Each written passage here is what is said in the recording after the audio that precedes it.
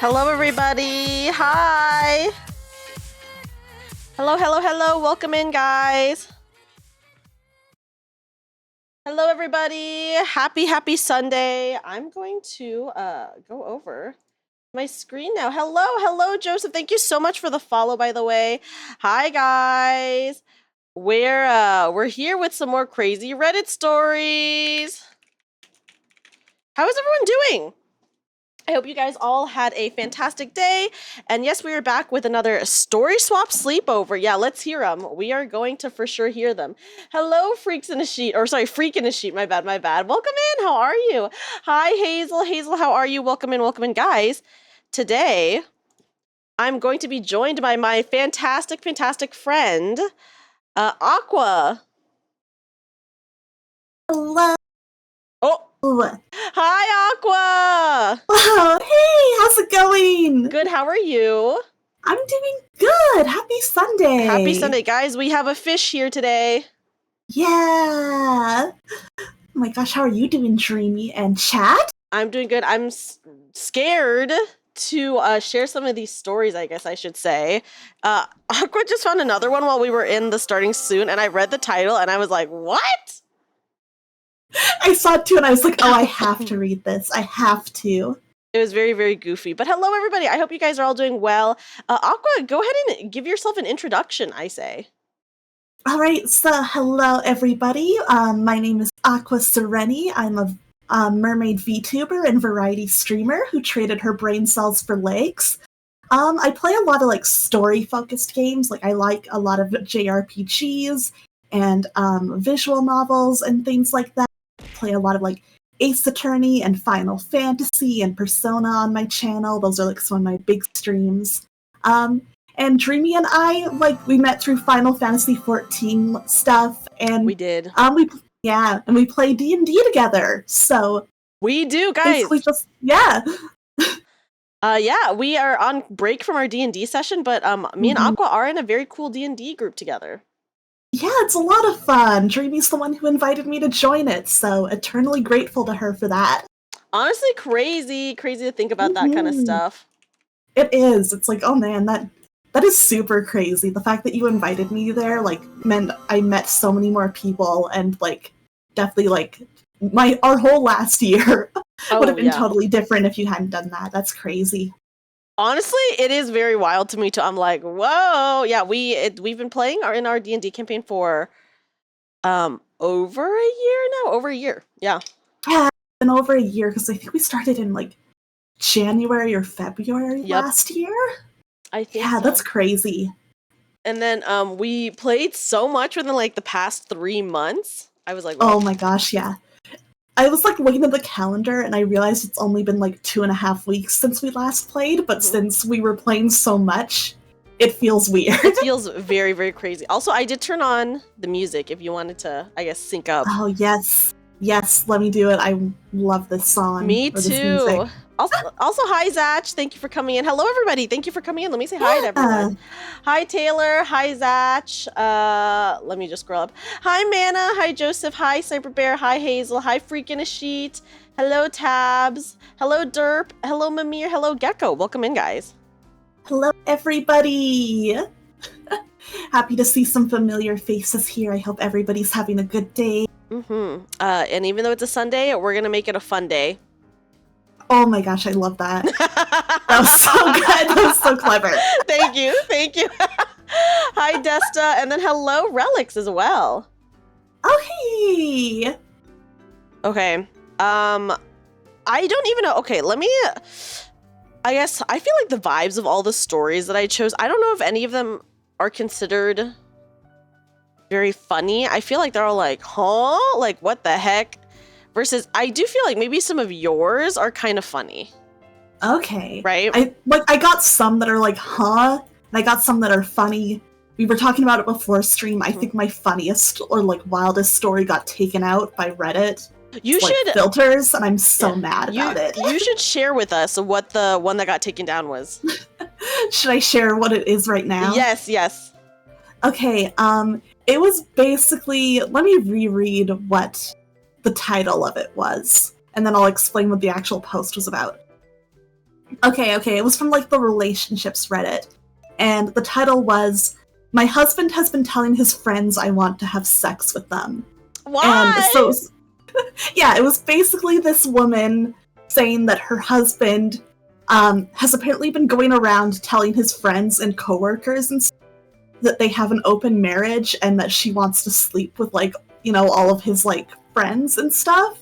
Oh and my god. she didn't know this. She had no idea about this until, like, basically, like, she was talking to one of his friends, like, he had come over for, like, dinner or something, and while her husband, like, just stepped out to go to the bathroom or something, like, friend looked at her and he was like, "Oh, hey, so, like, he's going out of town this weekend, right? Do you want to, like, get started on that open marriage thing?" And she was like, "What?" Oh my god! She was like, "What thing?" And so she was basically just, like, asking the Reddit, like, what do I do? Why is he doing this? Did she... my question would be, I think she should, first of all, ask him why he would say that. Yeah. Yeah, I think she should have been like, "Hey, your friends are telling me that you've been saying this. Why would you say that?" So, yeah, a lot of people in, like, the Reddit comments thought that maybe he wanted to cheat, but, like, that doesn't quite make sense if he's telling his friends that she wants to sleep with people, too. And specifically being like, "Oh, hey, she'll sleep with you." Oh my gosh. So a lot of what other people thought is maybe instead he has, like, a cuckoldry fetish that he's, like, trying to, like, get into, but he's not being honest or open with her about it. Ah! That's so embarrassing. Yeah. Yeah, I feel like Freaking and Sheep brings up a good point where I feel like a lot of stories, at least open relationship stories on Reddit, I feel, that I hear about is, like, usually the husband, because I've read, like, multiple where it's like the husband wants to be in an open relationship, the wife does not, but then she's like, okay, let's do it, and then she gets more, like, successful at it than him, and he, like, can't get, like, other people, and then he gets mad and then tries to, like, shut it down. Then he gets pissed because he's not getting, like, all of the action he wanted, but she's getting a ton. And it usually seems to just come down to the fact that the wife sounds like she's pretty cool. I know. And is probably just more of an attractive person in general than the dude who just wants to fuck around. 1000%, 1000%. Or I feel like they always ask to be in an open relationship to, like, fuck, like, the one person. You know? And then once they do, they can't, like, get anyone else, and then it's, like, very embarrassing.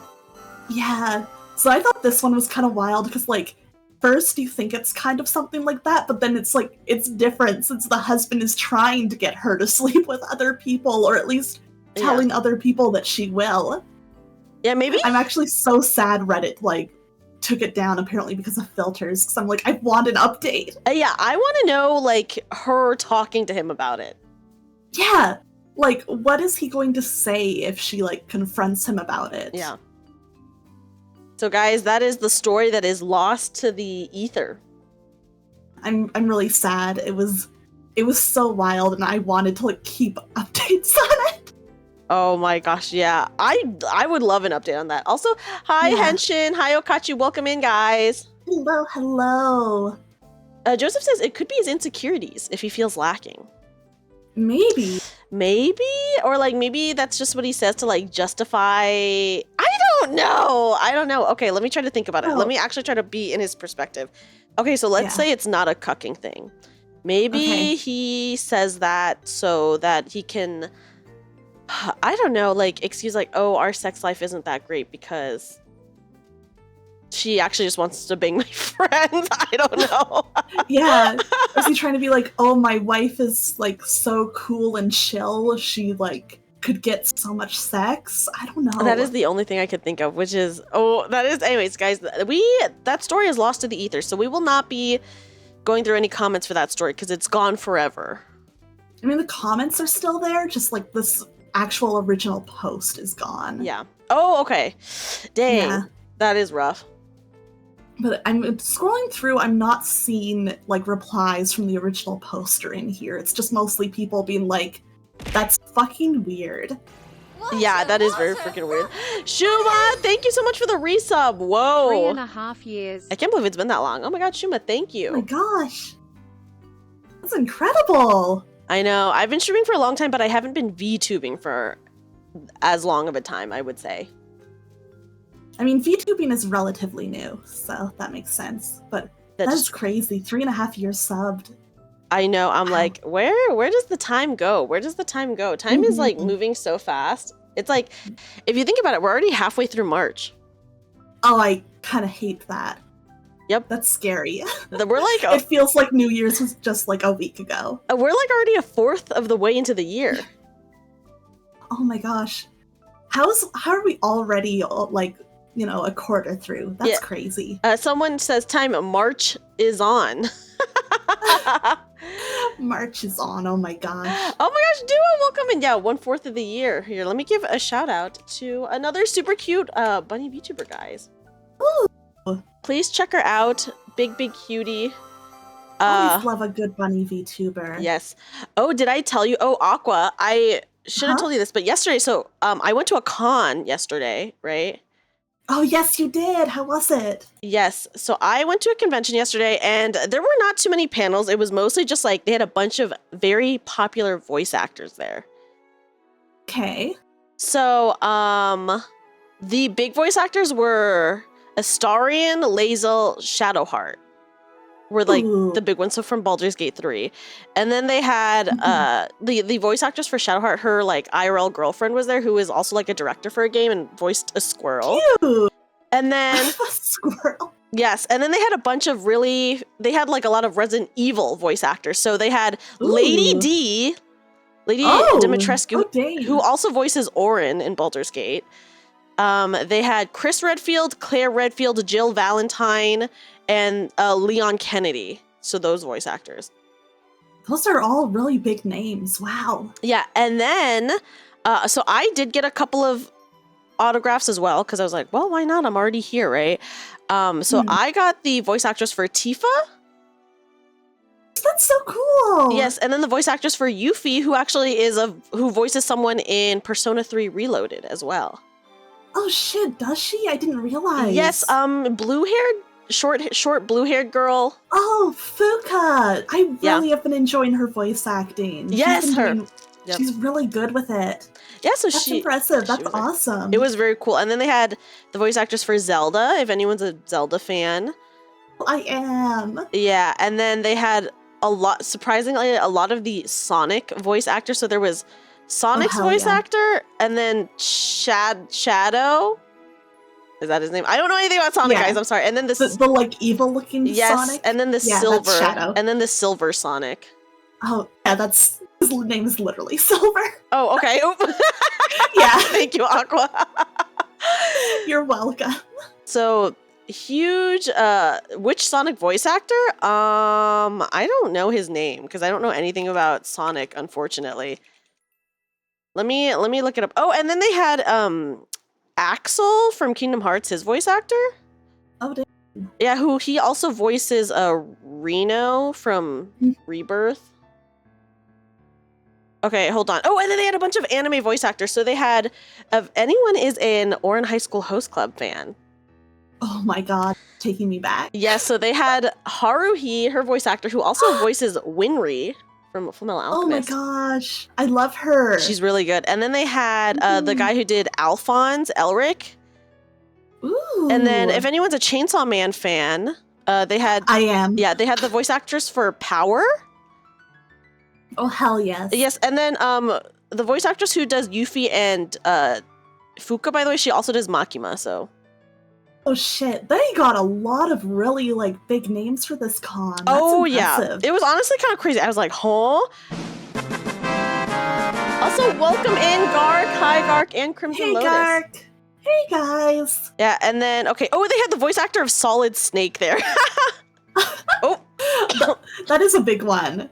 And then I'm just going through the list right now. Some Genshin voice actors, the guy who does Zhongli, a lot of Grand Theft Auto people, surprisingly, and then Red Dead Redemption. Man, yeah, if you're into voice actors, it sounds like this was like the con to be at. Oh my goodness, they got a ton of really like good people. They had a ton of, yeah, I'm honestly shocked. Oh, the voice actor for Tails was there too. Oh shit. Yeah, so any Sonic fans, There you go. Yeah, that is awesome. That's a pretty big deal to have like all of these people in one place. It was very shocking. I was like, whoa. And I'm not gonna lie, the lines were pretty horrendous. Oh, I imagine. Not so much for like, I think the Resident Evil ones and the Baldur's Gate ones were like actually like so horrible looking. Oh, I bet. I have stood in lines like that before, and like it's fun to get to see the voice actors, but sometimes you're like, oh my god, I have been waiting for 2 hours and this line feels like it's barely itched. Who would you want to meet now, Aqua? Ooh, who? Jonathan Bailey.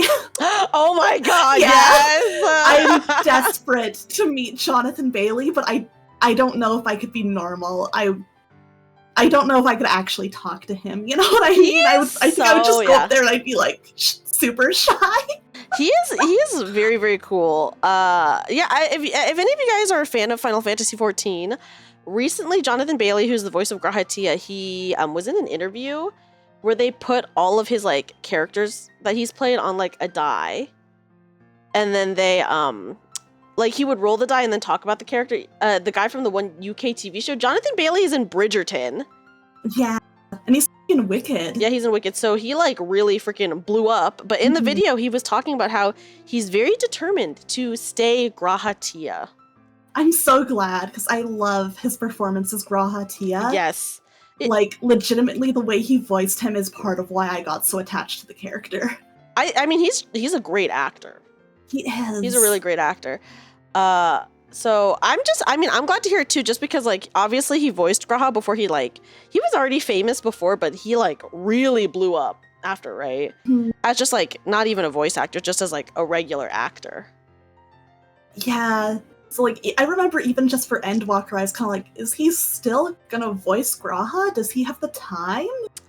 I know. But he was still there. Yes. So yay. Okay, that's actually a very, very good answer. I feel like I would want to meet, okay, so I met Tifa, I met Yuffie. I would want to meet Aerith.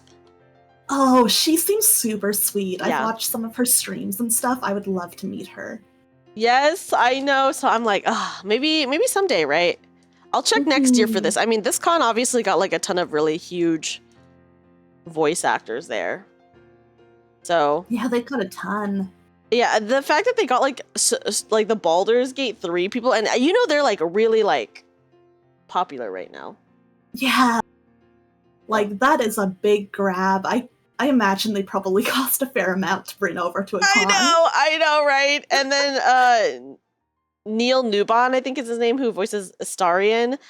Oh my god, that line was ridiculous! Oh, I bet all of the Astarion fangirls were probably like all lined up. Yeah, and so many people had VIP tickets. So there's like general admission tickets and then VIP tickets. So VIP just means you have like priority to like get like do the meet and greets, right? So it's like they will pull like 4 VIP and then 1 general. 4 VIP, 1 general, like from the line. Yeah. And there were more people in the VIP line than there were in the general line, let me just say. Oh my gosh. So people paid that extra VIP price. Yeah, people stand in the longer line. Yeah, people are very horny for Astarion. That's true. Yeah, they are. Yeah. I guess like I can understand that though, because if you're really into voice actors and if that's a big reason you're going to this con, like most of the time VIP is worth it for that stuff. Oh, for sure. It's not something you care about. Like it is extra money, but it's like I could understand being like, I really want to make sure that I see this voice actor and that I don't get stuck in the long line. And then so it's just kind of funny that it ended up being very long too, because it's like, oh, you can tell how badly people wanted to see him. Yes. Freaking Sheet says Melia from Xenoblade. I love her. She's so good. Her voice actor took way off after being on Doctor Who, but then she kept coming back. Who is she in Doctor Who? Like, what is the actress's name? Jenna Coleman. Oh. She was one of his companions a couple seasons ago. Yeah, Clara. Oh, okay, yes. Oh my gosh. I've seen her in Xenoblade. She plays like a princess. Oh my gosh, I feel like I've seen her in a couple things before. I didn't realize she was on Doctor Who, but that makes a lot of sense. Oh my gosh, I did see ProZD once when he came to my city, and I got him to rate one of my OCs. That is actually on very his cool. waifu scale. He honestly seems like a very cool guy. Yeah, he seemed super, super chill. We just like talked about anime for a little bit, and then yeah, he rated our OCs. It was funny. I love that. That is actually Yeah. very, very cool. Dang. Oh, there was actually some super cute Graha merch too. Oh, I should send you a picture, by the way. Was Aqua. there? Please, please, please, please, please. Yeah, there was my friend actually bought. Okay, so there was this one artist who I think I've seen on Twitter before. She's like pretty popular. She had like a cute little Graha pillow. What the? That sounds cute. I want to see that. It was so cute, and my friend bought it for our other friend who is out of Aw. town right now, so he couldn't go with us because he's at like a Twice Yeah. concert. I think is what it is. Oh shit! Good for him. Yeah, good for him. Good. That for sounds him. fun. So, yeah, I'll send you a picture because I saw it and I was like, oh, that's actually so cute. So I will share it with you. Thank you. I would love to see it. Okay, should we read our first Reddit story? Oh yes, let's do it. Okay, do you want to go first or should I go first? I guess maybe you can go first since I technically just summarized one, so maybe your turn now. Okay, you're right. This one is a pretty horrific one. Okay, let's go. Okay. Someone in IT trolled me for over a decade. Have I any recourse? This is originally from r/legal advice UK. So this is from the UK. Okay. Oh yeah, Taylor, this one is crazy. Yeah, okay. Okay. Yeah. Very criminal vibes here. Oh no. I work in a medium-sized firm. Between 2014 and January 2024, I found myself constantly making mistakes while working. Some examples are: 1, my calculations on Microsoft Excel being wrong. 2, data inputs on spreadsheets being wrong. 3, booking the wrong days with my annual leave by accident. I booked the 1st through the 10th October, but suddenly found I had booked the 3rd to the 13th October, impacting the business negatively. 4, boy. typos in documents that read typos in documents I had sent. So counts was changed to see you next Tuesday. Oh. Huh. If you, Aqua, I'll type it in. Do you know? Okay. I'm typing it to you. Yeah. Okay, counts without the O is what I'll say, guys. Yeah. So typo where it was supposed to be counts, but it was counts without the O for everyone in chat. Okay. Oh god. Putting that in a professional email. Yeah. Terrifying. I feel like I was going crazy, so I would do things like screenshot what I had calculated, but I found my screenshots had disappeared when I logged in the next day, so I was wondering if I ever took them in the first place. In February of 2024, our IT guy, we'll call him Bob, left us after facing a disciplinary, and we hired another one. The new IT guy over the next 2 weeks approached me and showed me a series of records. Bob had been accessing my system, editing my work, and changing the information I had put in to my annual leave sheet, among other things. Hey. Yes. Yes. This man has been sabotaging my work life for a decade. The consequences I have faced are: 1, I was not allowed to work from home like my colleagues due to my apparent, quote-unquote, unreliability. This has resulted in $250 in transport costs every month between 2021 and February 2024. 2, I've been overlooked for promotion. 3, I've had my professional life and credibility massively damaged. 4, I had to undergo assessments for ADHD and early onset Alzheimer's and other cognitive tests with the NHS. And then, oh my god. yeah, that is crazy. Well, because she thought she was going crazy. Yeah, fair. Yeah. Just, oh my god. Yeah. And then 5, I was put on a performance improvement plan. The old IT guy had moved out of the UK, but is there anything I can do? I've spoken with HR and they issued an apology, allowed me to work from home again, and removed my PIP, which is the performance improvement plan. What about... I almost feel like she should get some kind of monetary compensation too, honestly. I agree. Like, obviously, like, this isn't the company's fault. It's, like, the dude's fault. Yeah. But, like, they need to compensate her because, like, Yeah. she got negatively impacted by it, right? Yeah, Okay. exactly. Like, she talked about how she lost money for years Yes. because of this. Yeah. What about all the money I lost traveling into work for years? What about the stress of ADHD and Alzheimer's assessments? What about the years he made me think I was absent-minded or crazy or just even stupid? Can the police do anything about this? Like, obviously it's more complicated if he has left the country, but if I would say if it's possible to like sue, I think she'd be in her rights too. Yes. Like, I am not a legal expert, but this it sounds like she has a lot of basis for both, you know, financial and financial and emotional damages, you know? Yes. Taylor, thank you for the resub. Yay. Okay, wait, here's a little bit of extra information for you, Aqua. So, you know how at the beginning of the story, they said that he had been let go because of, like, disciplinary action, right? Yeah. So, here is the disciplinary action that, was like, this is the reason why he got fired. So, Bob had assaulted another woman on the premise and was dismissed without being allowed back in. Oh my god. Yeah, so he was screaming at her, gross, unprofessional behavior. He had left a significant amount of evidence of his trolling behind. So, like, because he was, like, dismissed without being let back in, I think that's why, like, he couldn't get rid of the evidence or anything like that. He couldn't clean up. Yes, he couldn't clean up. He had tried to chat me up when I first joined the company. I refused him, which is why I think this started. For 10 fucking years? Oh my god, is it 10 years? Hold on. Well, isn't that what she said? 10 years? Yes, you're right. It's been 10 years. Oh my god. Because a woman rejected you once, you do this for 10 fucking years? I can't even imagine, like, being so, like, first of all, like, you don't know, like, when she first joined the company, it's like, he didn't even really know her. So, like, sure, he can be, like, irritated that she rejected him, but, like, to continue this for 10 years, like, he doesn't even know, like, she hasn't even done anything to him. I'm so sorry that like, your coworker who just joined the company had the gall to turn you down. Yes. Probably, like, politely, too, and all that, you know? I know.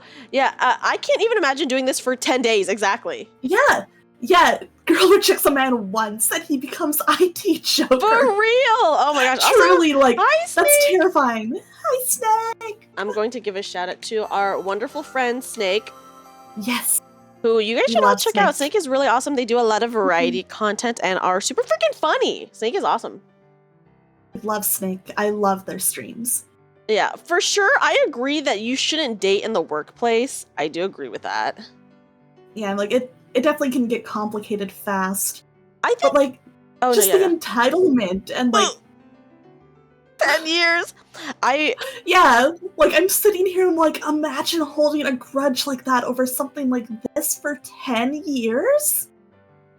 And he was, like, fucking her up a lot, too. Like, deleting her stuff and changing her calculations and, like, just, like, crazy shit. I just am like, how does he have, like, first of all, how does he have the time to do this? Right? Don't you have a job to do? Yeah, don't you? Yeah, he should be doing his damn job. Yeah. Like, holy shit, how do you have the time for this? Okay. Six says, guys like that are most definitely not thinking about the issues of the workplace romance. Yeah, they are. Yes. With their, this is definitely the kind of guy who just kind of thinks he's entitled to whatever pussy he wants, and any woman who turns him down is just a stupid bitch. I just can't even imagine being angry for 10 years about something like that. Yeah! Like, okay, yes, you can be embarrassed and stuff, but, like, to go to this level and especially for this long. Yeah. Absolutely ridiculous. Okay, I'm actually kind of surprised, though, because he was, like, fucking with her a lot. I'm surprised that she did not get fired. Like, oh my god, to do this continually for a decade? Like, just, that's so upsetting, because imagine, like, he just tanked her whole reputation. Yeah, she did say that. She says, okay, hold on. What did she say? She said, I have had my professional life and credibility massively damaged. Yeah, because she's known as the person who, like, you know, has all of these weird typos and can't turn in anything on time or, like, book time off correctly. Can't do math. It's like, Yeah. Because like That's all the massively embarrassing. Ooh, it's really embarrassing. It's Yeah, really 10 bad. years is enough time to find someone else, settle down, get married, have some kids. Obviously, this guy is a big loser, though. Yeah. So who's gonna marry him? Clearly there's something wrong here if he's like, if he has these kind of like anger issues and grudges and, you know, he acts out and yells at other women. Yes. Mm-hmm. I agree. Yeah, I'm like, press charges if you can. Honestly, what he did is not okay and he should not get away with it. Yeah, I mean, hopefully, like, if she can, like, I guess, find him to serve papers, right? That'd be important to do, to like have at least a charge against him. Even if nothing can be done from it, he'll have like something pressed against him, first of all. And then I do think, okay, her work, I think she says in like a different thing somewhere that so she says that they let her work from home now and they took her performance plan thing away. But I think that her work is gonna hope that she just like ignores it. But she needs to like really, I think she needs to press charges against her workplace too for like more compensation. I honestly think she would be in the right too if like that's possible. Again, obviously I don't know like all the legal technicalities of this stuff, but I feel like she is owed for all the distress that she went through. I agree. Yeah, so I think she should, potentially sue her job. And yeah, I agree with Snake. It really raises the question of how many other women he has tried this stuff with. Well, he did get let go for assaulting a woman at work. Yeah. Jesus Christ, that's terrifying. Yeah, so what a psycho. I think if she can like find him to serve papers, it would definitely be worth it, even just for like the safety of like other women and stuff, because it would probably be good before he goes looking for other jobs, or when he does, for them to know that like this is on his like file. Yeah, do you think he left the country on purpose because he knew like that shit would come out? I don't know, because I'm like, leaving the country is not an easy thing to just do. It's very hard, yeah. So I'm like, it would be hard to do that just because you suddenly got fired and not let back into the building, but it's possible if he like planned ahead and had enough money. Like it would be doable if he had savings. Another stinky man, guys. Welcome back, Crimson. You missed an extremely stinky man. That's what you missed. Extremely an actual criminal. Yeah. Like, this is actually so illegal, and it's a little scary that he got away with it for so long. 10 years! I can't imagine fucking around. I mean, if I really hated someone, then I guess I could, like, ruin their lives for 10 years. But I don't even think this like, warrants that, you know? No, I'm like, I can't imagine what somebody would have to do for me to hate them this much and to, like, actively try and ruin their life like this for 10 years. Like, I will tell you that rejection does not do it for me because, you know, my response to rejection in the past has been cry for a week and move on. Yeah, he needs to be normal and just cry and then move on. I agree. Yeah. It's fine. You can get over it. Yeah. I think my response has always been, okay. That's it. Yeah, it's embarrassing at most. But like, Jesus Christ. Maybe it's just because I don't think I'm entitled to pussy or dick, but whatever. Oh, wait, Taylor says, men would rather commit a crime for 10 years than go to therapy. God. So true, so true, so true. Anyways, I think we can all agree that this person needs to be jailed. And maybe get, like, some help. I'm, like, definitely... This does not seem like the kind of guy that's gonna look into, like, you know, help with his mental health. Definitely but not. He absolutely needs to. Yes. If any, at bare minimum, he needs to be in prison. Oh, definitely. He definitely does. Yeah. Like, or even just, again, to get sued and have the criminal record. Yes, so that people know. Yeah, because it's like, it's a little scary to think of him just going to a new job and repeating the same behavior because nobody knows. I would hate that. Yeah. It's like, clearly he was doing it to multiple women. Yes, agreed. Mhm. Agreed. Okay, you've been turned down by a few women. You literally just accepted the fact that they weren't interested in me or they were already seeing someone. You thought that was the that is the normal that is way. the yes. normal way. Like, it's totally okay to be, like, sad or embarrassed about it. Yeah. But I think if your reaction crosses into anger, that's when it gets scary. That's Yes. when there's something very, very wrong. For real. Agreed. Also, hi, Adia. Welcome in.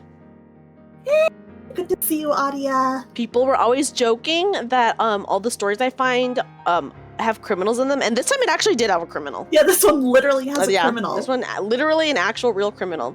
Aqua, do you have a story with or without a criminal? Without a criminal, but I think this one has still got some fun drama. Oh, Joseph. So, okay. Oh, wait, here. Joseph wants a very quick summary on what happened. This one guy has been messing with his coworker for 10 years. He worked in IT. He was like deleting her like screenshots, like messing up her calculations, typoing things, and like just made her like life at work hell. Meanwhile, the Ask Men subreddit, be the malevolent spirit for 10 years hasn't helped me get laid. What am I doing wrong? Oi, oi, oi. Yeah, I think that's what, like, gets me about a lot of these sort of stories, is the fact that, like, these dudes probably could find somebody else if they just acted like a pleasant person. Because I'm gonna be real, it's not that hard if you just... Like, yes, dating can be hard, but if you do just want to get laid, as long as you're generally nice and pleasant, you can find somebody who's gonna be down. Yes. Yes. Yeah. But yeah, this guy does not have to go to this. He does not want to get help. Yep, he does not. This freak does not want to get help, let me just say. Okay, guys, Aqua will tell us a story without a criminal, although we will determine at the end whether this person is criminal worthy or not. Okay, we'll put it to a vote. Yeah.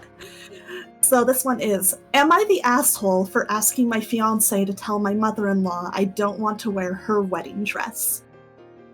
So, I, 25 female, am engaged to Dan, who's 26 male. I didn't really think about my wedding dress, and as we planned the wedding venue, catering and sorted through everything else before. My in-laws pitched in for most of it, and I covered most of the smaller things. I don't speak to my extended family, and my parents and sister passed when I was younger. Oh, that's so sad. Dan's family are my close family, too. So, last month, my mother-in-law showed me her wedding photos and offhandedly said, "This is the dress you will get married in," and pointed to her wedding dress. The dress is my mother-in-law's grandma's, and the last 3 generations have worn it. To be honest, it is not my style, and I said, "Oh, I don't think it will fit," as a way to politely decline, but she said it could be altered to fit me. Oh no. I really don't want to wear that dress, but my mother-in-law keeps mentioning it, so I've put off wedding dress shopping. But she isn't getting my polite hints, and saying no outright seems mean. And she's gone out of her way to get me involved in the family, so I don't want to offend her. Oh, this is a big dilemma. Because, like, I mean, like, her in-laws, like, family is, like, kind of her only family right now. Yeah. And they're paying for most of the wedding. Mm-hmm. But I guess like, they've pitched in a lot. Yeah, I guess before you conclude the story, I will say, at the end of the day, it is her wedding, so she should wear what she wants to, regardless of what her in-laws want. But I can see why this would be, like, a moral dilemma for her. Yeah. I also agree. And she says, I told Dan the situation, and he said that mother-in-law considers me a daughter, and if I say no, she won't be offended, but I asked him to talk to her on my behalf, and he refused to, as he said that he didn't want to get involved in a situation between me and his mom. I don't know her very well, so I don't think we are that comfortable for me to say no outright, and I'm upset at Dan for refusing to step in, and he said I'm being unreasonable, so now she's beefing with her fiancé over it too. Oh no. Yeah. I'm mostly at, like, definitely it's hard since the in-laws have spent a lot of money. But she does kind of have, like, the right to say no if she wants to. Yes. But I also think she should do it herself. Instead of being like, you go do it for me. I agree, though, that it is awkward since it's being put on a daughter-in-law versus a daughter. Yeah. That is, like, definitely different. Mm-hmm. And I think because, like, there's money involved, I think that's why she feels uncomfortable outright saying it to the mother-in-law, right? Mm-hmm. Because, like, okay, so I think how this could play out is if she were to say it to the mother-in-law could be offended and angry, right? Versus if the husband says it, like, I feel like, or the fiance says it, the mother-in-law will just be like, well, you're my son, so I guess you're right, or whatever. I can kind of understand, like, Mm-hmm. feeling more comfortable using, like, the go-between. Yes. Yeah, I think Felicity's right. Like, talk to the mom together so he can be support is definitely the best thing. Yes, yes. But yeah, I noticed, like, in the comments as I was reading through, people were going in hard on the fiance for saying no. Uh-huh. But it's like, okay, I get it. He should be supportive. Yeah. But also, I don't think he's that bad for being like, I don't want to be the sole person talking to my mom about this. I think that's fair. Yeah. Yeah. Easy solution? I'm just kind of surprised. Yeah. The fiance should just wear the dress if they can alter it. So true. Dan should wear it. Yeah, if they can just alter it, Dan should wear it. Yeah, good for him. Good for Dan. I think he'd look great. Yeah, I wish that was like an option. I agree though that they should just talk about it together. Like if she's uncomfortable talking about it and he's uncomfortable, then it's something that they definitely just need to do together. And like there are nice ways to still say no outright. Like you can be like, you know, I do think the dress is beautiful and I think this is a really nice tradition, but I just don't think that it's what I want to wear on my wedding day. Yes. Yes. Yeah. So like, and I feel like again, if like the mom takes that badly, then that's kind of like a sign of like, you know, things to come. So in a way it might be better to know. Oh, yeah, because then like that's the family you're marrying into. Yeah. It's like, and again, like, you know, you don't have to be like super, super buddy with like your in-laws, but like, you know, you should at least kind of like be able to get along with them on a decent level, or at least, you know what they're like. I feel like if you're this afraid to talk to them about something like this, that could be a problem in the future if more serious stuff comes up. And like, even if they're reasonable and fine, you can't be like afraid of talking to them about things that are like a little awkward or hard. Yeah, I mean, because like if you can't talk about that stuff with like people, your family, I guess if you know, then what can you do? And I would say chat is actually they are not mad at Dan. They're kind of agreeing that like no one wants to make their own mom sad, so they can totally relate to Dan. Yeah, that's true. Like it would be kind of hard just being like, hey mom, she doesn't want to wear it. And like having to be like the only one to kind of deliver that news and like, you know, it would be not hard. Get to like, yeah, I feel like it comes off better in general if she even just helps explain it. Yes, yeah, they just need to be there. And I think the mom would take it better coming from the both of them versus like, honestly, if I was the mom and like she didn't want to wear it, I would be like, of course, I think the mom will be upset. Right, but yeah, of course. I think like if it's this big tradition and you love the dress, of course you're going to be sad. I do think she is going to be less sad hearing it from the bride, because like if she just hears it from her son or whatever, from Dan, then it's like, okay, well, like why didn't she tell me this then? I feel like that would like cause more problems that would probably be more long term and kind of festering. Yes, more strife, so to say. I totally agree. Because I know, like, I'd be like, oh my god, why didn't they talk to me about it? I know, yeah, I would feel the same way. I'd be like, oh, does she think like I'm that unreasonable? Yeah. And like, again, even if the mother-in-law is like totally a fine person, then it's just like it creates like this really awkward layer that's gonna last for as long as they're married. Oh, you know what? Joseph actually brings up something like a good point, and who knows how the mom feels about this, right? But they're saying that they could use the materials of the dress to make a different one, and I have seen people do that. Yeah, I've seen that, and it's always super cool when people do it. I like that a lot. That could be a good idea. Obviously, it depends if like the mother-in-law is okay with it. Yeah. But I think if she is, that could be a really fun thing to do. That would be very cool, because I have seen people do that, and you know, obviously then they get a wedding dress to their taste. Yeah, but it's still like it has the tradition still in it. So yeah, and as Sniper says, adjustments that would be changing the dress, just That's doing true, adjustments. yeah. So this like is just a bigger change, so to speak. Yeah, So to and speak. like I think it's always cool when I've seen people do that, seeing the before and after, because Mhm. it's like, oh, it's like it's the same fabric or like the same bodice, but they've like changed it up Mhm. just a bit to make it a bit more modern, and that's a lot of fun to see. Yeah, hopefully they can come to a good compromise. As Freakin' a Sheet says, compromise is a natural part of like having a relationship, whether it's like romantic or not, right? And if she wants to have a good relationship with her mother-in-law, then maybe like they could compromise on it. Also, Graham, oh my gosh, thank you for the follow.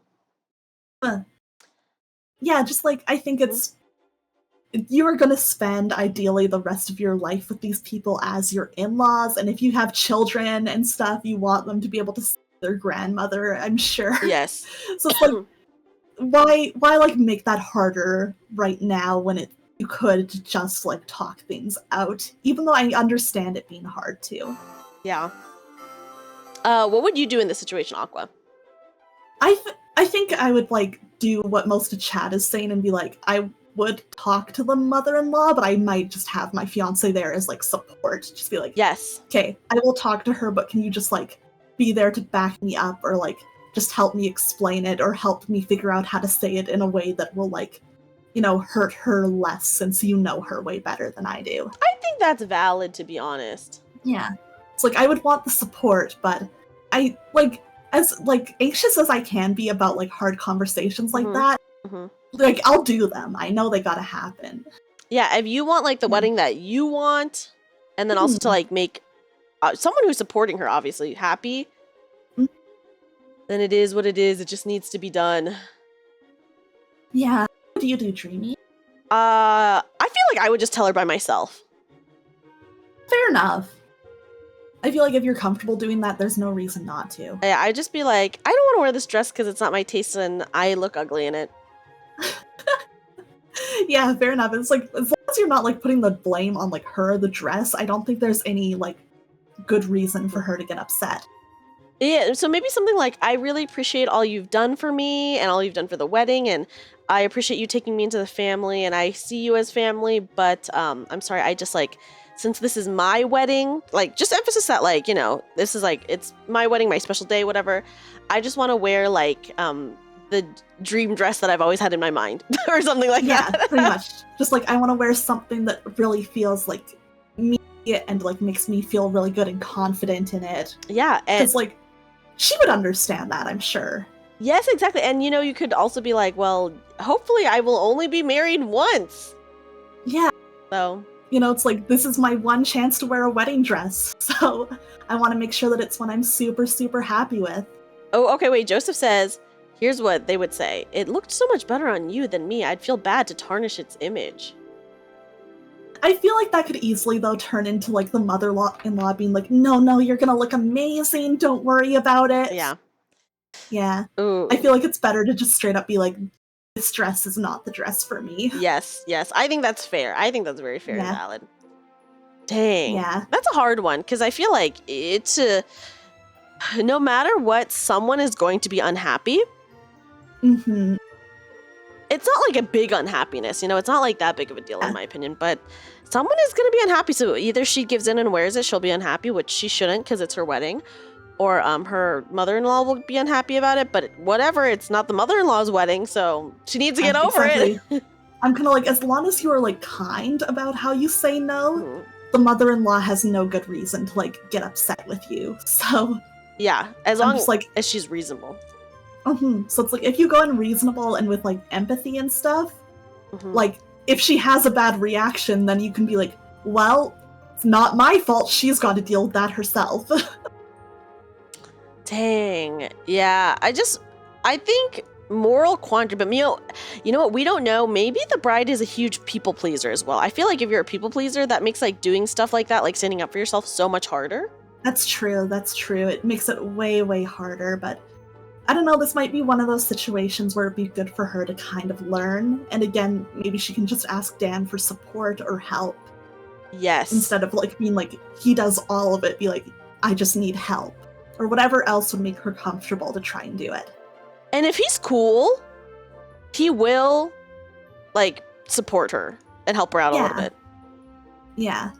If like, I think I'd be more concerned if he was like, no, I will not even just be there to like be support or like the mediator as you two have this conversation. That would honestly be so freaking awkward. Yeah, that would be I feel like for me that'd be a big red flag, because it would be like, oh, okay, you can't even like mediate a small thing. That would honestly make me reconsider the marriage. Yeah, same. For me, it would be like, ooh, what's gonna happen if we have like, if I have a bigger disagreement with your family over something that really matters? Yes, really though. And then like you wouldn't like be there to help her, support her. Like that is just very suspicious, you know? Yeah, so I'm like, if he loves them both and cares about them both, he would be happy to mediate, because it would mean that like he'd be helping make sure that they're both happy, not just taking one side. Agreed. I totally agree. Dang. Well, I would say at least it just goes to show we're all like pretty reasonable people here.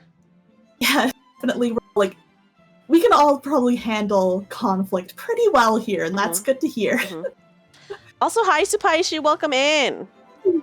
Good to see you. I do have a funny one. Oh? Yes. For our next story.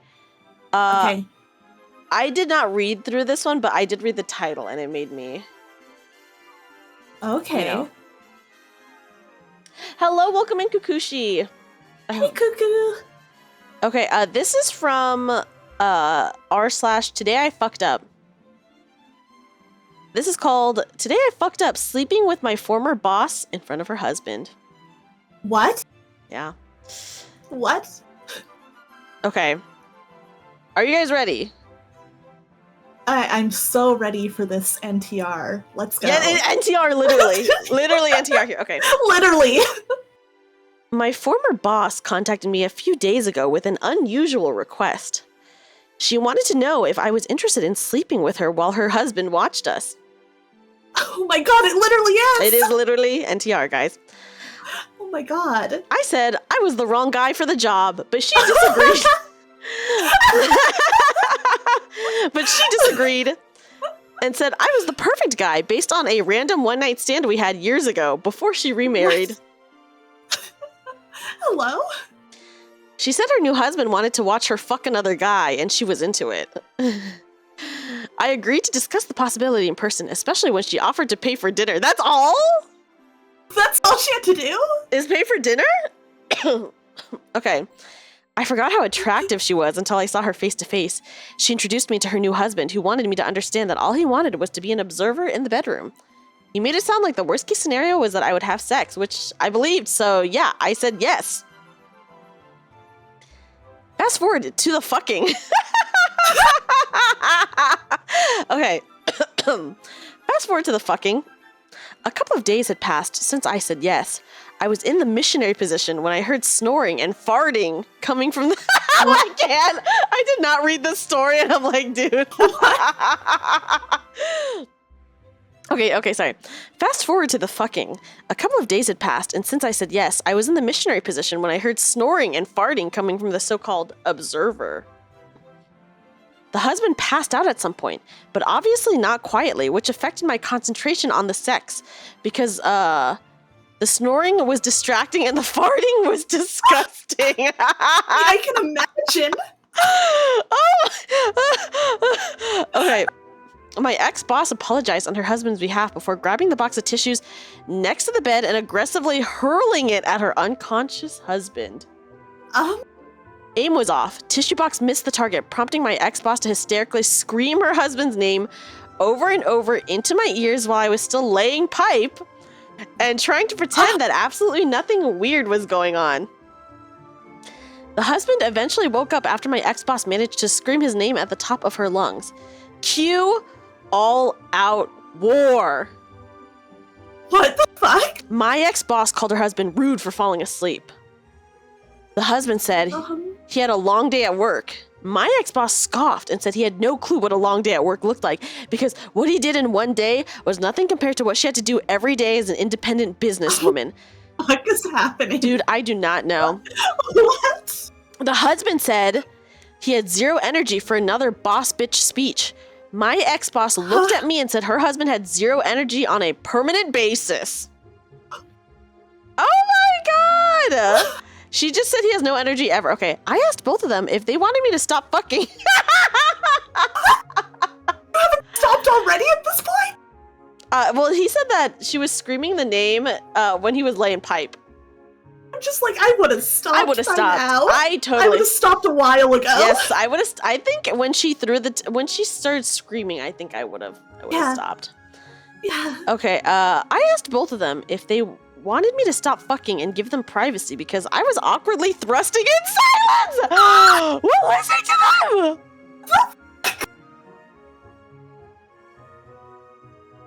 I am speechless.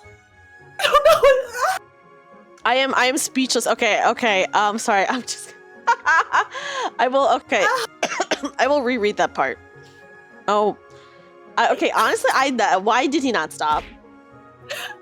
I would have stopped at this point a long time ago. Why did he not stop? Okay. Oh man, rereading this line makes me kind of laugh. Okay. Okay, guys. I asked both of them if they wanted me to stop fucking and give them privacy because I was awkwardly thrusting in silence while listening to them. My ex-boss said I should ask her husband since the whole thing was his idea.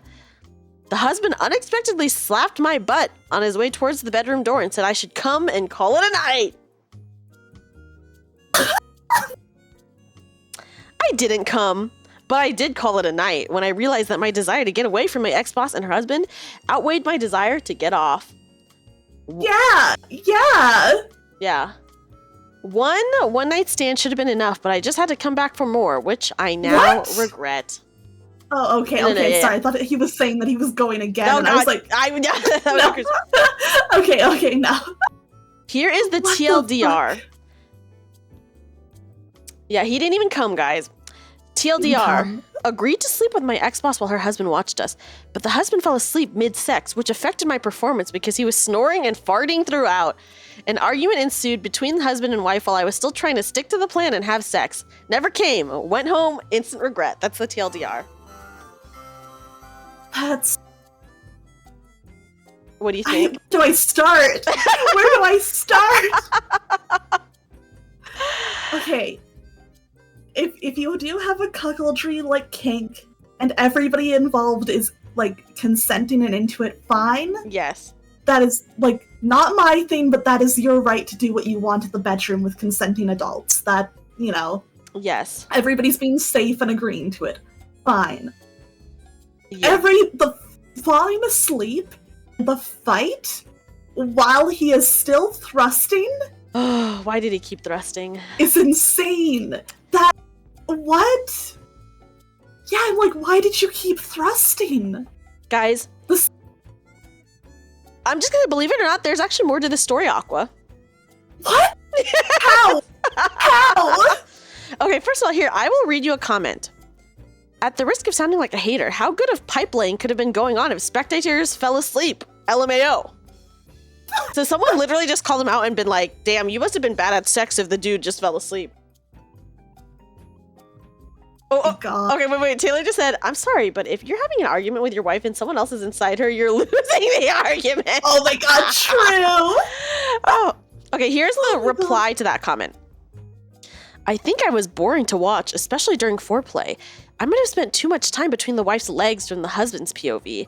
I had a dream that the husband passed out because he wanted all of us to roleplay as X-Men characters, but his wife this is just a dream, by the way. This is just a dream. But his wife shut it down because she believed it was too cringe and childish, so he stopped being invested. If the husband got his way, though, I would have been a horny Cyclops. The wife would have been a slutty Jean Grey, and the husband would have been a pervy Professor X who loved to watch his students hook up. Anyway, moving on. Bring that up to begin with. This was the dream. Yeah, he had a dream. I cannot believe he had a dream about this. What the fuck? What the fuck? Okay, anyways, this story does continue more. Oh, does it? It has 2 very huge updates. Okay? Let's go. Okay, update. So there I was, face to face with my former boss and her flatulent husband once again. Oh my God.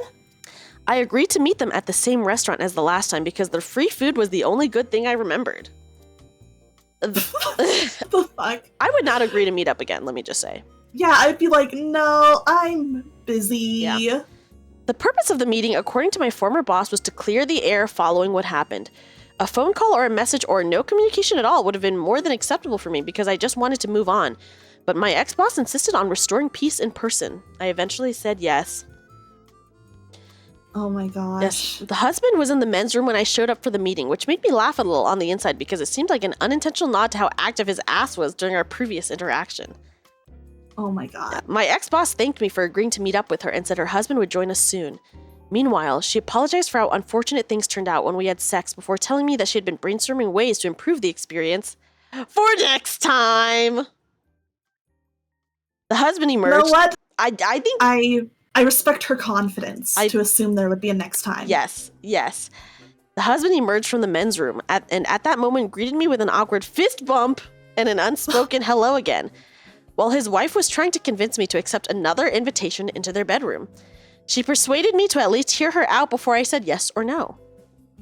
Her plan was to pivot her approach in the bedroom and embrace the dominant position during sex because she believed her husband would be less likely to fall asleep again if he was watching her put on a show and take control.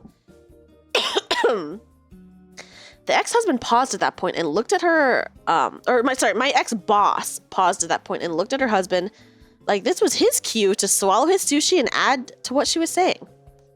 The husband pointed his chopsticks at me and said he expected more energy from a young guy, but based on what he observed while he was still awake, I was fucking his wife the same way he fucked his wife whenever he's more in the mood to masturbate. Ooh, yikes. This is not the kind of feedback that you want to hear, I feel. No. I said having sex with another man's wife while the man was in the room was like trying to poop comfortably while a random person was watching. Yeah, fair. The husband asked if I made moaning noises while I pooped. I said my moans mid-poop were dependent on how hard I had to push to unclog my colon. What the fuck is this conversation? This is a horrible conversation, and I'm sorry. This person needs to be jailed for that. They're having this conversation over dinner? Yes. This is a review of just the one night. The husband said I might need to start pretending that I'm pushing as hard as possible when I sleep with someone because I never made a sound while I was intimate with his wife, which apparently contributed to his struggle to stay awake. I said pretending to poop during sex was sound advice coming from a guy who was unable to stop farting while I was fucking in front of him. What the hell? My ex-boss pushed her plate away and said she lost her appetite listening to us. I said I didn't think I was sexually compatible with my ex-boss and her husband and suggested that they get another guy for the job. Fair enough. My ex-boss pointed out that the two of us were very sexually compatible when we had our one-night stand prior to her meeting her husband. I said I wouldn't call that sexually compatible since she was my boss back then and both of us were drunk. The husband said now he lost his appetite too. I said I had someone in mind that might be perfect for what they want. The husband sarcastically asked if it's another younger employee his wife hooked up with. I said it was one of my more sexually experienced friends. My ex-boss said if it's not me, then it's no one. What? So maybe she has a thing for the poster. I don't know. Yeah, maybe. I don't know. The husband encouraged his wife to at least allow me to provide more information about my friend before instantly calling off the whole thing. The information I provided prompted my ex-boss and her husband to agree to meet with my friend. I contacted my friend the following day and explained the situation. He became interested as soon as I showed him photos of my ex-boss. I shared his contact details with my ex-boss with his permission and thought that would be the end of my involvement in this circus. Little did I know that my friend would call me a few days later to ask me why the fuck I never warned him that the husband had a pit bull. I said, what? I didn't know. Oh gosh, I don't... What? Okay, wait, hold on, Aqua. Let me read this next line. My friend said he had to fuck my ex-boss in front of the dog and his hellhound. Okay, see, I feel like if it's just banging in front of the dog, that's not as bad as, like, I thought the dog attacked him. Okay, yeah, I was scared that, like, the husband set the dog on him. Yes. Okay, I asked my friend if the pit bull did anything to hurt him. He said the dog barked from time to time, and then the husband would either shush the dog or, quote-unquote, translate and tell my friend what the dog wanted him to do or not do during sex. Huh? Yeah, this husband was, quote-unquote, translating what the dog wanted to see them do or not do during sex. Yeah, Grim, at no point in the story have I known what was coming next either. Let me just say. Okay. is insane. Yes. Okay. I was at a loss for words. My friend said the husband slapped his butt when he finished and called him a quote-unquote good boy. Ew. Ew! Ew! It sounded so ridiculous. Yeah, listen, I'm freaking losing it too, guys. Okay, it sounded so ridiculous, I was struggling not to laugh. However, I did feel bad for my friend because I could relate. My friend said... I guess his ass got slapped too. Yeah, huh? they did both get their asses slapped. My friend said he would have punched the husband if the pit bull was not in the picture. I apologized for introducing him to my ex-boss and her husband. My friend thanked me for the trauma and said, bye, bro. I decided to do what I should have done after my last post and blocked my ex-boss. She's crazy, but I think she somehow married someone even crazier. I'm still working on a way to make my friend like me again. Here's a TLDR. Here's the TLDR. Jesus. Agreed to meet my ex-boss and her husband to unpack what happened when I agreed to sleep with the wife while the husband watched us. The meeting basically became an invitation for more sex whilst being a critique of my lackluster and silent fucking. I said no thank you to the sequel and recommended my more experienced friend as a potential replacement. My friend became the new guy who unexpectedly got his butt slapped by the husband, but not before the husband turned into a degenerate Dr. Doolittle who used his pit bull to dictate what my friend was allowed to do to Mrs. Doolittle during sex. Needless to say, everyone in the story needs therapy. Yeah. I'm just like... Mm-hmm. I'm like hung up on the husband's behavior. Like the ex-boss is crazy. Yes. Don't get me wrong. Without a doubt, yeah. But what the fuck is going on with the husband? Like, why is the dog being brought into this? Guys... Why bring the dog into this? Well, the dog wasn't there the first time either. Yeah! Why suddenly bring in this dog who, like... The poster got into the bedroom without realizing the dog exists. So I'm, like, shocked. Where did this dog come from? What is the deal with the dog? Like, maybe the first time the dog was just put away, and that's fine. That's normal. But, like, why bring out the dog? And then translate the dog wanting to see certain sexual acts. Like, that's so fucking... What is happening here? This is nobody's fantasy except for this one's man's, I guess. Guys, I hate to say it, it continues! Oh, he blocked her! How? Okay, wait, here, I'll read you some of the comments. Okay. So this was originally, by the way, posted on Today I Fucked Up, but then this got reposted to Best of Redditor Update, so it has all the updates. Okay. And some good comments. Okay, here. So someone had said, good lord, that is a lot to unpack, and the original poster said... Too much to unpack. Swing ding ding, especially with the extra little things I decided not to include in my update because I was getting tired of typing. Huh? Like the husband telling me that the expression on my face during sex reminded him of how Edward Scissorhands always looked. What a critique, what a critique. He said my... Oh my god, I wouldn't be able to come back from that. I wouldn't either. He said my perpetually expressionless face made him feel like I forgot to have fun, which made him want to hug me and make a donation to a charity. It's like the Ope was deeply uncomfortable with this situation and not enjoying himself. Yes. Oh my god. I kind of don't blame him for that, considering everything that happened while he was fucking her.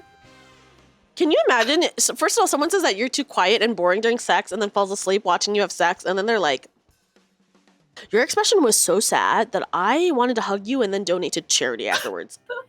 It's like, maybe I was sad because, first of all, it's awkward fucking your wife while you watch, and then you fell asleep, and then you two started fighting while I was thrusting.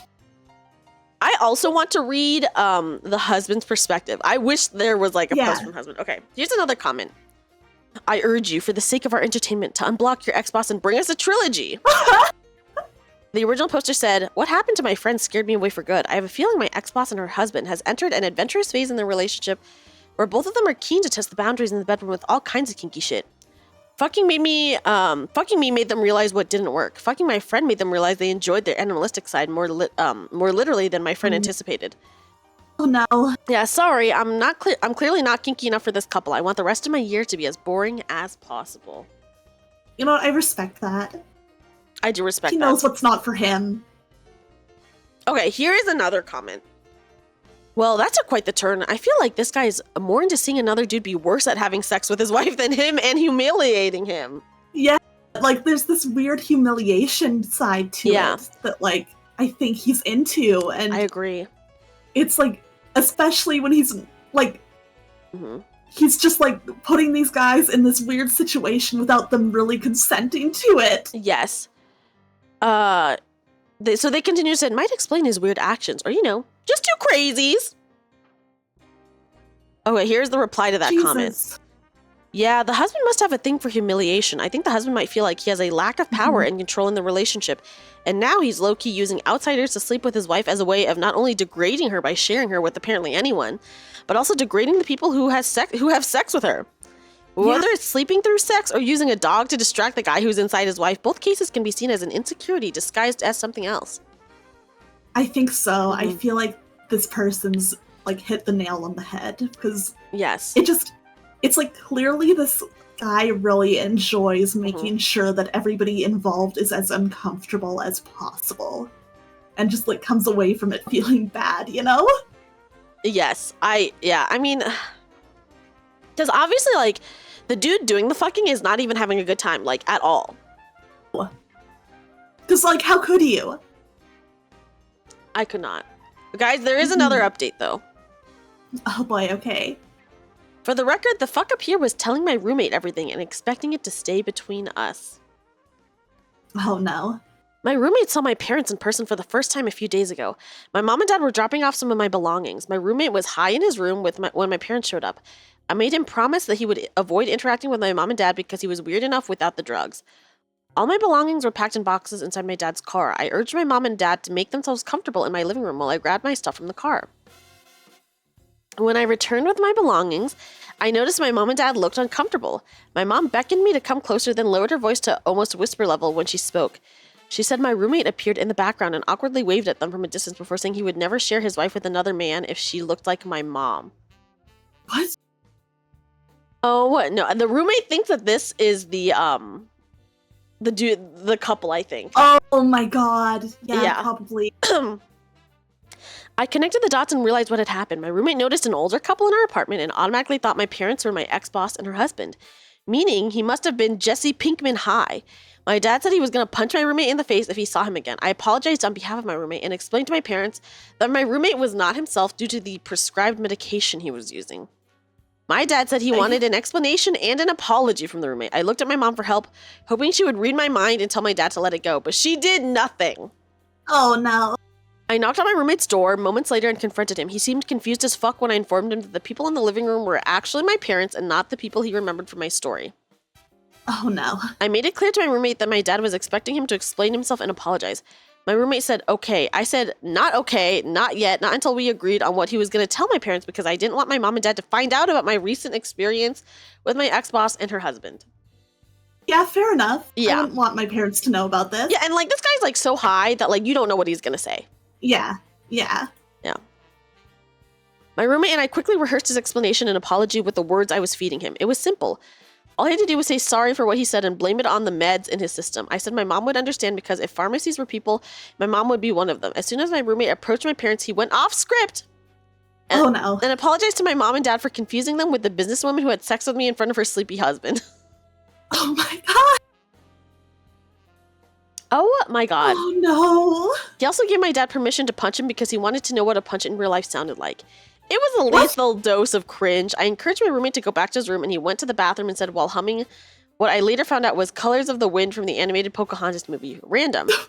My dad looked at my mom and asked her if she still thought it was too much to low-key pack a Bible with my belongings. I made up an excuse to get rid of my parents and avoided unpacking the ex-boss/husband situation that I literally cannot seem to escape. My life has become a bad comedy. If all of you never hear from me again, I'd consider that a positive outcome. Yeah, Ope is either lying or is surrounded by the strangest people in the world. I agree. I feel like maybe his roommate was too high, and I feel like that would make sense. It's just like, oh my god. I wouldn't know what to do if I was in this situation and my parents found out about that. I'd just be like, I want to die. Was that the update you guys were expecting? No. I was not expecting that either. I feel like there's just so much to be said about this. First of all, the whole original situation, fucking crazy. Like, imagine the husband just, like, passing out. Like, in the middle of, like, watching his wife have sex. That'd be crazy. Like, that's so boring. And he was, like, snoring and farting up a storm. Like, just, again, I would not know what to do, and I feel like probably, honestly, all the farting would have been enough for me to be like, okay, I want to stop. Yes. The mood is ruined. It's done. I can't do it. What about the part where she was screaming her husband's name, but he was still just silently thrusting? If I had not stopped by that point, that is when I 100% would have been like, okay, I think we're done here. Like, we're not recovering from this. And I just, like, I also can't imagine being in her position. No, I can't. And having someone in you while screaming at somebody else to wake up. I don't know why! I couldn't do that. Yeah, how did he stay hard? That's a good question. How? Well, he didn't come, guys. We do know that. Man, he didn't even come. He didn't even come. Yeah. The critique of his sexual performance was also very nuts. Yeah. Like, I'm still thinking about the Edward Scissorhands comparison. Yes, where he said, your expression was so bad that it reminded me of Edward Scissorhands. Ah! Just, like, just in my head, I do see, like, Edward Scissorhands' like, face. And I'm like, oh. It's a very sad face. It is. It looks kind of like a sad deer in headlights, you know what I mean? But again, I kind of don't blame him if he looked like that while he was listening to them argue with each other. No, but he must have looked like that before because the husband fell asleep, right? Yeah, true.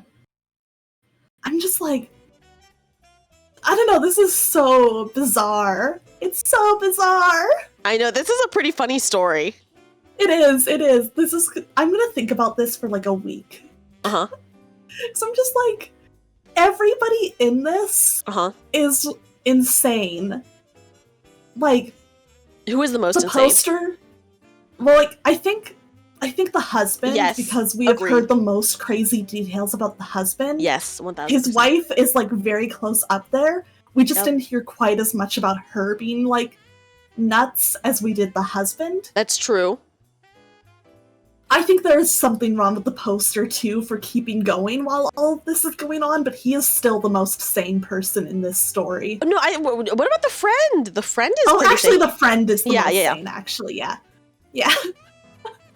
The friend is the most sane. Yes, the friend is the most sane. I just cannot believe the husband was like, my pitbull says you should do this, or my pitbull says you should stop doing that. I think if I were in a situation and somebody was like, oh, my dog says you should do this, I might, like, start crying in, like, a bad way. I think that's fair. I would hate that so much. It would be so uncomfortable, and I'd never be able to, like, do anything. I'd, like, need to stop right then. I'd be like, what the fuck is this? I can't do this. Yes, the friend did finish. And then after the friend finished, the husband slapped his ass and said, good boy. Ew. That was very gross. Just like, I could never. Yeah, I would put my clothes on and leave too. Yeah, I'd be like, I need to leave. I have to go. I can't. I would like to ask men in chat, or anyone in chat, just really anyone in chat, would you, if you're super hot, it doesn't even have to be boss, someone super hot you knew, who you slept with before, asked you to be the third while their husband watched, or wife watched, would you do it? I said it before, it's not for me. It's not for me either. Yeah, like, I couldn't. It depends on the first encounter. Well, their first encounter was good in this story. Yeah, apparently they had a good time. Yeah. Would you, oh gosh, yeah. I mean, I think one of the reasons why he said he did it was because also the free food was good. I just feel like that's not a good enough reason for me. Joseph says that they would just pretend the husband wasn't there, which I think if you're in that situation and you're not into it, you would just have to pretend. I agree. Yeah. I agree. So like if you're not into, okay, what if you were being offered money? I guess it depends on how much money, right? Yeah, it depends how much. Like, ooh, it would have to be a lot. I'm not gonna lie. Okay, what is the minimum amount that you think you would take? See, I feel like my minimum isn't even realistic. Okay, tell me what your minimum is. I'm like, I don't know, like, I feel like nobody would actually fucking pay this, but I'm like 15K. But you know what? There's some freaky deeks out there, and you never know. Some rich freaky deeks. I feel like for me, let me try to think. My minimum in front of someone. Well, if you think about it, they have 2 incomes, so they can pay a little bit more, right, guys? True. You don't want to charge them per person. Yeah, per person. I say my minimum is like 5K.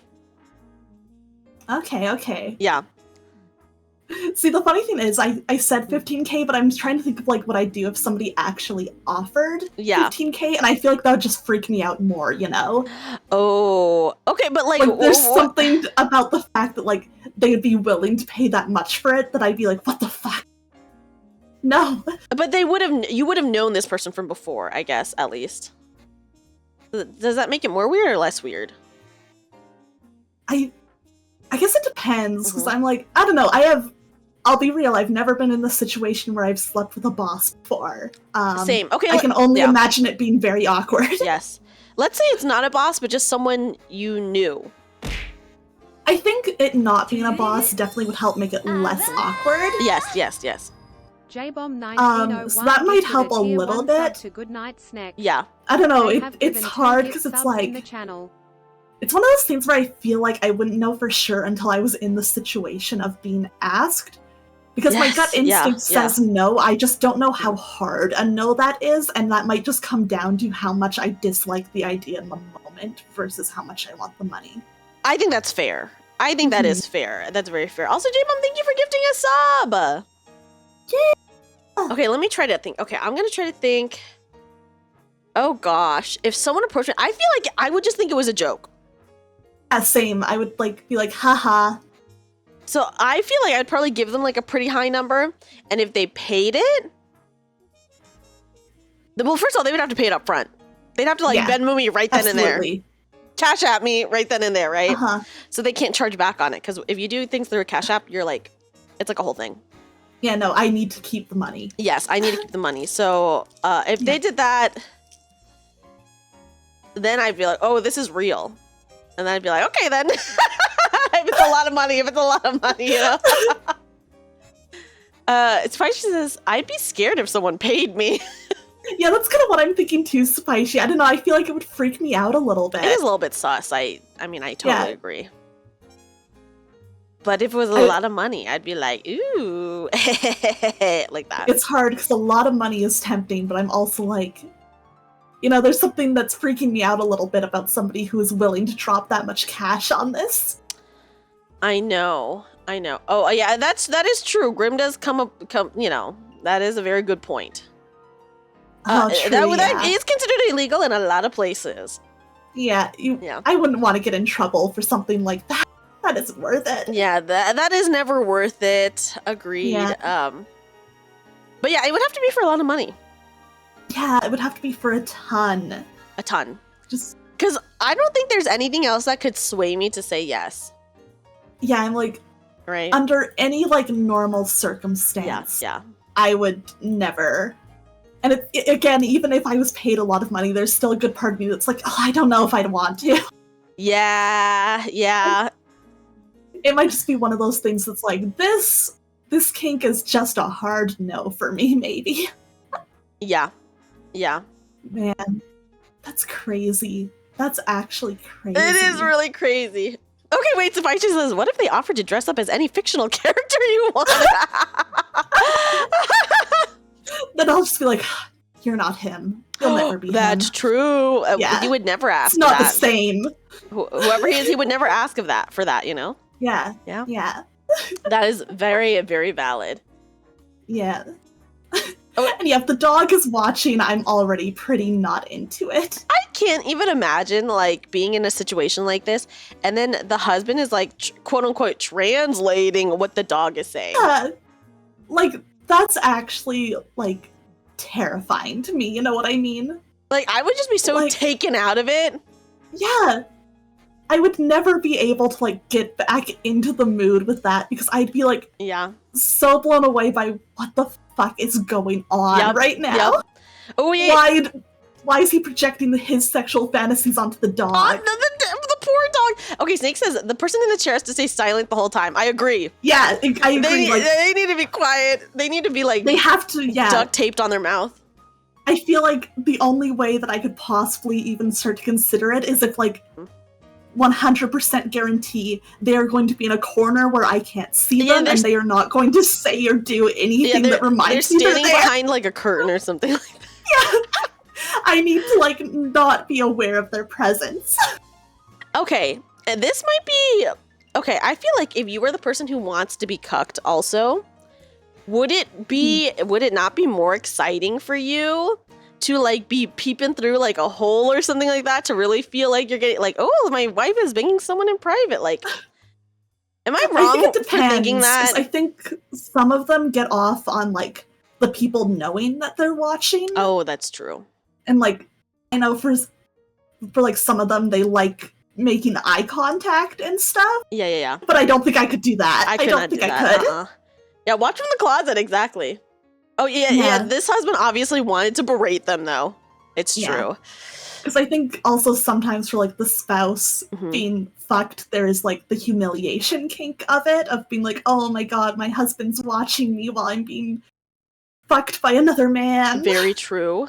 That is So very, some very of the, true. For some of them, I think they like the almost like the display of it. Yeah. But again, I don't think that's for me. Definitely not for me. Definitely not for me. Yeah. Yikes. Again, if everybody's consenting and being normal during it and not bringing the dog into it. Oh god, the poor dog. It's like, do what you want behind closed doors with consenting adults, whatever. But this is bizarre. It is very weird. Yeah. So, I will say there was a trigger warning for this post, and the trigger warning was bizarre kinks? Question mark? The other question mark is fair. Yeah. Yeah. No dogs, no farting, no commentary. Exactly, Snack, you get it. I also don't understand why the guy kept going at it when, like, he said that the farting was so disgusting and the yelling so distracting. How could he? I feel like it would be just, I don't know. Again, even if I was, like, in this situation and totally, like, enthusiastic and consenting to it, I think it'd be fair to stop at that point at the farting and be like, sorry, this is killing the mood. We can't do it. Yeah. Like, I think that's a pretty normal response. Yeah. Yeah. Really, the important thing is, they needed to agree on terms, I guess, beforehand. Right? Like, it definitely sounds like there was not enough setup, and there should not be surprises like that in the bedroom. Horrible. Horrific. Yeah, not on this level. That is very, very bad. Dang. Oh my god. That was my super... I feel like that was probably the craziest story that I found. I feel like it's gonna be hard to top that one. That was really good, but really nuts. Nothing could have prepared me. I did not... I just, skimmed through, maybe the first little bit, but I did not read it, and just... kept taking turns. Literally, so many things were happening, and I was like, I just don't even freaking know what is going on. Yeah, I was like, every time I thought I knew where the story was going, something I never could have predicted happened. Yeah, their personalities, the ex-boss and the husband, are very bad. I agree with Cuckoo. Yeah. Even if I was, considering, being part of, a cuckoldry fetish, it would not be with these two. No. Yeah. Do not get involved with whatever is going on here. Yeah, if I was into cucking, it would definitely not be with whatever these two are going for. I don't want it however these two like it. Oh my god. Horrible. Horrible. Crazy. Oh my gosh. Just Actually, Aqua, I think insane. you do have a pretty crazy one, and that was the last story that you sent me. Oh, the last one? I can definitely read that one next. It's not a super long one, but I like this one. Okay, wait, Cuckoo actually brings up a good point. Would you rather be hired for NTR by strangers or by friends? Okay, this is gonna sound weird, but I feel like it's weird if friends are paying me for it. That is true. That is Yeah, true. like, I don't know, with strangers, it's Yes. like, okay, this is a business transaction. Yes. With friends, it adds a weird extra layer. I also don't want my friends to, like, see me that way, I guess, you know? Like, same. I'm like, I am not the kind of person who can do, like, you know, just casual sex with my friends. I don't know. I can't. Can people, I feel like most people cannot do that. Yeah, like, it makes things too weird and too complicated and Yes. too messy. Yes. And, like, I'll be real, I'm technically, like, very demi, so Mhm, it's just, like, not in the cards for me, but Yeah. just, I don't know, it's not for me. Yeah, same. Same. I don't want my So at least friends with to see me strangers, I like don't have to, that. like, hang out with them and be like, oh my god. That's true. It's just like, you could be just one and done and never talk to them ever again. Yeah. So, Because, like, even with exes you're still friends with, it's still a little bit awkward Mhm. until you manage to move past it for me, you know? I think that's fair, though. I think with exes, things are often awkward for, like, a while. Yeah, it's really hard to get past that. Yeah, so I think most people, it seems, as strangers. Yeah. It would be very awkward. It would just be so awkward. Yeah. I think the fact that, like, you know your friends makes it, like, Mhm. different, and for me it's like, this isn't the relationship I have with them. Mm-mm. I don't know, I don't really look at, like, you know, my friends and think about that. I mean, yeah, same. I don't think most people Yeah. are thinking about that. Yeah, I think that's, like, the normal response.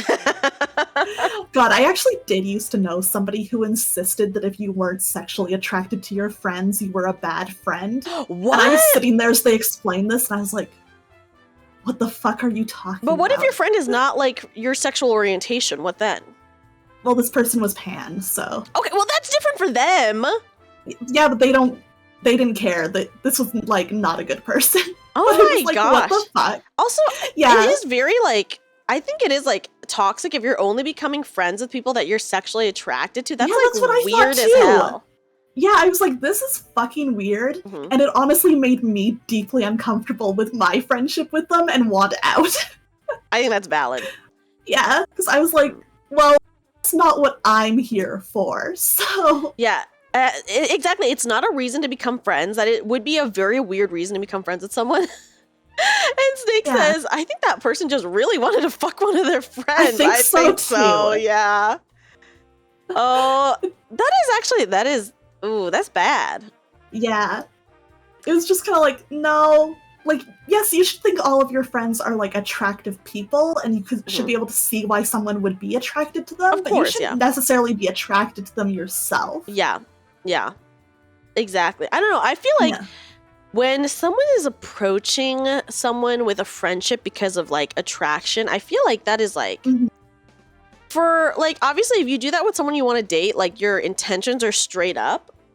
Versus if you're just doing that with someone you're trying to be friends with, it feels like the intentions are, like, a bit suspicious. You know what I mean? A little bit, like, Like, predatory almost. yeah, kind of like, oh, well, you only wanted to be my friend to sleep with me. Yeah, and it's like, it doesn't feel good. Yeah. And I think that is different from people who, like, start as friends and become an item later, because, you know, that I'm assuming that, like, just would I fuck this person was not on the mind. Yeah. They, like, those feelings came later. Yeah, I'm not becoming friends with someone with the intention of thinking about their fuckability, okay? That's weird to me. That is very weird. Yeah, okay, wait, Sake says, that would just lead me into thinking, oh, they basically just said they think about me sexually, which is, like, very weird when that is, like, not your relationship. Yeah, but that's Right. sort of what made me so uncomfortable, is like, are they saying they think about me that way? Because I don't want to be thought of that way by this person. Yes. You know? Oh, that's horrible. Because I don't see them that way at all. That is crazy. And then I don't know why they think that like to be friends with someone you have to be sexually attracted to them. I don't know. I all I can assume is that they had like a deeply unhealthy view of sexuality and friendship. Okay, wait, Joseph. See, okay, once again, this goes into the sexual orientation thing, where Joseph said, "How's it gonna work out if you're like a gay man and you got a friend that's a girl?" I don't know. I have no idea what like their rationale would have been. Yeah, so like that just does not take into consider that everyone has like sexual like identities, right? Mm-hmm. And how like that is just weird. It's super weird. I was like, you know what? I'm not feeling this friendship anymore. I think that's a very valid response. I was like, I'm out. Okay, Cuckoo says maybe they don't understand the difference between sexual attraction and liking someone as a friend. That's definitely possible, but at that point I'd be like, that's something to unpack in therapy. Yeah, that's something that they need to work on in therapy. I can't help with that. See a professional. It is, yeah. Yeah, basically making friends with people you'd consider potential hookups, which is weird. It's weird. It's like your friend group is not your dating pool. Yeah, like you become friends with someone for like different things such as like not sexually, I feel like how are they as a person? Like do they have like the same morals as you, etc., etc.? I like spending time with them. Yeah. You know? Mm-hmm. Oh man, my gosh. Weird. Aqua, that is crazy that that you were told that. I have known some crazy people in my life. Oh my gosh.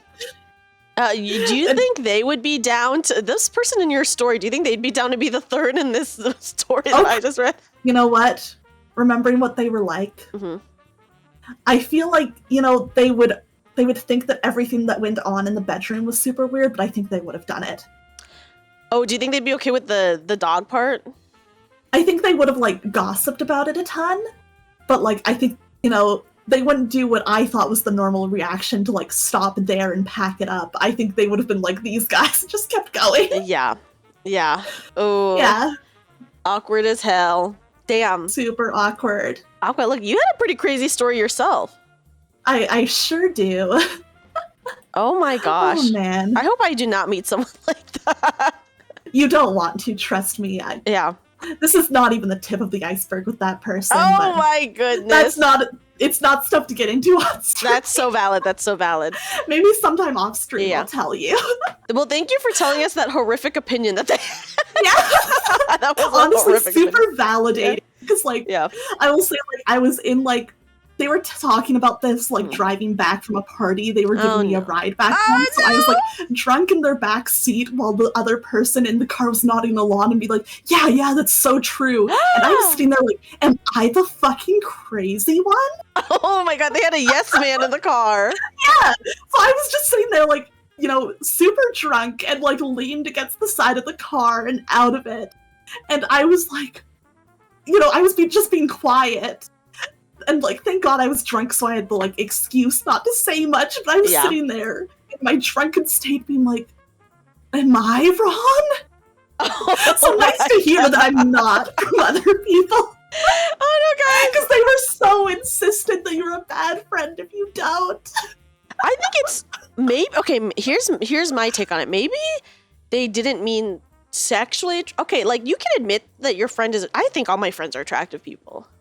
Maybe that's what they meant, but I don't know. No, they said sexually. No, I hate they said that. Sexually. They were very clear. I hate that. They were very clear that it's if you just don't think that you would have sex with your friend if they asked, or kind of thing. Oh my god, no, that's so toxic. Yeah. You're not my real friend if you won't have sex with me.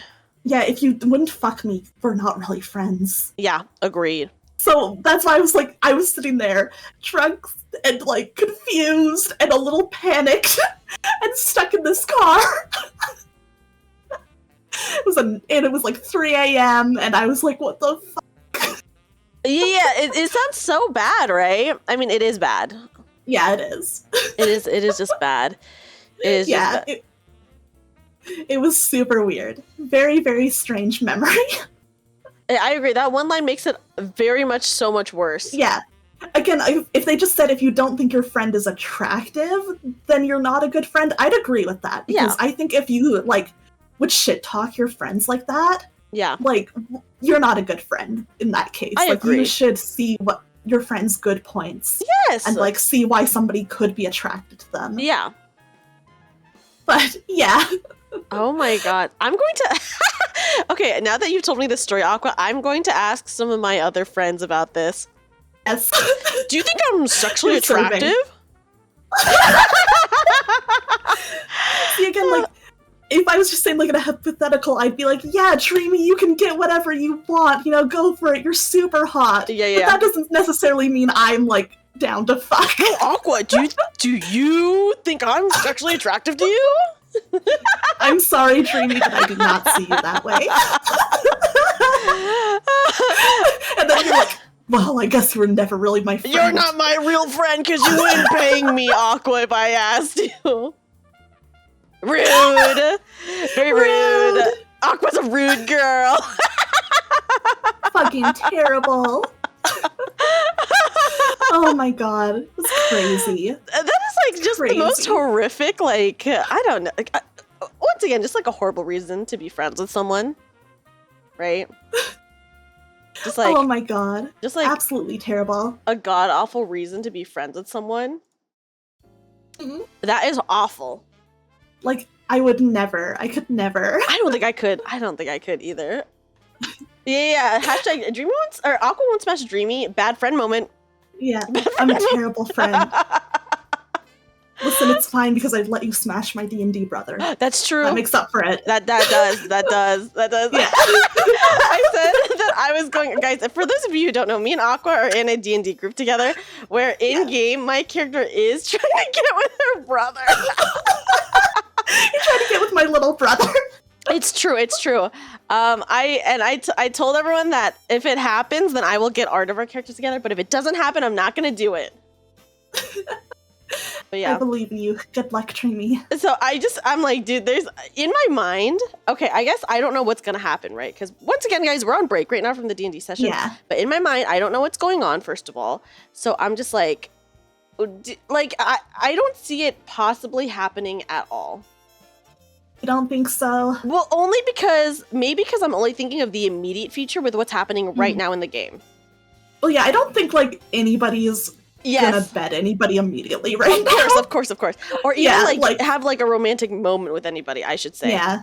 Right? I don't think it's gonna happen. Like, we had too much plot happen. It was a very serious... Guys, for those of you who don't watch the D&D group, I'm not gonna spoil it, but I will just say we went on hiatus. We just finished, like, with a really intense session.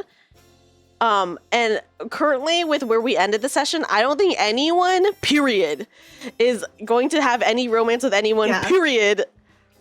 I don't think anybody's gonna really be in the mood. Yeah, no one is going to be in the mood for that shit, is what I'm gonna say. Like... my god. But yeah, so... So, I mean, so I don't know what's going to happen, but if we're just doing it, like, based off of where we currently are in the story, it's not going to happen. Of course. I think it just depends, like, where we go from here and kind of, like, what the rest of our time in the city looks like, depending how long we can even stay there with the life being there now and everything. Exactly. We're gonna have to, I think, wait until that next session and find out exactly what, like, the situation is. Yeah, so I will say all that. Things that, guys, if you were expecting romance, the romance portion is looking very grim. Yeah. Mm-hmm.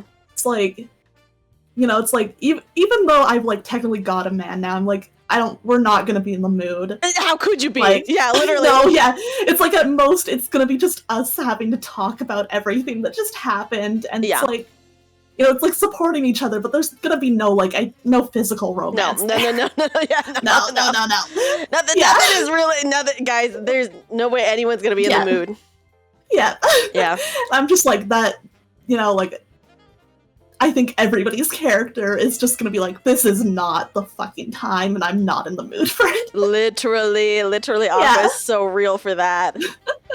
Yeah. It's like, we can emotionally support each other, but we're not doing much else. We're not trying to like get on each other right now. It's not the. I don't think anyone is. Yeah. Yeah. So really it just so we don't know what's gonna happen, but we know that for sure is not gonna happen.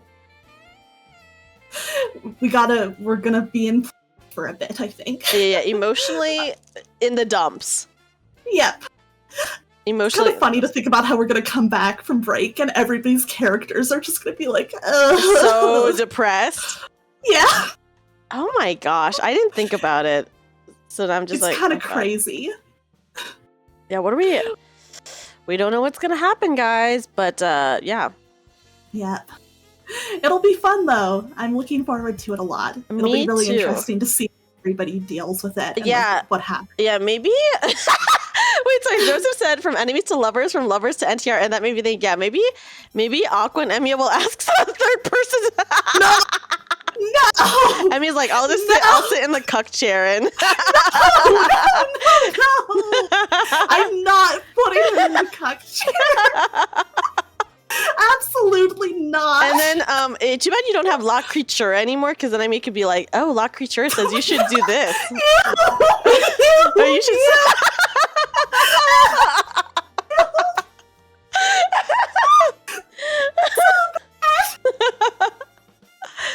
Jesus Christ. It'll never happen. I refuse to allow it. Yeah, Aqua would definitely put her foot down. Yeah. God, that would be awful. That would be awful.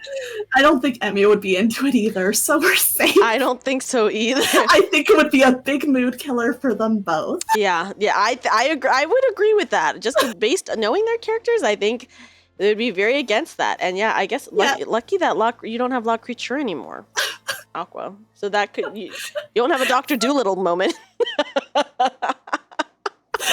I had a cursed thought, and I don't know if I should say it. Say it. You should say it. We still have Foe. Oh, that's true. Foe is literally like more dog-like than La Creatura. Yeah, it's true. Well, I guess since we have Foe could just say.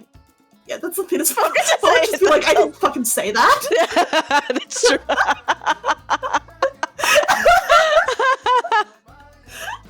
No, guys, what a turn the D&D campaign is going to take. Ew.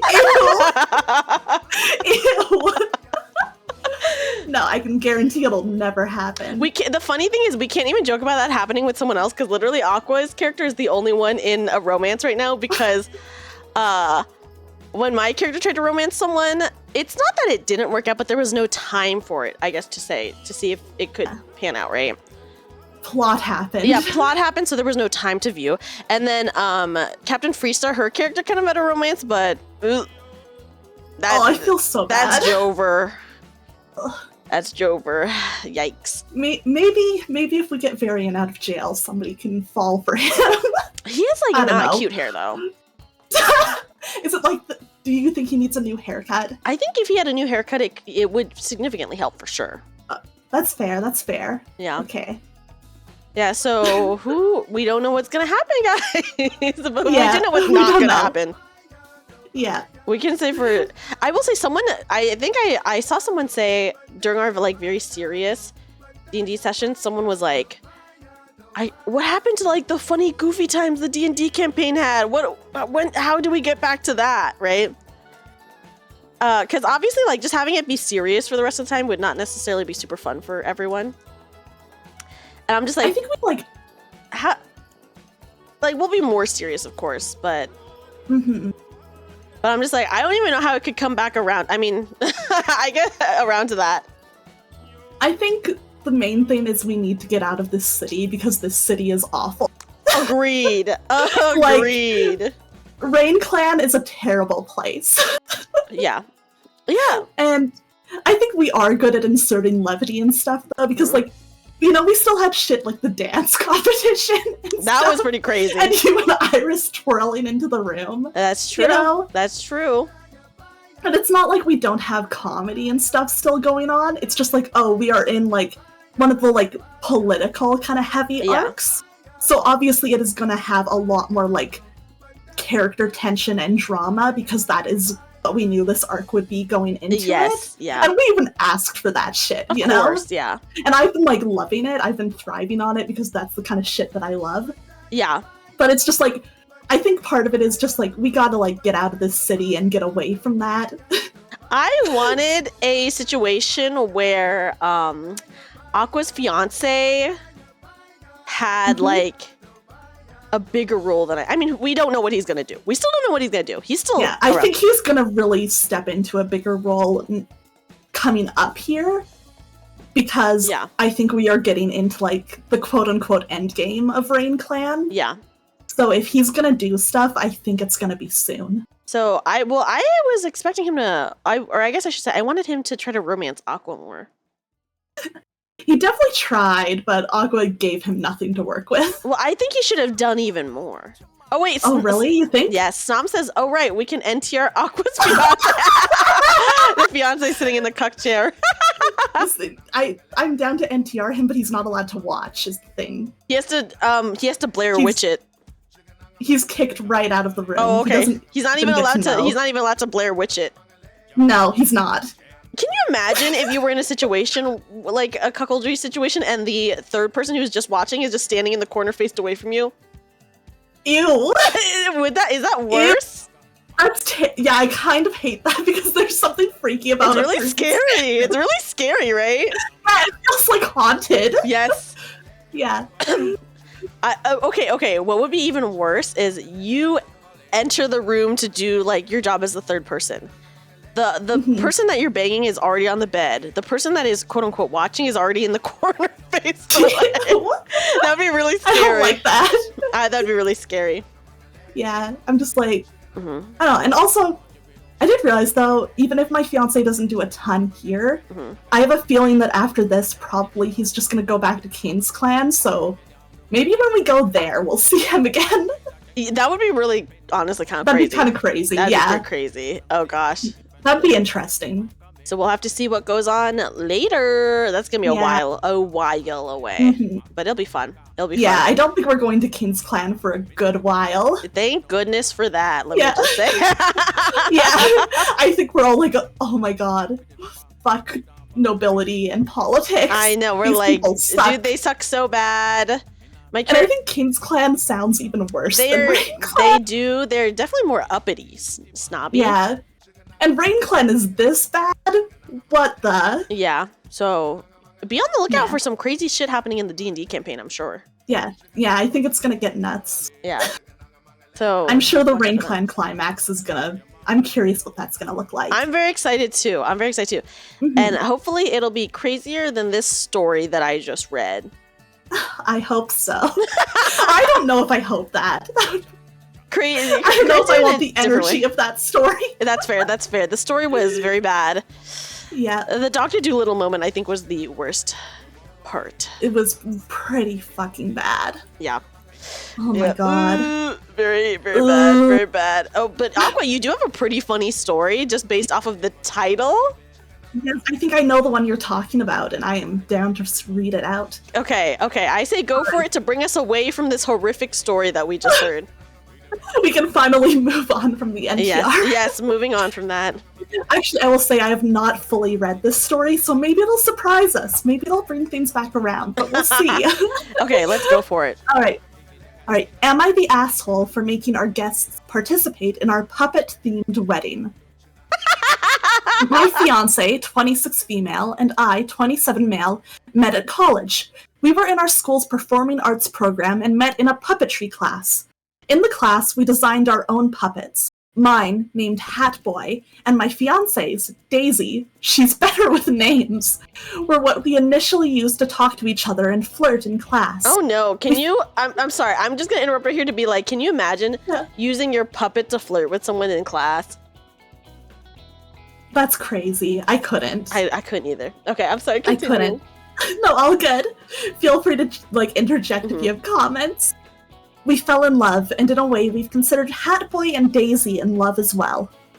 Years after graduating, we still use Hatboy and Daisy both at home and at our local but fairly prominent theater, where we perform puppet shows with high-end, Muppet-style puppets. While planning our wedding...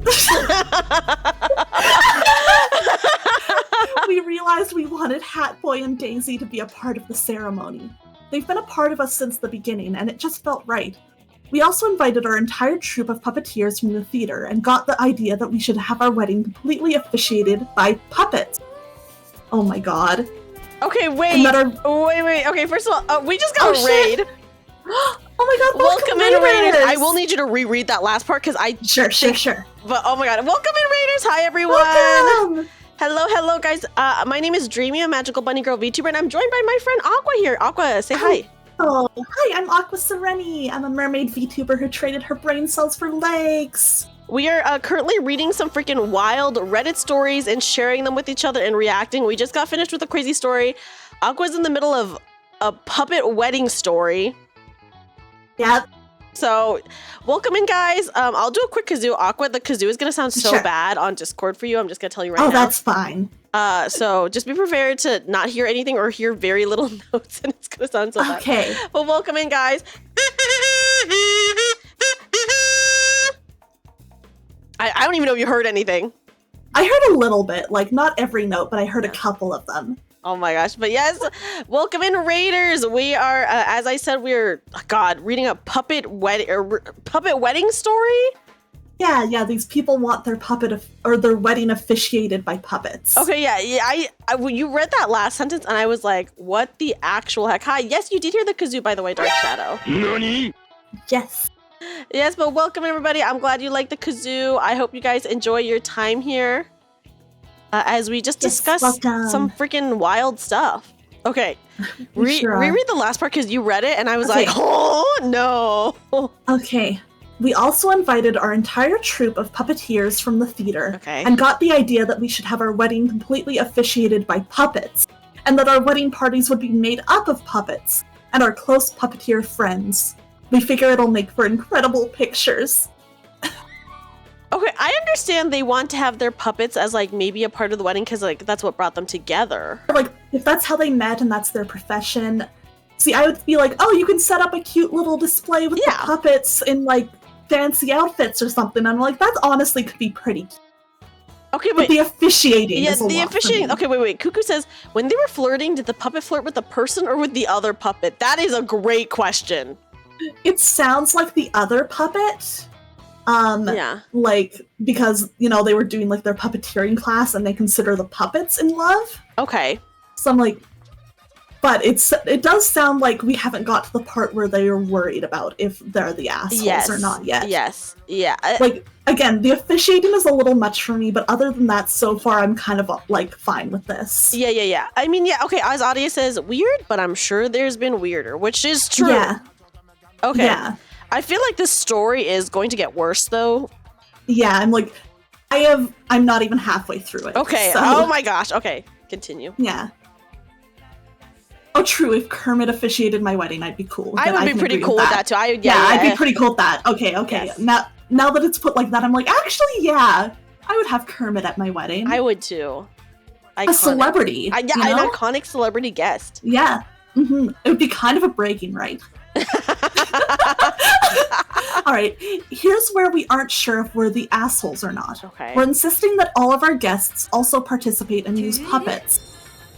In lieu of gifts, we've asked everyone to purchase high quality, but not nearly the quality of professional puppets, to use during our wedding. We took the guesswork out of it and directed them to several vendors, some of whom offer some really cool options. Everyone could realistically expect to spend $150 to $500, depending on what some details and whatnot they wanted. Okay, this is where I'm getting. Yeah.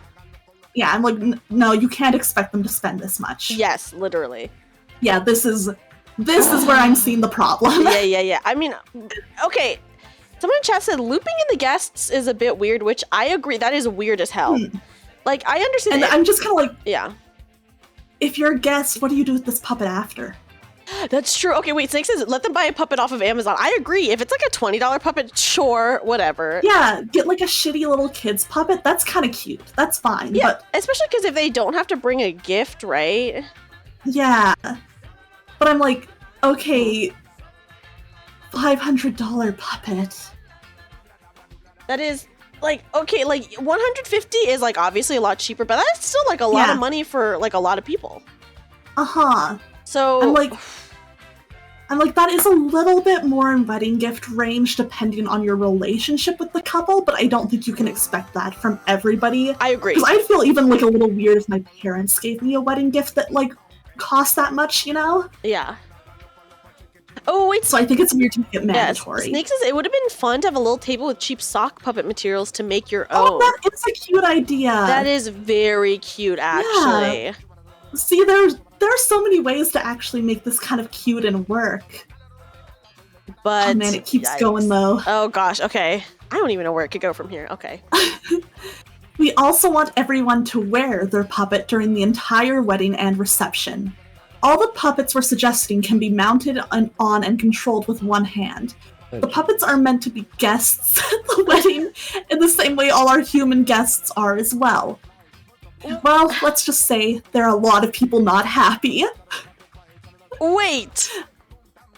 They want them to wear them the entire time. Yeah, like, I guess have them on their arm the entire wedding. But I feel like that would be... What about, like, during dinner?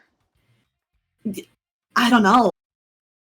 They say the entire time during the reception, too, so... Yeah, that's too much. First of all, like... Yeah. First of all, the puppet's already expensive as hell.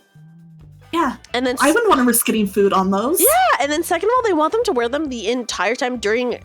Listen, I understand if it's only for the ceremony. Okay. Yeah, it's like, okay, ceremony or photos, whatever. Yes. But the entire time? Yeah. Weddings can go for a long time. Hours! I was at my sister's wedding for like 16 hours. 16 hours? Because like it started like... Well, that's partially because I was a bridesmaid. Oh, yeah, so you had to get ready. Yeah, okay. But, like, basically, I didn't go... You know, the wedding was in, like, the early afternoon, and I didn't go home until, like, 3 a.m. Oh, my God, yeah. Yeah. Like, they can go for hours. Okay. Both of our parents, my wife's sister, and family members on both sides... Funny enough, wait. Funny enough, in the playlist I linked, there's, like, a yodeling part. Oh my god. Which I feel like really fits with this puppet story right now, let me just say. I think so. I think it does. Okay, a lot. I'll leave it on this song while you continue your puppet story. Okay. Let's see. Both of our parents, my wife's sister, and family members on both sides complained that this is completely unreasonable. Agreed. They're concerned about how are they going to eat and drink. Yeah. How are they going to dance? Yep. In parentheses, the poster says, you don't need hands to dance, so I don't know where this complaint came from. What about to eat? Yes, you do. Yes, you need hands to... Well, what about the eating part? They didn't address the eating part? You ignored that. Okay. Okay. Oh my god. We, of course, don't expect people to have their puppet on hand while in the bathroom, but everywhere else we'd really like to insist on it. What the fuck? This is... Okay. It's you cannot expect your guests to be doing this shit. I feel like if you and your wedding party, if you want your wedding party to do this, fine. Yeah. But to expect the guests, to expect everybody and the whole night, that is what's really getting me. Oh my god. Like, no, they are coming here as a favor to you, you know? Yeah. Oh my god, it keeps going. Ow! Okay. We also made sure that our fuck, I don't know how to say this. Hors d'oeuvres? Hors d'oeuvres! Are all finger foods. There will be plenty of cocktail tables so people can put down their drinks. We even made sure that all of the food for the dinner itself is portioned so that it can be eaten in bite sizes with just a fork without having to use a knife. I feel like that's still really awkward if you're holding a puppet while trying to eat. These are probably giant puppets too, right? Yeah, I'm assuming these are pretty big puppets. Yeah. We really think this would make for a special day. We only get to do it once and think that it will be an event that all of our guests will remember for a lifetime. We have a hard time believing that once there they wouldn't have a blast. So Reddit, are we the assholes for making what we think is a silly but harmless and reasonable request for our one special day? Quote unquote. Thanks for reading. Quote unquote reasonable?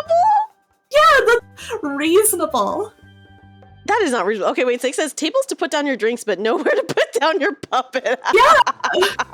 Yeah. Like, what the fuck? They will definitely remember it for a lifetime as the worst wedding they ever went to. I agree. Yeah. Like, if I went to this wedding, I would be pissed. I would be pissed too. Yeah, quote unquote Yeah. reasonable. Yeah. Just because, again, even if you can eat all this food with one hand, I feel like a puppet must be kind of bulky and in the way. You're at risk of getting stuff on this expensive puppet that Very you're expensive, yeah. only buying for this event. Yeah. That you probably, as an average person, you are never going to really use this puppet or like have it again. Yep. Like, I don't fucking get it. I just love the quote unquote they said reasonable. Yeah. And I'm like, what the actual heck? It's made to order, so you can't return it. Yeah, that is horrible. Because they want them to get like custom puppets made. Oh, to like look like them? They didn't say that, but just like they just talk about how like you can get stuff added on and stuff. Oh no. Yeah, with really cool options depending on what sort of details and whatnot they wanted. Okay, but also some people are afraid of puppets. Yeah. And it's like, Right? okay, like I feel like it would be reasonable to expect somebody to put aside that fear a little bit for like the wedding, but I wouldn't expect somebody to hold on to a puppet the whole night. I agree. Like, oh my god. Also, good night hours. Good night. Thank you for hanging out. Oh, Kukushi has a good point. Like, kids and the elderly. Oh, that's true. Oh, maybe Yeah, they have what a about like your grandma? maybe they have a no maybe they have a no kids wedding. Maybe, but again, like, if somebody's like grandmother wants to come, would you make her hold a heavy ass puppet the whole night? A super heavy puppet that is custom though. I'm just like, to me, this is crazy. The puppet theme and stuff, totally Yeah. fine. Totally okay. Yes. Like, but insisting and making it a requirement for the wedding is nuts. I really think it's nuts that they expect like the guests to do it. Like, I could see doing a thing being like, oh, hey, if you have a puppet, feel free to bring it as part of the wedding. But Yeah. expecting every guest to do this. Yeah, the way they go about it is too Mhm. much. I agree. Again, like, everybody in chat had really good ideas about, like, the puppet making table, or just being like, hey, you can bring even just, like, a cheap kid's sock puppet. Just have some kind of puppet. That's fine. Yes. That's totally fine. I And agree. I think I would even have fun searching for a cute little, like, hand puppet to bring to a wedding like that. I would think, like, oh, this is kind of cute, and I'm excited to see what everybody brings. But, like, to expect the, like, higher-end, more expensive custom puppets is ridiculous. And to expect people to have them the whole night is ridiculous. It's just so expensive too. Yeah. Oh yeah, and maybe And what if, like, somebody's coming from out of town? someone says Aqua brings a law creature puppet. I would. Would you? Okay. Wait. Let's say hypothetically, we're going to a puppet wedding. Me and you. Okay, we're going. Yeah, we're each other's plus one. Yeah, Let's go. we are each other's dates to this puppet wedding Yeah. that we're going to.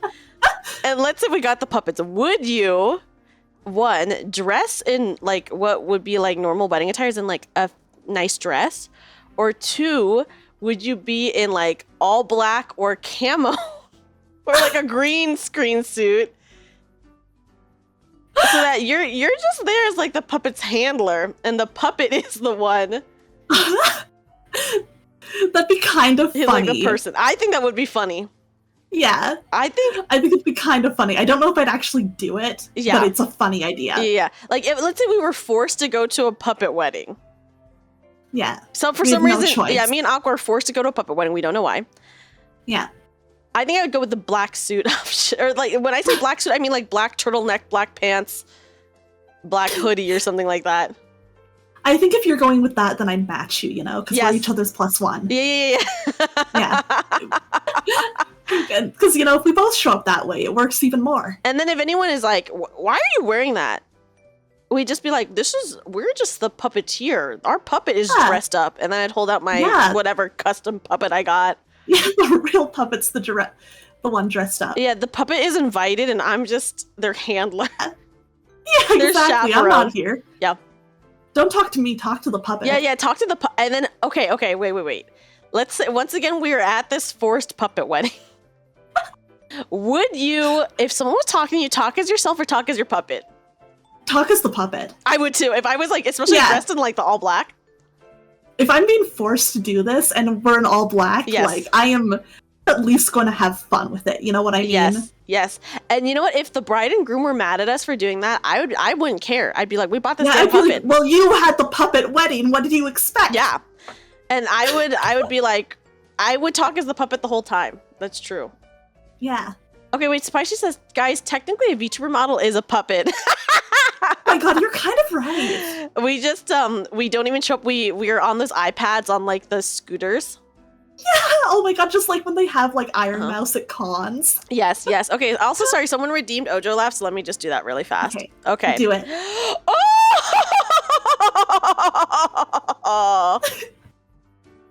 There we go. Hell yeah. Thank you. A wedding where everyone has to commission their own live 2D model. Well, Snake said that we're invited to their gamer wedding where everyone has to bring a gaming PC and monitor. Oh my gosh. Yeah, you can only show up to our wedding if you commission your own live 2D model, and you all have to show up. Okay, first of all, you not only have to commission the art and rig for a VTuber model, but then you also have to buy an iPad and a scooter to show up. Yeah. Yeah, that's our wedding rules. Yep, there you guys go. If you want to show up, you have to, or I guess you don't have to be the scooter. You could show up as a person, but you have to be dressed in like a green screen morph suit holding the iPad. Yeah. Like you cannot be more like noticeable than the live 2D model. Yeah. Even though someone in a green screen morph suit would definitely be very noticeable. Can you imagine the photos? I would love that. That would be really funny. I think that'd be so funny. That would be so funny. Snake says, okay, I would be annoying, and my plus one would bring those horror movie puppet monsters that we both operate. Oh my god. That would be cool. Yeah. That would be cool. That'd be pretty sick. Yeah, this is a situation where we're all forced into showing up to a puppet wedding. So yeah, I feel like if you're gonna be forced into something like this, it'd be kind of funny to like basically take it as far as you can. Yes. And see how much the hosts regret forcing it upon you. Yes. I'm gonna be real, that is the main motivation, is I think it would be a really funny bit and way of kind of getting back at them for like being like, you have to do this. Me too. Honestly, wait, Snake says bring in a Billy the puppet from Saw and doing the voice and telling the hosts I want to play a game all day. Okay, wait, speaking of puppets. Oh my god, yes. Speaking of puppets, would a ventriloquist dummy count as a puppet? I think so, yes. Okay, I would... Yeah, there's a movie about a ventriloquist puppet called Dead Silence. It's by the guy who made Saw, actually. I think, really? Yeah, I think this was before he did Saw, so this is like not that good of a movie, guys. Okay. I would maybe bring that puppet. Yes, I think that'd be a good one. Oh, yes, a Wispin nose. Yeah, beware the stare of Mary Shaw. She has no children, only dolls. Oh my god, throwback. Also, Wispin, thank you so much for the raid earlier as well. Guys, if you don't know Wispin, you definitely need to check them out. They're a very, very awesome variety VTuber. And very cute. Aww. Yeah, I would bring, I guess a scary puppet and then show up in my all black outfit because I'm just the puppeteer. Yeah. I think it would be fun to bring the Saw puppet. It would be very funny. Like, imagine just having Jigsaw at your wedding. Mm-hmm. Mm-hmm. Like, it'd be so funny. It would kind of ruin it. I would love to do that. Yes. God. Yes. I'm just, like, imagining this, and I'm like, oh my god, Kukushi. What? Look at the chat. Will you NTR me in front of my puppet husband? Ew. But you know what? Okay, I hate to say this. If I had to do the cucking thing and someone had to be in the cuck chair, I would rather be a puppet than a person. True, honestly, Right? I would rather, like, I would deal with it way better. Yes. Because I think I could, like, easily just forget about the puppet and it wouldn't freak me out. You know what I mean? Because I'm like, that's just a puppet. Yes, because it's not a real Yeah. person. It's not a real person. Yeah. So I would feel better about it. So it's like, yeah, it could be, like, still a little weird in the way that, like, I know some people don't even really like posters on the wall and stuff when they're having sex, but for me it's just, like, I didn't realize not that big a deal. Oh! It's not like everybody. I just Yeah. know, like, some people who are like, I just don't like even, like, the idea of people looking at me during it. That is so unfortunate because across from my bed, I have my PC set up, and behind my PC setup is my VTuber wall. Yeah, I have, like, a ton of posters and stuff in my room, and I, like, directly across from my bed, I have, like, my anime figure display. You have to turn them around. Yeah. So, like, okay, Sandalphon, you can't look. Yeah, you I'm just. sorry. Your eyes. Ooh, Relic says hydrate. Let's both hydrate. Oh, thank you. Yes. Okay, You know what this is kind of reminding me of, though? tell me. You know The Bachelorette? Yes. Okay. Did you ever hear about the season where one of the bachelors brought his puppet No. with him? What? Yeah, this one guy, one of the contestants trying to win over the Bachelorette. Ugh. He had like a ventriloquist like puppet with him, Oh no. and he had it during a ton of the dates and stuff. And sometimes he talked to her through it. Okay, was he the first person she sent home? I can't remember. I think he stuck around for a little bit. I bet you anything the producers were like, please. Yeah, you let gotta keep him on. stay. Yes, I was gonna say they Yeah. probably like kept him on because like that is so freaking funny. Yeah, it's like obviously that's gonna get press and people watching to be like, "What's the deal with the puppet dude?" I would. Let me just say, they hooked me there. Yeah, because it's like, you know, I hear about that. I'm like, I'm gonna watch that. Yeah, that's good That's TV. good ass TV. Exactly. Yeah. That is crazy. Oh my god, I'll have to send you a video later. Would you ever date a ventriloquist? I think as long as they didn't make the fact that they were a ventriloquist weird, you know. That's fair. Like that, if it was just their job and we did not have any I would not want any in the house though, to be honest. Yeah, I'd probably be like, can we just like kind of have a place to put them? Yeah, like a storage shed. I don't know. I'd be fine if like one or two special ones were maybe on display in a specific spot, but I wouldn't want the house like overtaken. Yes. Yeah, I would not be okay if like they if they were using the puppet too much. They cannot be a ventriloquist.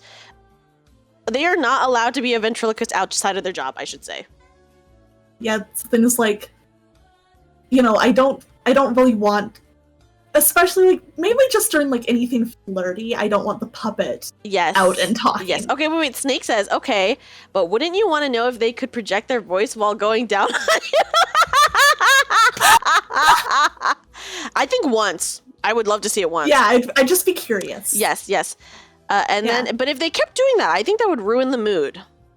Same. I feel like it would be funny once. Yes, yeah. And then I'd be like, okay, we don't have to do that again. Though.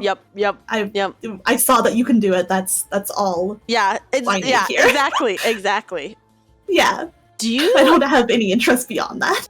Okay, I feel like a ventriloquist is kind of a dead job, but do you think they get paid a lot, the ones who are still around? Maybe. I guess it depends like how high end they are, like what kind of shows or whatever they're working. Like, I guess I just don't know who is going to like a ventriloquist show. You know? I feel like that's something you hire for like children's parties, right? Oh, I guess that's true. I didn't think about it that way. Yeah. I'm like, other than that, this isn't quite ventriloquism, but like if you're a puppeteer for things like, you know, Sesame Street or whatever. Oh, that's true. That's different. Yeah. Okay, I had a very cursed thought and I don't think I should share it. No, I want to hear it now. Okay, here's my cursed thought. What if okay, you are with a ventriloquist, and let's say they're very good at throwing their voice, and you know how dudes can like move their peepees? Oh no! What if they were like moving it and throwing their voice so it made it, hey Aqua, I'm really excited to see you! I feel like never do that again. The mood is killed. we are not fucking tonight. I'm sorry you killed it. Yeah, ventriloquist peeping. Ew. It would be done. I would just like be like, never do that again, or we are never having sex. That is so fair. Yeah, especially says, what if they put googly eyes on their peen? I would hate that even more. Yes. Because I feel like if they did that, that would show that they were planning on being a ventriloquist, like puppeteering it, right? Versus like maybe they were just suddenly inspired by the idea and tried it out. I don't know. The sleeper has awakened. So, oh my god. yes, I'm sorry. I had that cursed thought. No, that was so funny. And I was like, what if someone did that? It would be donezo. Would you consider ending the relationship, or would you just be like, don't ever do that again? I think I would give them the one chance of being like, don't do it again. Yes. But if it happened again, because I think I'd be pretty serious about saying like, I did not like that. Yes. That really took me out of the mood. Don't do it again. I think that's very fair. So I think if they crossed, if I say something that seriously and they keep doing it, that point, that's more about them not respecting my boundaries. No, yeah. That is actually very, very valid and fair, because that would be like, it wouldn't be like a consensual, like sexual thing, so. Yeah. It'd just be like, okay, why is my partner like doing this thing that they know makes me upset? Yes. Yeah. Exactly. Oh my gosh. Guys, we had we had wild back-to-back stories. We sure did. It's the kind of thing where it's like, if he wants to do that weird thing guys do where they show up their peens and do like tricks and shit, do it with them. I don't need to see it when we're about to fuck. Yeah, go do it with the boys. Yeah, you and the boys can go like ventriloquist your dicks. I don't care. That's fine. You heard it here, Just guys. Don't show me. Yeah, I don't want to see it.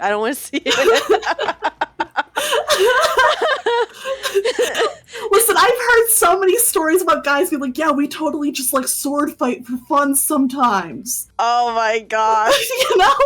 So I'm like, if you want to do it when you're doing that shit. Yeah, dick tricks. Wait, Xander says creating a cocktriloquist quartet. Ew. Yeah. Me and the boys making our dicks kiss like Barbies. Yeah, it's not gay. It's okay if it's okay if the tips touch, right?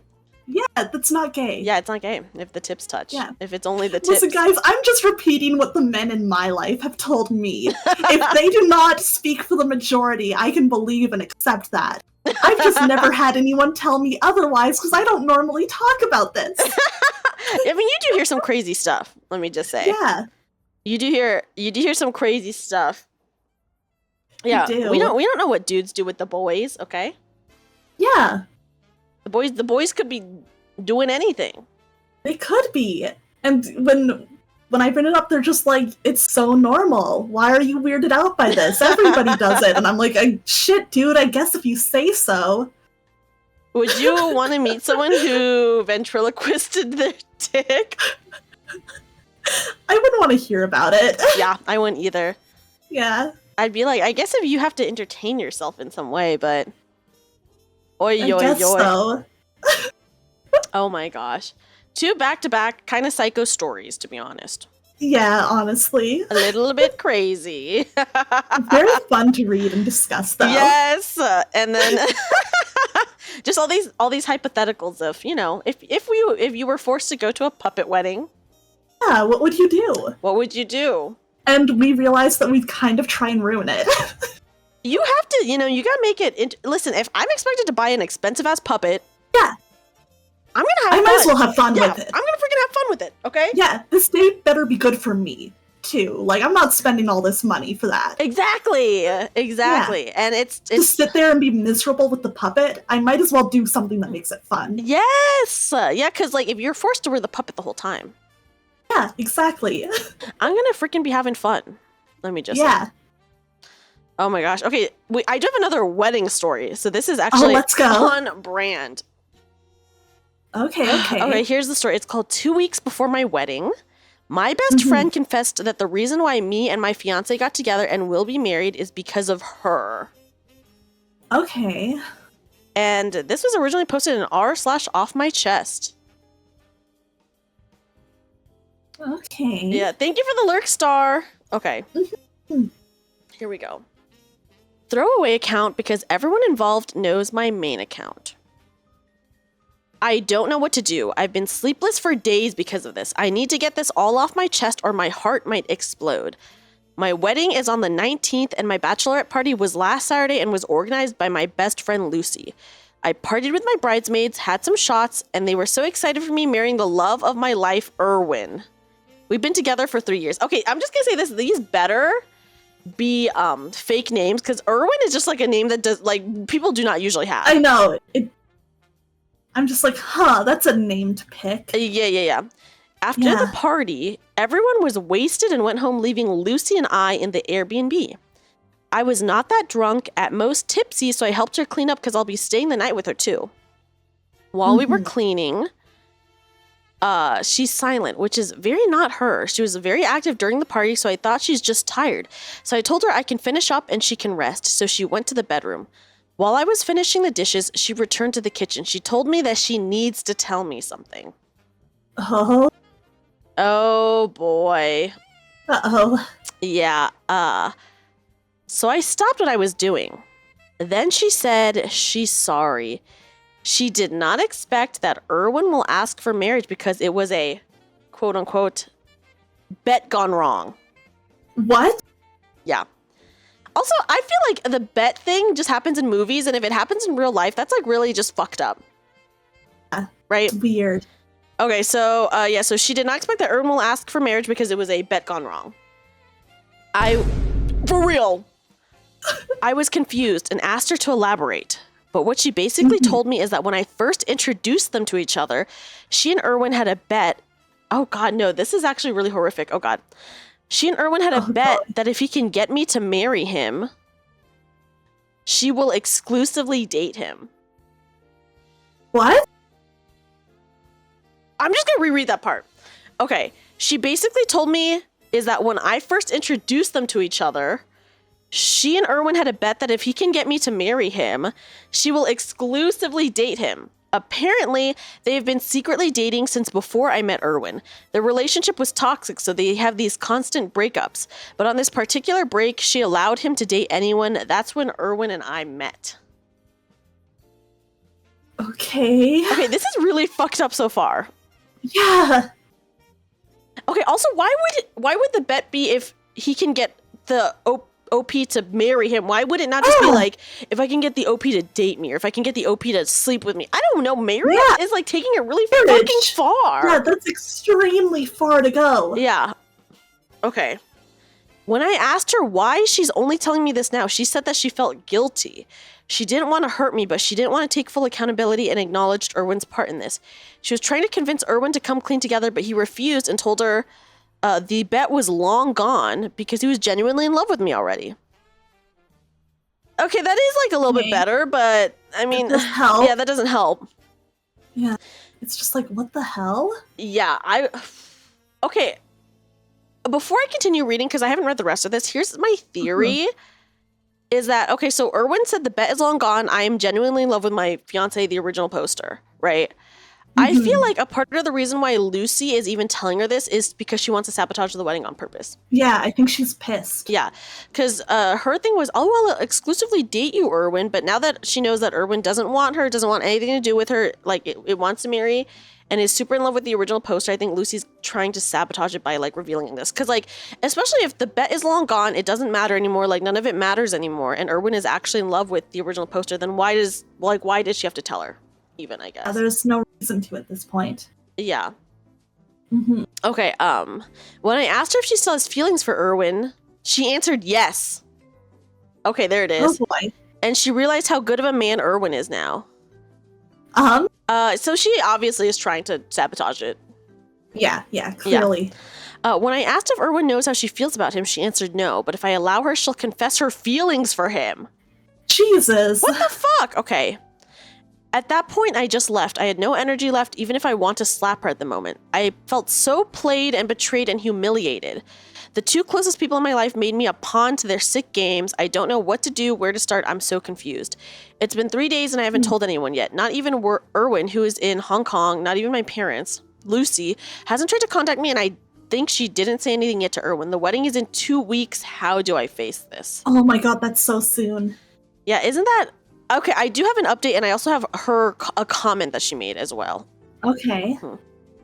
I gotta say, this would make an amazing rom-com plot, though. This would be a really good, like, rom-com plot, right? I agree. I would watch the shit out of this in a movie. I do, yeah. I mean, Beth's, like, in, like, a movie. That's, like, fun. Or in a fanfic. Yeah. But, like, in real life, that's, like, fucked up.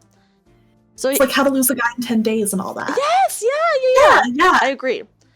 Okay, wait, here's a comment, by the way. I've been reading comments and a lot of you have been helpful. Thank you for your kind words. When I wrote my original post, I was emotional. Maybe that's why I omitted some important facts. Also, I'm not a native English speaker, so maybe some stuff was lost in translation. Just want to add something here for context. Lucy and I have been friends for 11 years since high school. We even attended the same university, but different courses. During college, we had a bit of a falling out due to our busy schedules, but after graduation, we reconnected. But she isn't as open to me now as she was before. When I asked about her love life, she'll say that she's not ready for dating, only do casual flings. She once introduced me to her then boyfriend, so yes, I admit I was kind of a crappy friend and did not keep up with her flings. I work corporate and Lucy works remotely, so sometimes she stays for a month or so on an island or a beach, so we rarely see each other, but we always get together when she's in my city. Lucy is not my maid of honor. My sister is my maid of honor, but she's still in university for exams, so Lucy took over planning the bachelorette party. Okay. Yeah. When I said that I introduced Lucy and Erwin to each other, I meant I introduced Erwin as my boyfriend to Lucy. Sorry if that's confusing. As for Lucy and Erwin's relationship, I don't know the timeline yet. Okay. There's actually 2 updates to this. Okay. I'm interested. I'm very interested where this is gonna go. Okay. So the first update was just from the beginning of this year. Hey y'all, a lot of you here DM'd me for an update, so here it is. I figured I owed everyone an update, especially those who reached out. Hi everyone, I didn't expect this post to blow up. When I wrote my original post, I was emotional. Maybe that's why I have omitted some important facts. Also, I'm not a native English speaker, so maybe some stuff I wrote was lost in translation. A little history of how Erwin and I met. We met at a company event. My company was the host and his was one of our clients. We bonded over the after party and exchanged numbers. Days after he added me on Facebook. I actually saw that he and Lucy were mutual friends, so I asked him if they knew each other. He answered yes, and they met during their internship days, but they weren't close. I asked Lucy too, and she confirmed it too, so I didn't make a big deal out of it. We began casually dating, no labels, just to see where things go. I know that he's been seeing someone else at this time, as I do too, but when we admitted to wanting to make things official with us, we broke up with our casual flings, and the rest is history. I appreciate everyone who reached out. Thank you for your kind messages, and it made me realize to think of my situation logically. So I did, and yes, Erwin and I already talked. So Okay, that is good. Yeah, so here it is. I picked him up from the airport yesterday and told him about Lucy's confessions. He went pale, but he was calm. He told me to ask everything I want to know and he will answer truthfully. I'll try to summarize everything here. Okay. Yeah. 1. Did he know that I was Lucy's best friend when we met? No. They didn't talk much about their personal lives when they were together, but he knows that Lucy's best friend is my name. But when we met, he didn't put the pieces together. 2.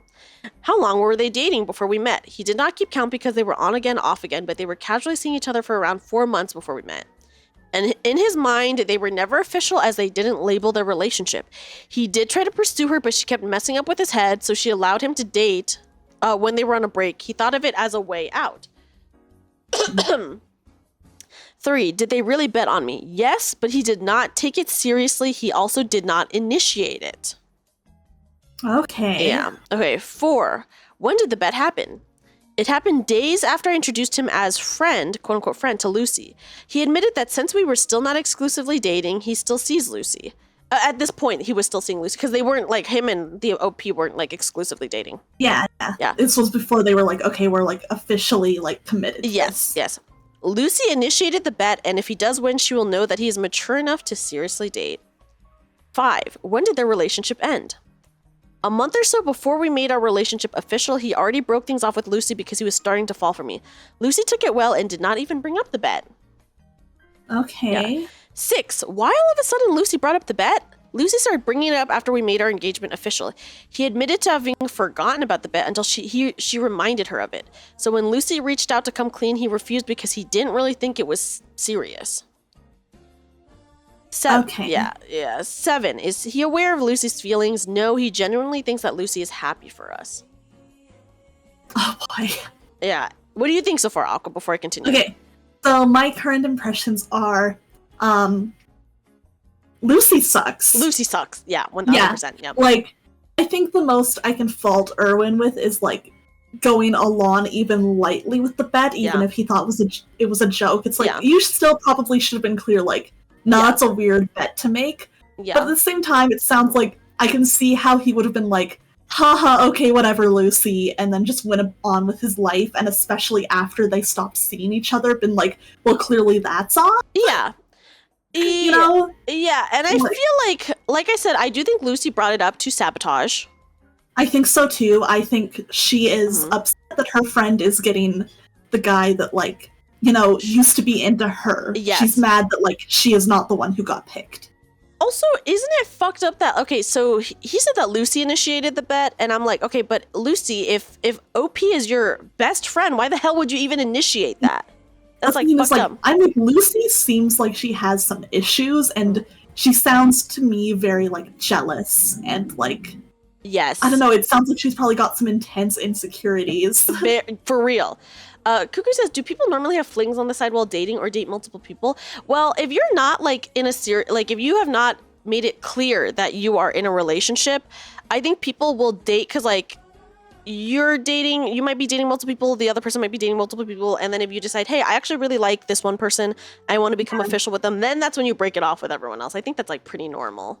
Yeah, it's usually not, like, you know, serious dates. It's like, oh, once in a while I will go to dinner or a movie or get coffee with this one person. Yeah. Because I want to get into a relationship, and I'm, like, just kind of seeing, like, what's out there and who I like. And I think as long as you're open about the fact that that's where you're at in your dating life, I think that's okay. And it sounds like both the poster and Erwin, like, knew that, even if they weren't saying exactly who they were seeing on like, the sides. Yeah.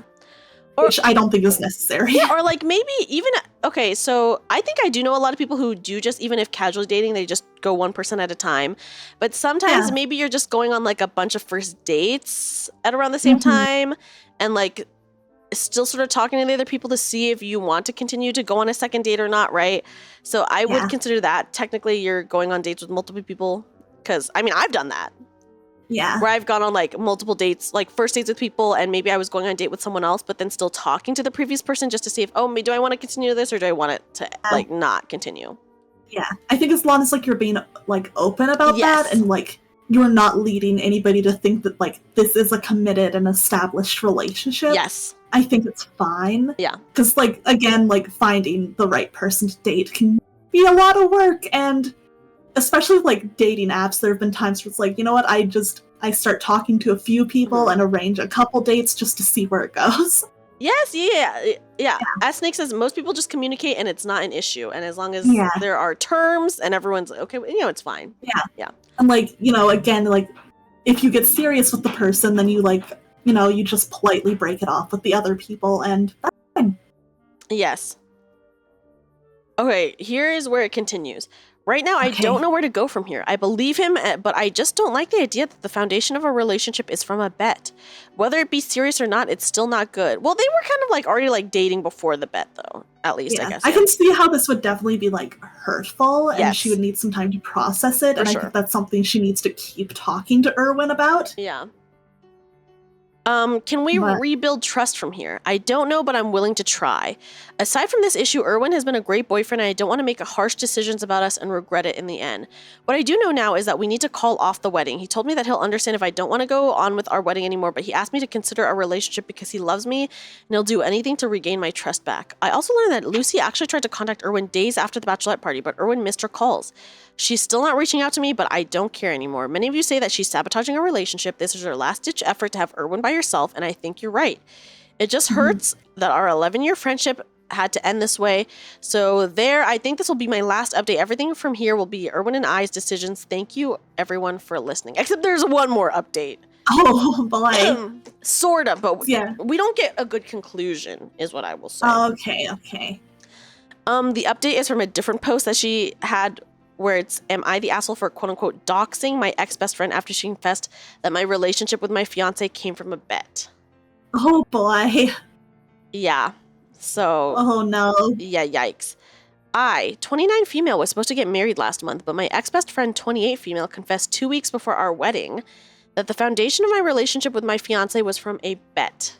I was heartbroken and emotional at the time, so I posted on a different Reddit community about my situation using a throwaway account, basically to get it off my chest. So this is the same account. This is the throwaway account. Yeah. Without any ill intent but to receive advice. I didn't think my post would blow up on Reddit, and I never expected my post to reach other social media sites. A TikTok account that does Reddit readings featured my post, and it reached my ex-best friend. Apparently, apparently one of her friends forwarded it to her. Although I used fake names in my post, some of her friends and family figured out it was her. So she confronted me about it. Yeah, I don't think this is like... That isn't doxing in my this opinion, is not but- doxing, yeah. She said she has apologized to me already, and it's unfair of me to share the story, even if it's anonymous. Okay, whatever. Like, if it's anonymous, like, let them share. Sometimes you just have to share. Yeah. Like, she changed Like, the I names. could understand Yeah. being hurt. Yeah. But the names were changed. Mm-hmm. Like, and also, Lucy, you were the one who fucked up here. So, Yes. like, I feel like this is just her being mad that people know what she did now. Yes, I agree. She wants me to delete it because she's receiving harsh words from them, but I refuse because this is also my story. And this is a constant reminder of her being awful and wasting 11 years of our friendship. So am I the asshole? And then the post was removed before anyone could say. But I would say, like, first of all, she didn't dox. Yeah, that's not doxing. Yeah. And then second of all, like, she posted it anonymously under a different account than she usually posts. So it was the throwaway account. And she changed the name. So, like, she did what she could to keep the identities hidden while also sharing her own story to get advice, you know? Yeah. It's like, you know, obviously there's always going to be a debate about if it's, like, I guess, moral to share personal problems on the internet like this. Yeah. But in my personal opinion, if you were going to, she did everything that she could to make this, like, okay. Yes, yeah. And also, like, again, this is, like, Lucy is the one who was objectively very much in the wrong here. Yes! And it seems for so like many reasons. Yeah. And so to me, this reads more as Lucy being mad that she got caught. Yep. Yeah. You know, and that, like, it came back to, like, affect how people see her. Yes. And it's not doxing, and the only people who would, like, the only reason people would know is, like, if Lucy has been telling on herself, basically. That's very true. That's very true. Yeah. And you know what? Yeah, as Indra says, they think she's just mad that people know she's a bad person, which agreed. Yeah, I think so. Like, agreed. I think she's just mad that she realizes how bad she looks. Yep. Because I'm sure people were like, yeah, fuck Lucy. Yes. Yeah. Agreed. Also, Maxie, thank you for the follow. Welcome in. Yeah. So, yeah. But I'm glad that it sounds like Erwin was like, you know, he was fine with them, like, delaying the wedding and figuring stuff out. And it sounds at least like he was being honest and, like, he was willing to tell her, like, whatever she wanted and to work with her to try and, like, fix it. Yeah. So I'm like, I want to believe that they can figure that out because it sounds like he both does acknowledge that, like, this would upset her and doesn't want to, like, force her to just be okay with it.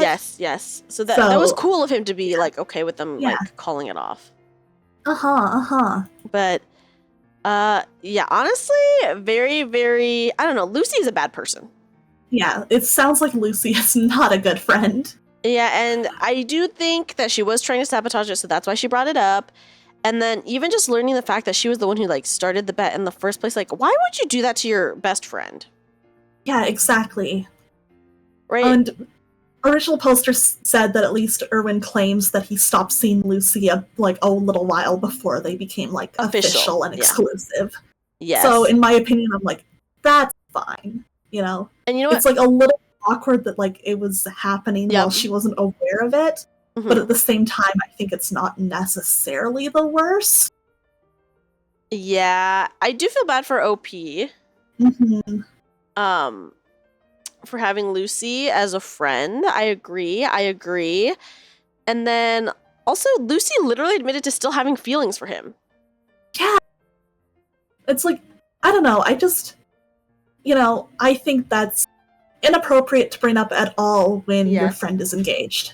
And then also, I think there's no reason. when Lucy was like, I would like to confess to him if you'll allow me to, like, what the fuck? No, I'm not going to allow that. No. Like, why would you put me in this position? Yes. I don't know. I am of the opinion that especially once, like, you know, these two are engaged and happily committed and saying that they are in love, like, at that point, your feelings are your own problem and you need to deal with it yourself. I agree. And yeah, I agree with Snake as well that I'm willing to give Erwin some cred because he did say that he was going to answer any questions, and you know, he did. Yeah. Yeah, and if he genuinely thought the bet was just like a weird joke. Yeah. And especially that it would not like have carried on after like he went exclusive with the poster. Yeah. Then I'm like, you know what? He basically did what he could. Yep. Like, yeah, I'm like, maybe in an ideal world, yes, he should have told Poster that he and Lucy had been seeing each other beforehand. Yeah. But I can also understand why you'd be kind of nervous to bring that up in a new relationship. Yeah. I can understand, yeah. Yeah, it's like, he probably should have done that at most, but again, not the worst thing in the world, and it's something that, like, I think I could personally forgive in that situation, especially when he was totally willing to come clean about it after, and was like, you know, I think he had a good response to it. Yes. He's just like, yeah, we can handle this the way you want to, I will answer whatever you need answered, and I understand why you feel the way that you do. No, yeah, I totally agree. And yeah, maybe Lucy just, you know, wanted to keep her back. Like, obviously, Erwin was like her backup, or else she would have been seriously dating him. Yeah, exactly. It just kind of sounds like Lucy was like pissed that she was not the first choice. Yeah, I agree. It's like, well, get over it. And I feel like that's like on Lucy. Yeah, because it sounded like he was trying to go for something more serious with her, and she like kept like turning it down. So whatever. Yes. Yeah. Yeah. Oh, crazy. That was another wedding-related story, but not as fun. Yeah, not as fun. It's still like crazy. I'm just like, man, I would be so pissed if my friend did that to me. I know, like, why would your friend even do that? I know. It's like, I don't know. It's just kind of like, get over yourself. Yeah, if you're friends, like, if you are truly friends with the person, why would you ever make that bet? Yeah. Like, ever. Like, what the crap, right? Just like, man, that's crazy. It's so sad, honestly. It's so I know. sad. Well, at least now she knows who her real friends are. That's true. That's true. It's like, I would not want Lucy at my wedding. Like, even if I didn't know, like, she did not deserve to be there. Who knows what kind of, like, shit she would have pulled or things she would have been saying behind Oak's back. Yeah, exactly. Exactly. No, I totally agree with you. Yeah. Yeah. Crazy. Yes, good night, Joseph. Have a good night. Good night. Okay, Aqua, what crazy story do you have for us next? I think I'm gonna do another relationship related one. Ooh, okay. I'm ending a 5-year relationship over a donut. So, I have not read through this one either, so I'm curious where it's gonna go. I want to know the justification for this so bad. I'm excited. I, 34 female, am ending things with my boyfriend, 35 male, after he ate my donut. A little over 2 years ago, my boyfriend and I were both laid off from our jobs. We both work in tech, and the market has been rocky, but somehow I was able to bag another job within a few weeks. He never did. He never even applied. Oh! Lazy. Fuck this guy already. Yeah, fuck this dude! Yeah, you don't even try to apply to new jobs? What are you doing? You're an adult. You're 35. Yeah. Like, stop. Oh yeah, Cuckoo says the donut that broke the camel's back, I'm guessing. Yeah, I'm guessing so. Oh, yeah. He said he wanted to transition into a new career. He explained because of how the industry was suffering, he thought his title would have fewer and fewer openings, and it wasn't a safe bet for him long-term.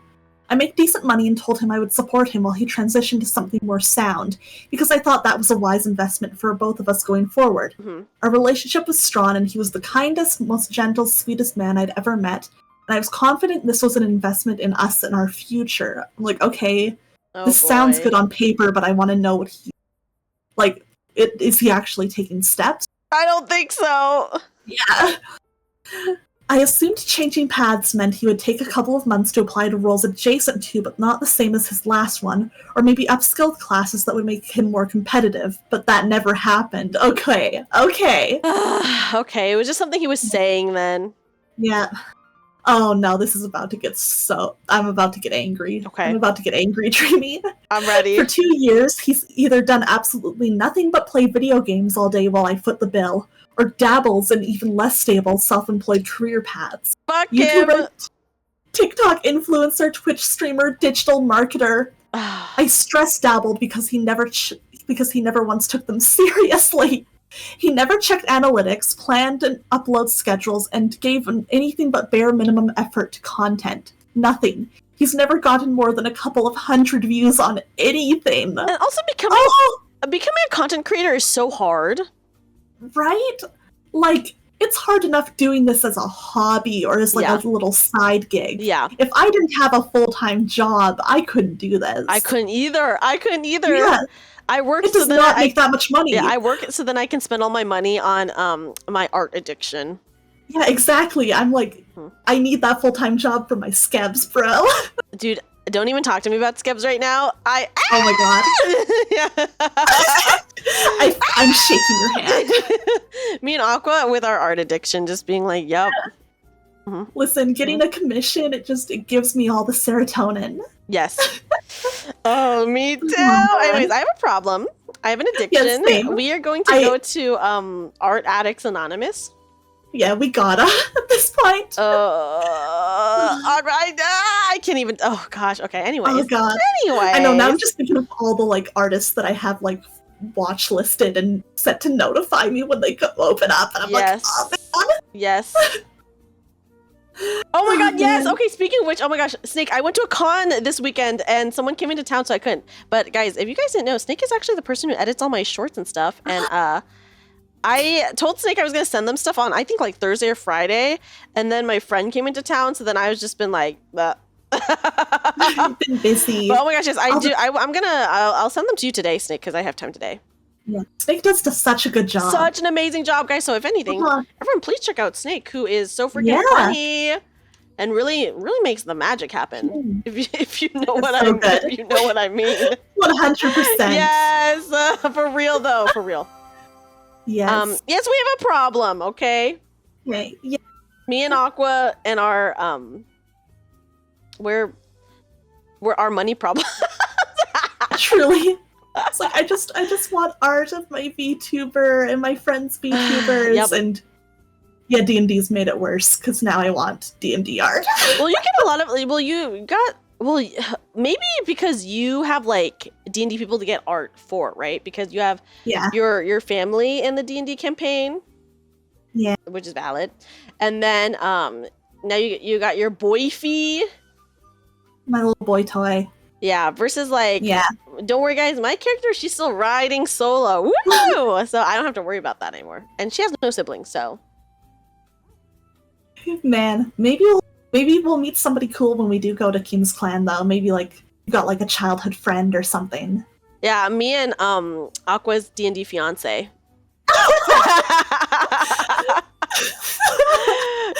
You guys are so catty. It's so funny. I was sitting there like, what? He has such a punchable face. I couldn't help it, you know? Yeah, it was funny because I could tell you were trying to be cordial at the start and be polite, and then it just escalated really fast. Because he was irritating! You had enough of him. He was annoying, okay? It was funny. Yeah. Alright, I should get back to the story though. Oh man. Okay. Oh my gosh. Okay. I have sacrificed things I want and need time and time again to get him supplies and subscriptions for his ventures. Aww. He will swear he needs it to succeed, and then he'll be able to contribute to the bills. A new microphone here, a new graphics card there, lighting, a camera. Meanwhile, it's coming out of vacation funds I could save, investments, furniture we need, or add to a down payment for a house. Aww. I've given up luxuries I love and could afford, like getting my nails and hair done to make sure our rent and bills are paid. No, Aww. wait, so like first of all, she's the one working and she's the one funding this. So like she's not even spending the money on herself. She's like literally just, okay. It sounds like she's like taking all her disposable income and even like some savings for this, Wow. which is fucked up. Wait, are they married? Hold on. Let me double check. Yeah, we'll double look. Boyfriend. Okay, So they're not married. Thank goodness for that. Am I right, guys? My God. I would even be okay with this if he contributed in other ways, like cleaning or cooking or taking the mental load of running our house, but he doesn't. I do everything. He never plans Kill things. him. I plan my own birthdays. Yeah, she sounds really too nice. I agree with Duo that she sounds way too nice and okay. Oh my God. She sounds so sweet. Yeah, okay. He does not deserve her. I know. Okay, sorry, Aqua. Go ahead. No, go ahead. Okay, if he orders food, he'll consistently forget about me and order for himself. What? Oh yeah, he never plans dates, right? Yeah. Oh my gosh. He doesn't plan birthdays. Mm-hmm. He'll break my stuff accidentally, like dropping a dish or getting my headphones wet. Why is he using your headphones? Yeah, what? Get your own, bitch. Yeah, okay. Oh my gosh. Yeah, and then not understand why I'm upset when he says, well, we can just replace it. With her money? Yeah. Wow, what a fucker. What the fuck? Can we kill him? I want to kill this man. Okay, so not only... Okay, let's just recap really fast before this potentially gets worse, right? Yeah. He lost his job, or they both lost their jobs. Yeah. She found a job right away. He never applied. He said, I'm going to do some online stuff. And then has tried like content creation, but has failed / is using her money to fund it, like getting new computer stuff, whatever stuff.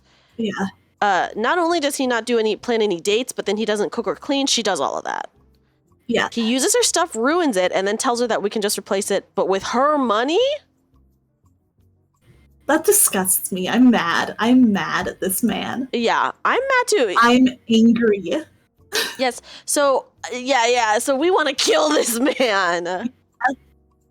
Okay. I'm curious to see how the donut eventually factors into this, because I'm like, this is already fine for breakup material to me. I agree. And then also something that was mentioned was he will forget about her. So like when he does stuff, he only does it for himself and not even for her, versus like she does everything for him. Yeah, like if she orders food, or if he orders food, he'll only order himself a meal. With her money too, of course. Yeah. That's wild to me, because I feel like half the time when if I'm like decide I want to order myself a little lunch or a boba or something, I'll like, because like Yusuke's my roommate, and I'll be like, just even if I don't think she wants anything right now, a lot of the time I'll just be like, hey, do you want me to add anything onto this order for you? I think that's fair. Yeah. Yeah, because to me, I'm like, that's just the courteous thing to do, so that I'm not just like, sitting there with my fast food. Yes. Okay. Oh my gosh. Where is the donut gonna come in? I guess we'll see. Yeah. Oh my god. Okay. We've had countless fights where I tell him how used I feel and how financially abused I feel. I tell him he needs to get a job because I can't do this anymore. He begs for forgiveness. Really try for 2 weeks, and then he'll do nothing again. Oh my god. Okay. Oh my god. 2 days ago, I ordered us an Uber Eats for breakfast as a treat. I gave him my phone to order whatever he wanted, and when he was done, I ordered mine. All I wanted was a plain donut as a treat and a coffee. He ordered a full breakfast, a muffin, and a side of extra hash browns. Oh my gosh, okay. With her money, once again. Yep, with her money. Oh my god. When it arrived, I was on a quick work call. When I got off the call, he had already finished. I asked him where my donut was, and he said he'd eaten it! What the fuck is wrong with him? He had eaten his whole 2 eggs, bacon, toast, pancake meal, a muffin, hash browns, and my donut. He said he never saw me order donuts before, so he assumed it must have been for him. Why? But he didn't even order the donut, so why would he assume it's for him? What the fuck? Yeah, I'd be so mad. I'd kill him, I agree. Kill him!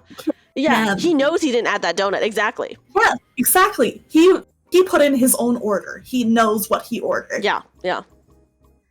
He didn't even stop to question where my food might have been. He saw that there was no other food in the bag and still thought of only himself and ate it. I broke down into tears. It finally hit me. That one action made me realize how little care and respect he has for me, how selfish he actually is, and how big of an idiot I am.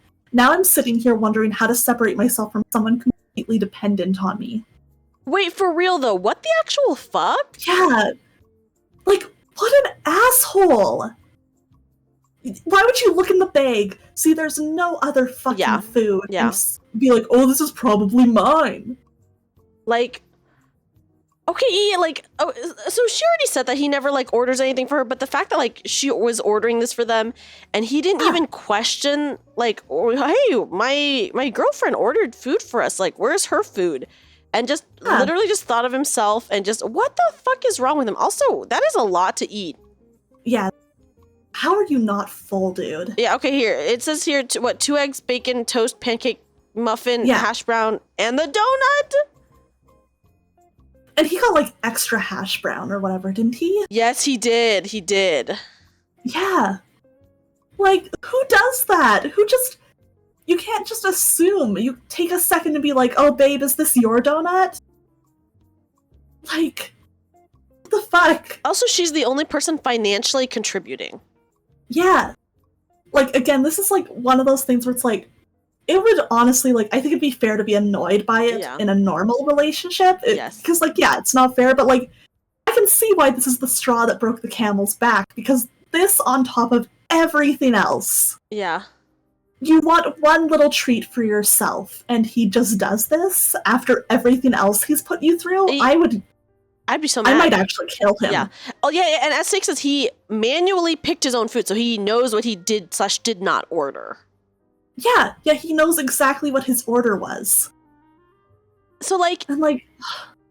Like, let's say there was, like, a whole ass meal in there. Would he have eaten that, too? Because he's like, oh, well, I've never seen her eat Eggs Benedict before. This must be for me! And it's funny to me, because I feel like a lot of the time when I order food with people, I, like, just as a conversation thing, I, like, ask, like, oh, what are you getting? Yeah. Yeah, even if I'm not, like, you know, the one putting in the order or whatever. It's just like, oh, let's compare. Or, like, you know, even when, like, the food comes. Yes. We pull out and be like, okay, which one of these is yours? Let's split it up and make sure everybody's got all the stuff that they're supposed to from the restaurant. Yes. Like... yeah, this guy does not give a shit. He clearly doesn't. Like, he wasn't even thinking about her even a little, and it's driving me a little insane, to be honest. I really hope she left him. She better have. Because this is just so sad. I don't know. Yeah, I'm just like, I don't fucking care. He can go couch surf or stay with his parents or whatever his other option would be. I know, dude. I'm...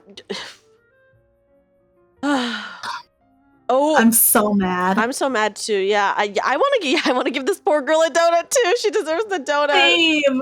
She deserves a donut. Okay, Six says he gives me vibes of a guy who would say, "Babe, why would you order a donut? I thought you were watching your weight." Oh, yeah, he totally does. He totally 100%. He has that vibe. Or you know that if she like stopped doing things, he would super criticize her, like, "Hey, you haven't been cleaning lately." When he doesn't clean or cook or anything. Yeah, you know he's that type of asshole who's like, "Oh, where's my dinner?" Yes. No, I totally agree. It is so infuriating. Hi, welcome in, Carlos. Hello. But wow, I want to like hurt him so bad. Same. And like I am so pissed on her behalf. You know, like the Bart Simpson, how like Homer, why I oughta to Bart, like grabs him by the neck. That's what I want to do to this guy. I feel this. I want to give him the good old Bart Simpson. He deserves it. Like, oh my god. The fact that he's acting like this in his mid-30s. Stop acting like a fucking 8-year-old.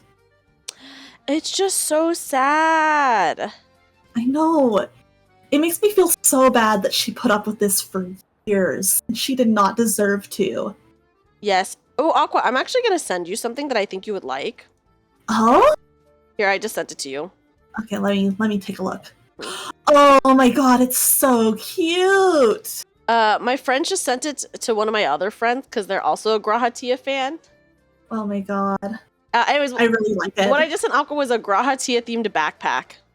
It's really cute. It is really cute. Carlos, I'm so sorry, but I do not speak Spanish. No hablas español? I think that's right. Thank you. I tried. Here, I'll link it in chat for anyone who wants to see the backpack, by the way. Yeah! It's really nice looking. There you guys go.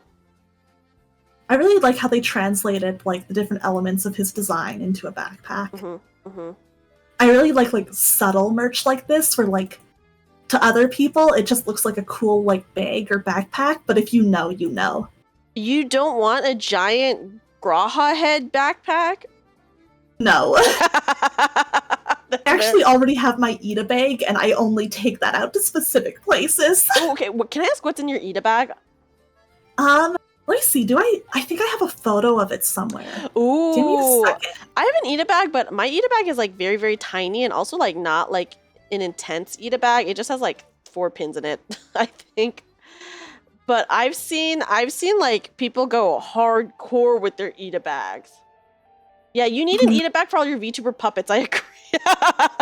Oh my god. When are you gonna get that So custom true. puppet though?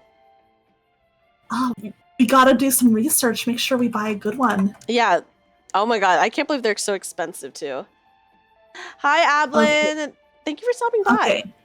I got a photo. Ooh, let let me see. This is not the best photo of it, but it shows most of the stuff. Okay, I'm ready. Yeah, you need to spend $500 on your puppet. That's right. Oh, this is actually so cute. This is very cool.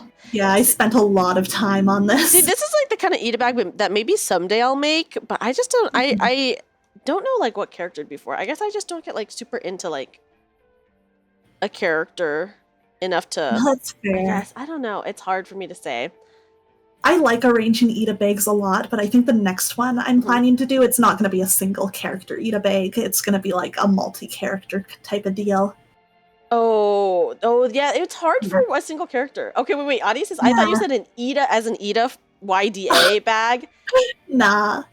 I'm sure someone out there has an Ida bag of Ida.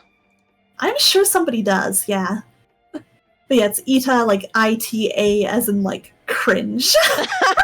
That's what they mean. They're cringe bags, because you see people walking around with them and you're like, oh, cringy. But like, it's my gosh. People use it as kind of like a positive thing. Yes, I mean, I think most of the time they're done very well. They're very cute. Yeah. I think it's like fun to try and arrange them, and I like that it means that I can like get fan merch and charms and pins and actually have a use for them. No, yes, it's But really it's cool. just like putting them on like a pin board in my room. Yes, it's really cool. It's really cool. I do have my VTuber wall, by the way. Yeah, your VTuber wall is very cool. I actually have to replace some of the posters on my VTuber wall because I got 3 more VTuber merch. Oh, really? Yeah, so I got a print from R.I.P. May she rest in peace, Stelia. We miss her every day. We miss her every day. And then when I went to a con last weekend. Back-to-back cons, guys. I went to a convention last weekend, and at the convention I went to, it was I got to meet a couple of VTubers who were like friends of my friend. Mm-hmm. And from them, I like, they also had like a merch table there, so I bought their stuff and I had them sign it, and it was actually very cute. Oh, that's awesome! Yeah. That's so fun. I love getting stuff signed. Yeah, so if any of my friends have merch, then I will get it of them. And Aqua, is it too late to get your stuff? I kept forgetting that you had stuff, and then I was very bad. Let's see. Technically I have like pre-orders are closed, but I can make an exception for you, Dreamy. If there's anything you want, just let me know. Okay, so really what I want is either, well, first of all, I usually try to get prints. Yeah, I can get you some prints super easy. Yeah, and then potentially, I guess, a keychain as well. Yeah, that's pretty much what I was offering. I can send you like the bundle with the prints and the keychain. Okay, that's or awesome. If you prefer one print over the other, ooh, I can yes, do that for you. Oh my gosh, sure. I have to take a look. I have to take a look at what you have. But yeah, so basically, if I have VTuber friends, or if I have like a VTuber that I really like, I'll get merch of them, and then I put it on my VTuber wall if anyone has merch. Oh yeah. Here, I'll send you. Please do. Yes. There we go. These. The first one is the charm, and then the other 2 are the art prints. Oh, I already know which art print I want. The date just one. Let me know, and I will definitely get you one. The date one. The one with the aquarium. Yes, aquarium date. Hell yeah, I can definitely get you that. in this picture, there's Aqua has this really beautiful print, by the way, of her like at an aquarium. It's like a date, and Aqua's in this picture. She's pointing to inside the tank, and in my mind, she's saying, "This is where I came from." Yeah. You're like, oh, this reminds me of home. I'm gonna jump in. Yeah, and then she just climbs right on in, guys. Yeah, she gets in. Yeah, so yeah, if anyone has either prints or a keychain, because I just tacked the keychains onto the wall, actually, so let it be known, guys, that I do that. So, and basically my VTuber wall used to not just be a VTuber wall. It used to be like just like games and anime and stuff, but then what I started doing is, since now I have so much VTuber stuff, I started taking off those posters, and now those ones are in like a collage in my living room. Oh, cool. Yeah. So that's it's my living room collage now. So I have to take some posters off of my VTuber wall that are not VTuber related, put those in my living room instead, put my my VTuber ones in my bedroom, and yeah. It's hard arranging all this stuff. It is hard arranging it. Yeah, it's hard. It's hard, but I really like it. Ooh. I know, it's so much fun. Aqua, what are the dimensions of the print? Because I feel like I know where I would put it on my wall. They're mini prints, but let me double check exactly. So this one's a square, right? So it's like a square, like an 8x8 or a 6x6 or something like that? Yeah. Yeah. Okay, that's perfect because I already have the perfect spot for it. Oh, do you? I do. Yes. So I'm very excited. Okay, yeah, it's like we're gonna go with about 6x6. Hell yes. Ooh, that's gonna be so good. Mm-hmm. Yes, guys, look at how cute Aqua is on my stream right now. Isn't she so beautiful? No, you're beautiful.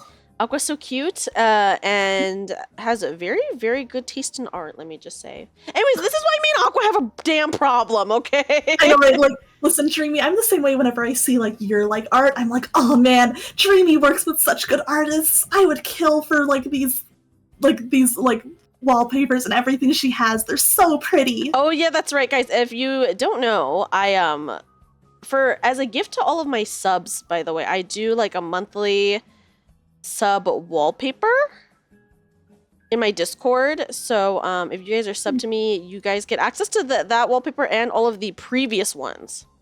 They are super pretty. Yeah, they are. I try my best to make them pretty cute. Oh, thank you, Duo. Once again, guys, please check out Duo as well. Duo says we're both very, very pretty. That's so sweet. So yes, I do my best. Okay, so maybe my downfall, this is a big downfall for me, is that I actually started getting into making covers. Oh, yeah. And you know that's like a whole... Okay, first of all, when you get into making covers, you have to pay for the art, pay for the mixing, pay for the editing, and just emotionally be very sad. Yep. Yeah. Okay, so like I'm actually trying to find someone to replace someone in a cover I'm in because I was in like a duet cover and the other person had to drop out. Oh, that sucks. I'm sorry about that. It's okay. It just kind of sucks because we already like paid for everything. Oh, that's rough. So that means you're kind of back at square one. Yes, so I'm like, oh, time to replace them really fast. It's okay. I contacted the artist and I was like, can you like not work on this this other person and just like work on mine? And they're like, yeah, that's fine. That's all good. Hi, Q. Oh, Q, what's up? Yeah, I'm in like early planning stages of doing a duet with a friend, and it's been like crazy just trying to go through all the different artists that we can find and trying to figure out who we think is right and what we want, and then figuring out like, okay, we need to find someone who can like mix and tune this, so we gotta research all that. Yes. It's a little overwhelming doing it for the first time, which is why I'm glad I'm doing it with a friend to start. That is very, very nice, honestly. So, I'm excited to hear yours when it's done, though, Dreamy. Oh, I'm very excited too because I've mentioned on stream before, but I have like my first solo cover coming out. No one knows what it is other than my friends. It's a secret. It's a secret, guys, but it's a good one. So I think everybody's gonna like it a lot. I'm very excited. I actually have, I think like I don't have an editor yet, but I'm just waiting for the mix. Oh, awesome! And then I can like research like an editor. You know? Oh. Uh-oh. Uh-oh. Uh-oh. Uh-oh, guys. Uh-oh, mods. Uh-oh. Oh, boy. It's okay. It's okay. I'm just gonna turn off my I'm sure the alerts. mods have got it, yeah. We'll just keep going. Ruh-roh. Ruh-roh. Uh-oh. Oh, yeah, we're just gonna keep continuing on. Yeah, we'll continue on. Is it my turn or is it your turn now? I think it's your turn because I just read the donut one. Yeah. Okay. Oh my god, the donut one was so infuriating! I know, that made me so angry. I was so mad about it. Yeah. Okay. Just awful, awful, awful Just person. very, very horrendous and irritating. Hold on. I actually have maybe an equally as infuriating one. Oh? Yeah. I'm so curious. Okay, guys. Jarrell, thank you for the raid! What timing? Hello, welcome in raiders. We have like a legitimate raid, by the way. Okay, welcome raiders. Welcome, guys. Sorry, we are being we're being very careful right now. But thank you for the raid. You're doing well. Mm-hmm. Okay, here we go. Okay. My boyfriend says I ruined our relationship because of my period. What? Yeah. Huh? I know, it's so infuriating. It's so infuriating. You're about to make me so mad, I know it. Yes, okay. My boyfriend says I ruined our relationship because of my period. Throw away, because this is embarrassing enough already. Oh, yeah. Thank you, Supaishi. Guys, my mod is just doing some stuff, don't worry. I, 23 female, and my boyfriend, 30 male, have been dating for 2 years. Mm-hmm. Okay, 2 years is kind of a long time. Yeah, that's a decent amount. That's a decent amount. We don't live together because I don't want to live with his roommates, and I won't let him move in with me because I live in a small studio behind my landlord's house. The space just isn't large enough. I was the only girl. Okay. That's fair. Like, a studio is very small. Yeah, and like that sounds probably tiny. I don't blame her for not wanting to live with somebody else there. Yes, agreed. Okay. Mm-hmm. I was the only girl. I was the only girl in my house growing up with 5 brothers. Oh, wow. I know men don't like to know about this stuff. My dad and brothers always made me throw my... Oh my god, this is already so infuriating. Oh my god, okay. So, once again, she's the only girl in the house with 5 brothers. I know men don't like to know about this stuff. My dad and brothers always made me throw my quote-unquote women things in the outside trash. Oh my god. And I was never allowed to talk about it.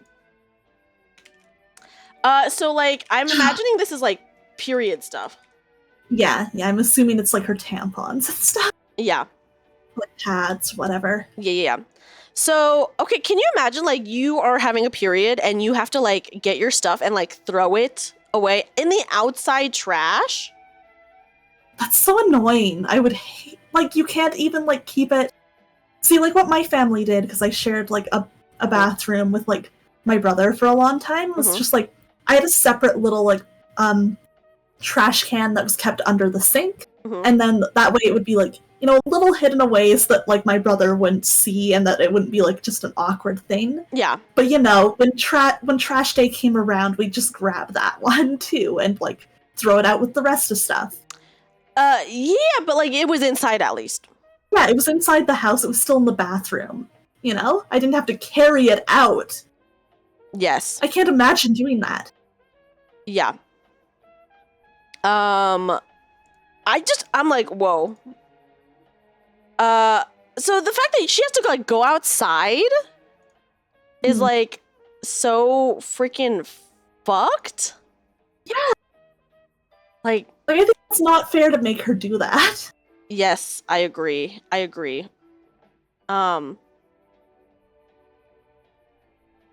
So I'm like, damn. Sorry, I will continue. So this is already irritating enough and like offensive enough. Yeah. Right? The fact that, like, Her family made her do this. Yeah. So let's see what her boyfriend is going to make her do. Oh, no. Okay, when I work, I'm going to be... Wait, sorry, I actually skipped a line. When I know I'm going to be with my boyfriend, or if I'm at work / in public, I will use a disc. They work okay for short periods of time for me, but at night when I know I'm going to be alone, I will use those disposable underwear. I don't worry about tossing around at night and leaking. Mm-hmm. Snom, thank you for the resub! I don't have to think about getting TSS? Toxic shock. Yeah. Toxic shock. Yeah. And honestly, I cramp less, but they look like a diaper, and I know that's not sexy. Okay, who cares if it looks sexy or not? You're on your period. Who gives a fuck? Yeah. So, I'm like, okay. My boyfriend had a weekend trip to Vegas planned. Leave Friday, come back Monday. I was on my period, knew he would be out of town, so I decided to sleep comfortably. Something happened on the trip, and they ended up coming back late Sunday instead of Monday. He decided not to tell me because he wanted to surprise me. So I went to bed Sunday night around 9 like always, and at some point in the middle of the night, he slipped into bed with me. Oh boy. Okay, first of all, I'm already getting so irritated. Yeah, I'm just like, I don't think that you should do stuff like this without, like, warning. Yes. When he got into bed, he felt the period underwear and freaked out. Oh, what a fucking baby. What a baby. Okay. He said I was gross for just laying there in the blood. What else is she supposed to do at night? Like, oh? What? There is nothing else you can do, my dude. Yeah. It's not a choice. I know! Okay. What the fuck? Yeah, okay. Anyways, I will continue. I got up, took a shower, and changed into a disc. When I laid back down, he just ignored me and went to sleep. Dude. I'm so unimpressed right now. Another person we have to kill. Yep. I went to work and didn't hear from him on Monday. Tuesday afternoon, he came over to talk and said, when he thinks about me, all he can see is a child wearing a diaper. That's on you, dude. That's on you, dude. Yeah, I'm like, that says more about you than her, I think. Yeah, having a period is literally like an adult thing. Yeah. Tons of women wear this stuff. It's like, it's not a big deal. Yeah, I agree. He's the child for sure. Okay. Mm-hmm. He asked if I used them, and I said, of course not. But he says he doesn't believe me. As in, like, diapers, I guess? What? Okay. What? Oh God, guys, it gets worse. I'm so sorry. It gets worse. Okay, so... Oh, no. He doesn't believe her that she doesn't use diapers. Just gonna say that. And he said that I'm a horrible girlfriend for hiding this quote-unquote fetish from him.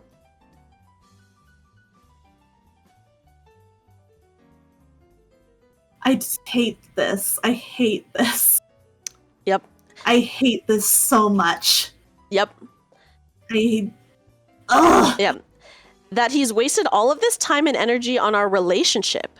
I tried to explain why I use them when he's not around and that I know they aren't attractive. That I'll stop using them altogether. First of all, she shouldn't have to stop using this shit. Like, if it's normal. Yeah, it's normal. Because I love him and I don't want to ruin our relationship. He said he'll think about it, but he wants me to talk to my doctor about getting on a different birth control so I don't have my period at all. What? Get ready for this. Because now the thought of me having one grosses him out. Then get over it. Guys, sorry. It's grown ass. Okay, this guy is 30 years old, by the way. Yeah. This is... Like, too bad. You're dating somebody with a uterus. Yeah. This 30-year-old man says he's grossed out at the thought of his girlfriend having a period, by the way. Get over it. Get over it, literally, yeah. I told him I don't want to change birth controls, so now he says I'm an asshole for not being willing to do something so simple to make him feel better. It's not simple to change birth controls. And also, like, okay, getting on a birth control that stops your period, that's like hormonal birth control, right? Yeah. And that can fuck a person up, like, it can. badly. Birth control can be really, really, like, just... Birth control is not something you go onto lightly, and just changing it is not that easy because, especially if she is already on birth control, she's already probably spent a ton of time with her doctor figuring out one that works for her. Yes. Yep. Like, oh my god. So, yikes. It's not something you just change on a whim. Yep. I'm just like, you're a grown-ass man. You need to get used to the fact that people have periods. That your girlfriend has periods. Like, you cannot stop it, you cannot change it. I know. I told him I don't want to change birth controls. So now he says I'm an asshole for not being willing to do something so simple to make him feel better. I told him, Too bad. I know, too bad. Oh my gosh. I told him I needed a few days to get a hold of my doctor. I have an appointment on Friday. Am I the asshole if I decide No. not to change birth controls? No! You're not. Absolutely not. It is ridiculous that he would ever expect this of her. Oh my gosh. Okay. Also, she's like kind of significantly younger than him. What was the age difference again? 7 years? Oh, gross. Fuck off. Yeah. Oh my god. Yeah. So like Ew. 7 years-ish. Oh my god. It's always the fucking 30-year-olds dating a girl in their like late teens or early 20s. Yep. God. I can't believe I didn't catch that on the first like read through because Jesus Christ. Ugh. It's like it's just get over it. You're an adult. Get over it. I know! It's just like there's fucking nothing she can do about a period, and you really want her to like fuck with her physical health just so you won't be a little bit grossed out by it. I guess my thing is like, now that we're in like 2024, why are people still so grossed out about periods? I don't know. It just like it's not that big a deal. Yeah, Q says you're that old and you don't know how that works? Yeah. Yep. It's messed up. Yikes. Yeah, this would be like a relationship ender for me. It would be a relationship ender for me too, to be honest. Yeah. Like if a man told me that he was so grossed out by my period and like again, we've done nothing to like make him uncomfortable with it. Just literally he just came in and happened to know what she wears at night when she has a period. Yeah. Which is she's wearing things that are totally normal for her comfort, you know, make sure she doesn't smear shit all over the bed. Yep. That's fine. And he's the one who's choosing to be upset about it when it's really nothing in his face and none of his business. It's literally none of his business. Yeah. It's like, just try being normal and just supportive. Like, because having a period is already awful enough. I agree. Mm. Like, jeez. Okay, I don't know. Obviously we have men in chat. Are you guys grossed up by periods? I'm sure it's one thing to be like, oh, it's a little bit weird or gross, or it's like, you know, if you don't like blood, that's fair. But, like, to take it out on her like this. I agree. Yeah. Yeah. Okay, yeah, see no's in chat. Yeah, I think everyone would literally say no. Yeah. Yeah, what the fuck? No, it's a natural bodily function. Yeah, that's true. It's Yeah. How do we kill them?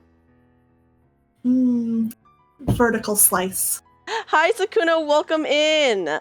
Okay, Perez says Hello. that they just don't like blood, but I think that is like pretty normal to just not like blood. Yeah. Yeah. I think if I had a boyfriend and he was just like, oh, just I don't really want to see or hear much about your period because blood makes me feel queasy and stuff, I'd be like, oh, that's fair, thank you for telling me so that I don't like accidentally make you feel like just uncomfortable. Yes. But I'm doing that under the assumption that, like, you know, he's not going to get pissed off if he, like, sees a pad, you know? I agree. Taylor says if anyone says yes, they know they're getting flamed. It's true. Yeah, it's true. But still, it's just like, ugh. Yeah, being sensitive to bodily stuff is fine. It's just like shaming your partner to the extent where you want to stop the period from happening at all is nuts. Like, controlling her body like that and thinking you have any right to. And I have to agree with Grim, though, that, like, people need to stop trying to feel sexy when they're, like, going through something, like, painful or something like that. Like, because in the story, she was like, I wear my, like, disposable underwear and I know it's not sexy. It's like, well, it doesn't have to be. Yeah. Yeah, you don't have to be sexy 24/7. Yeah. Like, I don't know. That's probably not a healthy mindset. Yeah, and Sneck is right too. Claiming her period stuff was for a fetish was insane. It is a I very would psycho. not know what to do if a guy claimed that to like me about any of my period stuff, because I'd be like, Yeah. no, I need this stuff. Mm-hmm. This is so that I don't make a fucking mess, you idiot. It is really psycho. Yeah. Like, it's fucked up that that's where his brain jumps to. I don't know why he Like, thought why would you that. ever think that? That is... And Like, now, I can guarantee you, anybody who has a period, the stuff they choose to wear is based pretty much entirely just on comfort. yes, comfort. Yeah. Guys, I don't know how this person is 30 and acting like this, by the way. I can't imagine. Yeah. Like, you would have to have such a sheltered little life. Yes. I'm almost jealous of him to think of that. Me too. Also, good night, Inu. Inu, thank you for Good night, stopping in. Inu. Good to see you. Also, for anyone worried, guys, it's okay. I actually just, while we were talking, I removed all the bot follows already. It was Oh, super hell fast. yeah. It was super fast. Nice. I go to, for anyone who wants to know, I just go to the Commander Root tool, and they can remove all follows within like a certain amount of time, or any known bots they can remove. And yeah, it's just super fast, super easy. So yeah, guys. I'm gonna have to remember that just in case. Yes, so guys, no worries, everyone. Everything is A-okay. Thank you to Supaishi for honestly taking care of things and putting everything on shield mode. Yeah, that was awesome, Supaishi. You just handled it. You got down and you did what you needed to. You It was really good. did. Yes, I wasn't super worried about it because I mean, me and Aqua were like, "Uh-oh," but it wasn't like. Yeah, it wasn't like Yeah. the worst thing. It was just like, oops, that's gonna be a pain. Yeah. But then we were like, okay, we can just move on. Yep. Exactly. Oh yes, Snake Yeah. also used it. Hell yeah. Hell yeah. Okay, Perez says, when I got my first girlfriend, she told me how things with periods worked. I had a small amount of knowledge, but thanks. Oh yeah, sex ed, they do not teach you that shit. Perez, Yeah, that is so that's true. totally fair to feel like you're not educated about it because, Yeah. God, yeah, it definitely is left to like moms to Mhm. teach their daughters Mhm. about it, Mhm. even though I think it would benefit if everybody just kind of knew, because Yes. then we are just all working with the same amount of knowledge. Yeah. And, I think it is good for, like, even if you do not have a uterus, I think there's a benefit to knowing just how, like, I don't have a dick, but I think there's a benefit to me knowing the basics of how dicks work. Yeah. You know? Yeah. Just Both in terms of just, like, partners and general health stuff. and I just think it's like common knowledge, right? Or it should just be common knowledge because like if you're a dude and you have a woman in your life, any sort of woman, it's just like good to know. It's just, like, it's good to just understand what, like, she is going through and what the experience is. Mm-hmm. So that, well, like, what if something does happen? Yeah. Then you kind of know, you know? Yeah. That's Mhm. true. Yeah, and Audie is very right. Sex ed doesn't teach much, and a lot of places, unfortunately, don't even have sex ed. Yeah. Or like, okay, sex ed in my state. First of all, I don't think they went over periods that much, but like, I was obviously the boys were and the girls were separated. So like, Yeah. the girls got the period one. I did not know what the boys got. And then once we were in high school, all sex ed was just abstinence only. Sex ed. Oh, gross. Gross. I hate that. They've done studies and that shit does not even work. I feel like that shit makes people have even more like unplanned pregnancies because Yeah, it does. instead of giving you like options to be safe about it, like people are going to do it no matter what. Yeah. Because then it's like horny teenagers will do Yeah. it no matter what. Yep. Like, why would you not make sure they're at least safe when they're doing it and they Yeah. know what resources they have if something goes wrong? I know, yeah. Sex ed class was like that scene in Mean Girls. Yes, I love that scene in Mean Girls because it's like, don't It's have so sex funny. or you will get pregnant and die. I remember being shown a lot of photos of STDs. Oh, yep, same. Yep. Yes. Yeah, like, late elementary school and junior high was mostly just like, here's how, like, the biological side of, like, how a penis works or a vagina works. Mm-hmm, mm-hmm. And then, yeah, after that it was mostly like, here are STDs. Look at these photos of STDs. Yup. Watch this video of childbirth. Because they're trying to scare you. They're trying to scare you into like not doing it. Yeah. Listen, childbirth is very horrific to me. Probably like Same. one of the most horrific things I can think of if I'm being It's real. scary when you think about it. I do not want to be. Honestly, my nightmare is pregnancy and childbirth are like nightmares to me. Yeah. Pregnancy seems very scary. Anybody who does that, I respect you. It scares me. Man. Yeah, like I had like a 1 year, I think in 9th grade, like they brought in somebody from the sexual health center in my city. Oh, okay. And that person actually did like do a whole lecture about like consent basics and did the whole thing where you practice putting a condom on a banana and stuff. Oh my gosh. And like that was I think the best day of sex ed I feel like I ever got, because I felt like I actually learned something that I used in my life. Yeah. Or like they showed us like different types of birth control and like brought in the packets for us to just see it and stuff. Wow, that is nice. That is actually so nice. Yeah. But again, this was just one guest that was in for one day. I guess at least you guys had that, but yeah, in my state it's abstinence only, guys. Yeah. I mean, maybe they changed it, but doubt it. Yeah. Hopefully, but it's just crazy to me because studies have shown time and time again that abstinence only education has the opposite effect. And that it's places where they have, like, you know, the planned kind of, like, education that has the lower teenage birth rates and stuff and lower STDs. Yeah, it's true. It's true. Yeah, I don't know.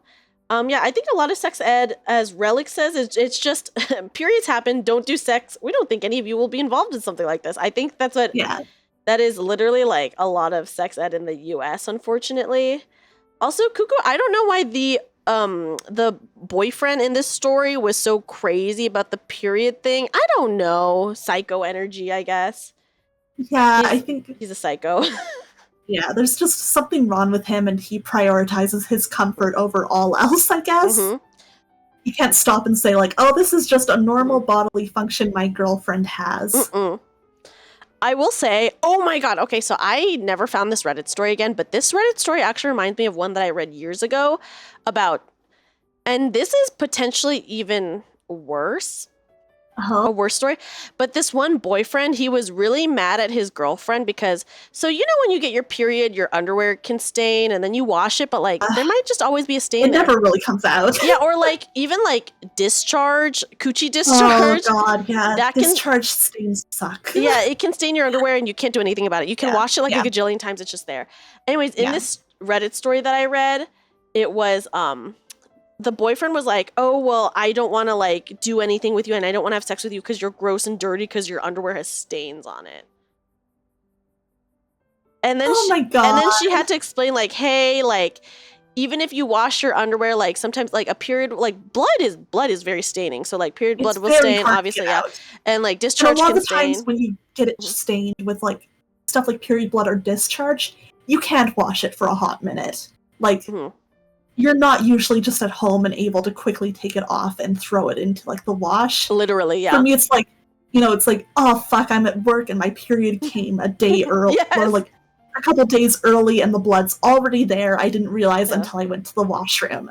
Yeah, so yeah, this man literally was like, because like he was like basically like rebuting all of her advances. He's like, I don't want to have sex with you, and I'm not attracted to you anymore, and you're really gross and dirty because your underwear has stains on it.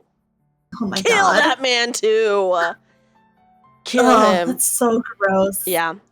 Yes. Nick has a good point. He said that while wearing her boxers with brown streaked holes everywhere. Yes, you know it. Yeah. But yikes. Yeah, so this kind of reminds me of that story. I tried to find that story again, by the way, but I couldn't find it. Oh, that's too bad. I know. That would have been that would have made us so mad. Yeah, I think I read it like straight up in 2020. So that was like years ago. And that was a while ago, and I tried to look for it like a couple of years ago too, because I was like, dude, this story is so crazy. I need to reread it because it was like infuriating. It makes me mad. It makes me mad too. Yeah. So I don't know what is with these dudes who are like being very grossed out by like normal bodily functions that everyone has. And then getting it's like, should we just have to deal with? And just getting really mad at their girlfriends. Yeah. It's messed up. And also like wild to assume that your girlfriend wouldn't like put on like a nice pair of underwear for like having sex, you know? Well, no, it's because she had period underwear that he was just like grossed out. And he was like, Just- oh my God. I remember more about the story, guys. In the story, basically the guy was like, you need to throw away all of this underwear and get brand new underwear. And then she had to be like, hey, well, like I keep a lot of this stained underwear around because I am going to have my period every month, and like to like always throw away stained underwear and buy new underwear is really fucking expensive. Honestly, sometimes you just have like the shitty but comfy pairs of underwear that you wear for the period week, you know? Yes. So You just set it aside. yeah, obviously like these men do not have experiences with ladies, as a Crampy's saying, or like they do and they just don't give a shit. I don't know, dude. Yeah. It's so I sad. just don't get it. Yeah, so in the other story, the guy was like, you have to throw away all your stained underwear and buy new ones. And like, basically he wanted her to do that every time her underwear got stained. That gets so expensive so fast. Even if you're buying cheap underwear. I know, underwear is not cheap. Also, that like just contributes to like landfills and stuff like that, which exactly. is like, yikes. It's like, obviously, yes, if a pair of underwear is like done, throw it out. Mm-hmm. But like, yeah, if it has a hole in the if coochie. you've washed it, if you've washed it, if there is a little bit of a blood stain or something, like whatever, it's shit happens. You are not always prepared. Sometimes shit just leaks, or like it comes early and you can't stop it. That's true. Like even if like you have like protections, like if you're on your period, if you're like, depending on what you use, it could always leak or overflow. Yep, always. It happens. Also, how would you mitigate, I guess, like discharge like every single day? Because that could happen like You can't. any You moment literally at can't. any time. Yeah, you literally cannot do anything about that. Yeah. I really hope that first of all, I hope that this person in the story that I read leaves their boyfriend. I hope so too. And then I also hope the person in the story that I read years ago also left their boyfriend. I also hope so. Because I think that'd be for the best. I'm sorry, can you just imagine being with someone who is like this and like grossed out by your normal bodily functions? I feel so bad about myself in general. Like, that would take a real hit on my self-esteem. Yeah, and it would not be a good relationship. And they're just like, you're gross for like stuff that like happens to literally every single person.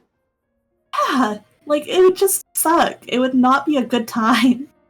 It would be very, very bad. Yeah, like you don't want to be with a person like that long term, because also like what else are they going to judge you on too if they're going to be like, oh, the most like basic bodily functions make you gross. Yeah. I feel like even if you have like limited experiences with like women, I feel like most normal people are going to be like, oh yeah, like I know this like very basic thing about women. Or they should. I guess unless they're like super sheltered, right?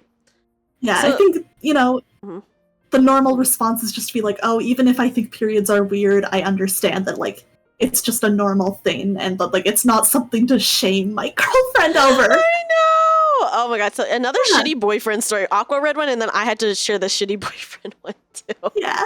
I was like, this is on theme. Yeah. The theme of shitty ass boyfriends. I know, it's so sad. Oh, it's so fuck these sad. guys. Yeah, I mean, obviously, like, you don't want to, like, I guess if you knew about this early, it'd be good, right? Because then you could be like, oh, hey, I know that I have, like, oh, okay, so, like, I would want this to happen early, I should say. Like, I feel bad for this period girl because, like, she's been dating her boyfriend for 2 years. But, like, if you were just in a new relationship and this happened, then you would be like, oh, well, this is a huge red flag. It's like you don't feel like you lost so much leaving them. Yeah. It's frustrating when you find out these things about people, like, years into dating them. Yeah, the earlier it happens, the sooner you can get out of that. And also, like, the easier it is, because, like, obviously, if you're with someone for a long time, you have to think about, like, oh, but, like, I really love this person, and they're good in this, and this way, et cetera, et cetera. Yeah. It's just, it sucks. It really sucks. It does really suck, yeah. And you know what? Xander brings up a good point. Shaming someone for bodily function that already literally makes them feel like shit is, like, so scummy. Like, they're already spending the day, like, just in pain and probably in a bad mood from that pain and discomfort and everything. And then you have to come in and make them feel like they're a bad person for something that they literally can't control. I know! Aqua, how do we kill through online. Right? I am sending the most horrid vibes, and it's going to manifest as a chronic disease. Oh, yes. Yeah. Curse of explosive diarrhea on them. Yes, exactly. But like every day for a month. Oh, we can hire Grim. That's a good idea. Grim, get on it. Yes, Yep. me too, Snake. Using my mind to blow these men up. Agreed. Same. Yeah, I'll send them all the cursed pictures I have in my Discord. Yes, please, the minions. Yeah, everyone hates the minions picture, but I thought that one was the funniest one. It's pretty funny, but also it kind of cursed like my entire life, you know? Yeah, you can never forget it. It has a horrible energy to it. The energy's pretty bad. Yeah. You know, it's just I feel like it manifested as like a specter in my home. Don't worry, I posted other bad pictures after that, I think.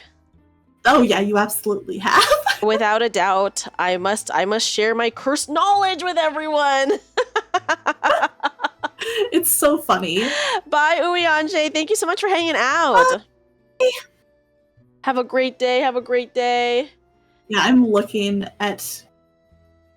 God, just anytime I look in this channel and I search for, like, sent by Dreamy. Oh, yeah, it's bad. It's a time. It's bad. I pinned one recently that everyone hated. It's the one of... I don't know who this character is because I don't know too much about Mario, but Yoshi's girlfriend. Alberto. Oh, ew! Yeah. Ew! Oh my god. Yes. Dreamy. Oh my god. The Among Us stickers. Oh, okay. I do have those. I think they're kind of cute, though. Dreamy, you find some truly cursed things. What can I say? I love it. This is some truly rancid shit. Yeah, everyone hates the Birdo one. It's pretty bad. It's pretty bad. I am not gonna lie. Yeah. I'm impressed but horrified, you know? I don't know, sometimes you just see stuff on the internet and you're like, wow, I think I need other people to see this. It's like, if I had to see this, so do you. I use my platform for evil. It's me when I accidentally once read a male lactation fic and sent it to all my friends. Oh, okay. Speaking of which, I did something similar, but not as bad. Yeah. I follow this one Genshin artist who's like really good at drawing Genshin art. And it was an art of Diluc in the bathtub. And I just thought it was like cute bathtub art. But so I sent it to my friends. As soon as I pressed send, I noticed that you could totally see his pee-pee in it. And I did not see the pee-pee. And I sent it, and as soon as I sent it, I was like, oh shit, but it was already too late. And I was like, guys, I'm so sorry. I did not see the pee-pee in this picture. Did not mean to send you to Luke pee-pee. Well, especially because the artist had like blurred it out. So like you could tell what it was, and it was like under the water, so you couldn't, like if you were just- It wasn't like out there. Yeah, so if you were just glancing at it, right, you'd be like, oh. Like if you were just glancing at it, you would not be able to like tell, but I sent it, and then I saw it, and I was like, ruh-roh, guys. But yeah, so yeah, I've done that. Yeah. You know. So what can I say? Shit happens, you know. But you know what? I feel like at least the stuff I send is like kind of funny. For me. I do agree it's funny. The silence on Aqua's end was so revealing, guys. It was so revealing from Aqua. I was just like OMG. thinking about what I literally just saw in the pinned messages. I was like, it is funny. It's just also horrific, horrifying. Yeah. But again, I've done the same shit to people. But you know what? I'm not as horrifying as these horrible men that we've read about. It's true. It's true. I am nowhere near as horrifying as these horrible men. Okay, speaking of evil things, Aqua, don't you have actually a story that has the word evil in the title? I do. Oh my god. I'm glad you brought that up because that is the one that I was like, I think this will be like a good one to read next. Because we're going to lighten things up a little bit, even though it's about being evil. Yeah. Right. Am I the asshole because I use my lacrosse skills for evil? My wife says I'm being a huge asshole. I like to keep my front lawn very neat and tidy. I'm not OCD about it, but let's just say if I lived in an HOA, I would not ever be warned about my lawn. I have one neighbor who lets her dog crap on my lawn. This isn't an issue. It's what dogs do. Other dog walkers also let their dogs do their business and promptly pick it up and walk a couple of houses down to the bus stop and put it in the trash. Okay. Or take it somewhere else if they are walking the other way. This one neighbor, however, doesn't pick it up unless someone is watching her. Well, I have a doorbell camera, and I can see from my office when this happens. Oh my goodness. For the last 2 weeks, I've been using my old lacrosse skills and a homemade poop cleaner to return her property. I may have gotten enthusiastic, and it didn't always land on her lawn. Sometimes the house, sometimes her sidewalk, one time the roof. Oh! As stated, my wife thinks I'm being a jerk. Am I the asshole? No! I love that. I think this is so funny, honestly. They're just putting it back on her lawn. It's her dog. Yeah. Like, okay, yes, maybe he's getting a little enthusiastic with slinging it onto the house. Yes. But at the same time, as a dog owner, you are supposed to pick up this stuff, especially when it's on somebody else's property. Yes. Like, that is part of your job as a pet owner. Yeah, I agree. And you know what? This is like a funny way that he's dealing with it versus like, he's not like going over and like yelling at her. Yeah, he's not like starting shit. Yeah, as Cuckoo says, shit happens. Yeah, shit happens. Okay, here's where I thought this was gonna go. But this was before I took into account the fact that the title had lacrosse in it. And it was when he said that he had a Ring like camera. I thought what he was gonna do was every time she was like about to walk away, he'd like turn on like the speaker for the Ring camera and be like, "Pick up your poo, pick up your poo." That would have been funny. That would have been funny too if he did that. Yeah, because then she would know that like she could be seen. But honestly, him flinging it onto her lawn, I feel totally okay with that. Yeah, I think that's funny as hell. That is like, really funny. The mental image of him like scooping it up and then like lacrosse throwing it across the street is so funny to me. Yeah, and what I need to know is, like, I wish he would post an update that's like, hey, my neighbor stopped because I did this. Or she kept doing it, so I kept doing it too. I'm so curious. Me too. Honestly, I don't think he was using his lacrosse skills for evil. Yeah, I think this was like this was chaotic, but not evil in my opinion. Yeah, it was just like the right amount of like chaos. Yeah, it was a good amount. And it's not hurting anyone.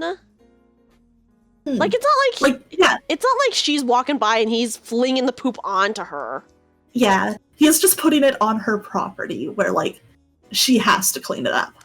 Hazel says, do you think he reaches a point where he's excited to find more poop just to be able to throw it again?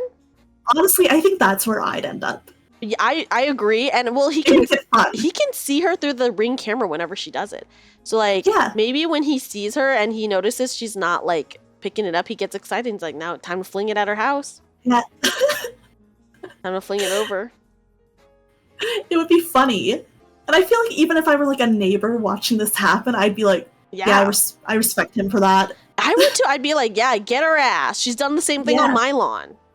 Because if she's letting the dog poop on his lawn, she's probably letting it poop on everybody's lawn. Yes, and you know it. You know it. That is so freaking funny. What? And I'm like, it sounds like this guy is not mad at the dogs or anything. He's just mad at this one lady not picking it up like she's supposed to, which is fair. What a great story to bring the mood up, honestly. Right? I was like, this is a good one because it'll just give us a good laugh. Yes. After being so angry. I know. Oh, wait, I respect him for being mad at her versus the dog, too, because obviously the dog has no control over that. You know? So, yeah, from men suck to dudes rock. The duality. Guys, the duality of man. Oh, so true. Guys, listen, this is the kind of guy that you should try and be like. That's true. Don't be like the period haters. Yeah. You know, poop flinger, this guy, he's a Chad. Yeah, this is a true Chad. He's kind of an alpha. It's alpha energy. Yeah, it is. Alpha moves. Alpha moves. Be like him.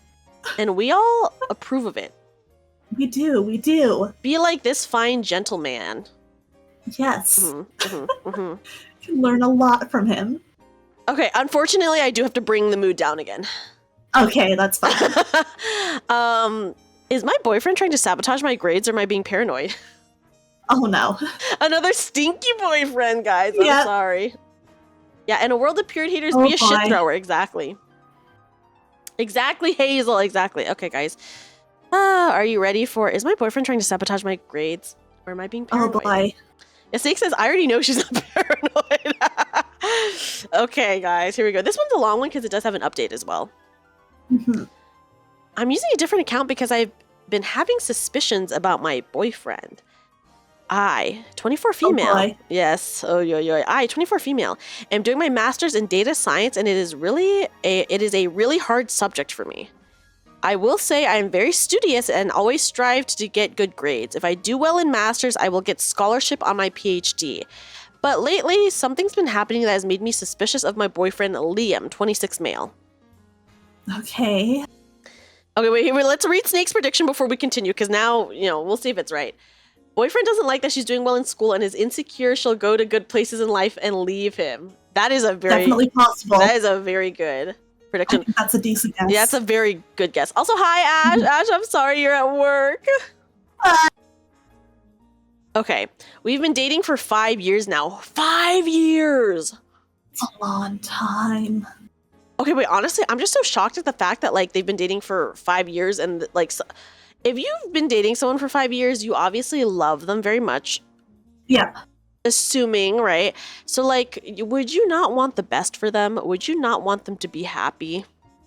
I think you would, Right? I would assume that if you've been dating for 5 years, you should be pretty in it and pretty dedicated to them. Yes. And, their happiness. Yeah. Okay. We met in college. Liam has no interest in higher studies and wants to do business, but knows how much important my studies are for me. So it started happening almost a few months ago. It was my midterms and I'm always on time. But that day I woke up 15 minutes late. I swear I put the alarm right. I never miss it. But on that day I missed it. Luckily there was no harm done, but then again I lost my report I was doing. I got a lot of shit because of that from my supervisor. I thought maybe I misplaced it. I found it inside the nightstand of Liam's side. Well, oh my god. Yes. Also, Hollow Eyes, welcome in, welcome in. Hi. When I asked about it, he made an excuse that I must have kept it. The thing is, I never touch his side of the nightstand unless I'm cleaning. Then one time, Liam arranged a family dinner right before an important presentation of mine. He knew not to disturb me during any of those exams and crucial times. I was angry with him. He told me I am being selfish by only thinking about my grades in school and never focus on him. Oh my god. Yeah, already this is oh my god. This is almost like a pattern. He would always have some big things planned before my quizzes and exams or project presentations. I remember in one instance where I wrote a code in my computer and saved it, only for it to have bugs, and as I was fixing it, I can tell someone deliberately tampered with my code. Oh my god. Yeah, I know Liam sometimes borrows my computer because his is old and mine has better performance.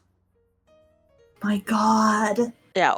This piece of shit. This guy is a piece of shit. Can you imagine doing this to someone you've been dating for 5 years? That's fucked up. I can't. I could never. I mean, it's fucked up no matter what the situation, but the fact that they've been together for so long is extra. Stop. Yeah. What happened last night confirmed my suspicion. There was a report I have been working on for 6 months. This is basically a journal I've been working on. Today, I had to show the first draft of it to my supervisor. I usually keep my computer open before I go to sleep. It locks automatically. Late at night when I woke up, I saw Liam was doing something on my computer. I asked him what he's doing on my computer. His response was, I was looking at porn. That was stupid and lame. And guess what? My entire report was deleted, and even the backup ones I had on my Google Drive was deleted. No fucking way. This is really fucked up. Luckily, I saved it on cloud and pen drive too, but I'm still feeling like he did it intentionally. I don't understand why would he do that. I confronted him, but it only made him angry, saying I'm accusing him without any proof and that since I live under his roof, he should be allowed to use my stuff too. I'm concerned whether I'm being paranoid and sabotaging my relationship or is he trying to sabotage my grades? This is too much of a pattern and too obvious and deliberate. You know what I mean? I agree. Yeah, send this person to the gallows as well. 100%. Okay, guys. This is this is fucked up behavior. There's no justification. None. I do have some comments that I will read. First, he sabotages your grades. Next, he sabotages your birth control to trap you. Has he started to isolate you from friends and family yet? That's a good one. So then some people are Yeah. giving like suggestions like, hey, you should try to do like lie to him about like having an exam and see like if he tries to sabotage you, et cetera, right? Yeah. And then a lot of people are just saying, take your stuff and leave. Don't give warning. Just coordinate friends to help you and go. He will sabotage your job. He's jealous. He'll keep lying. You know what you saw. Don't let him gaslight you any further. Honestly, it's good advice. Like, he sounds deeply abusive. Yeah. Like, a normal person would not go to these lengths. Yeah. Oh, here's what someone else said. He quite literally tried to destroy 6 months of hard work and research out of pure, unadulterated selfishness.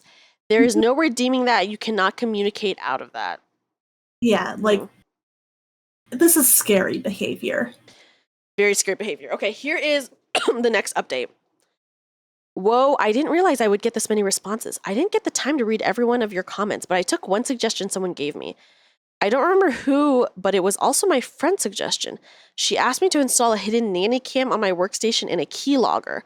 My friend Lisa, that is very smart. My friend Lisa told me to not rush into things, just to have proof of it in case he blames me and says I'm lying. So that day when I posted this, I acted like I have a huge assignment due next week and I need to focus on my work. I lied to him just to test if he does the same thing or not. I opened an old assignment of mine and pretended to work on it. After that, I went to bed. I know I could just catch him in the middle of the act, but I knew he would be lying. And yes, as you guessed it, he deleted the assignment from everywhere. I have proof that he did it. The next morning, I said nothing. I told him I'm sick, so I'm skipping school, but really I was planning to get the hell out of his house.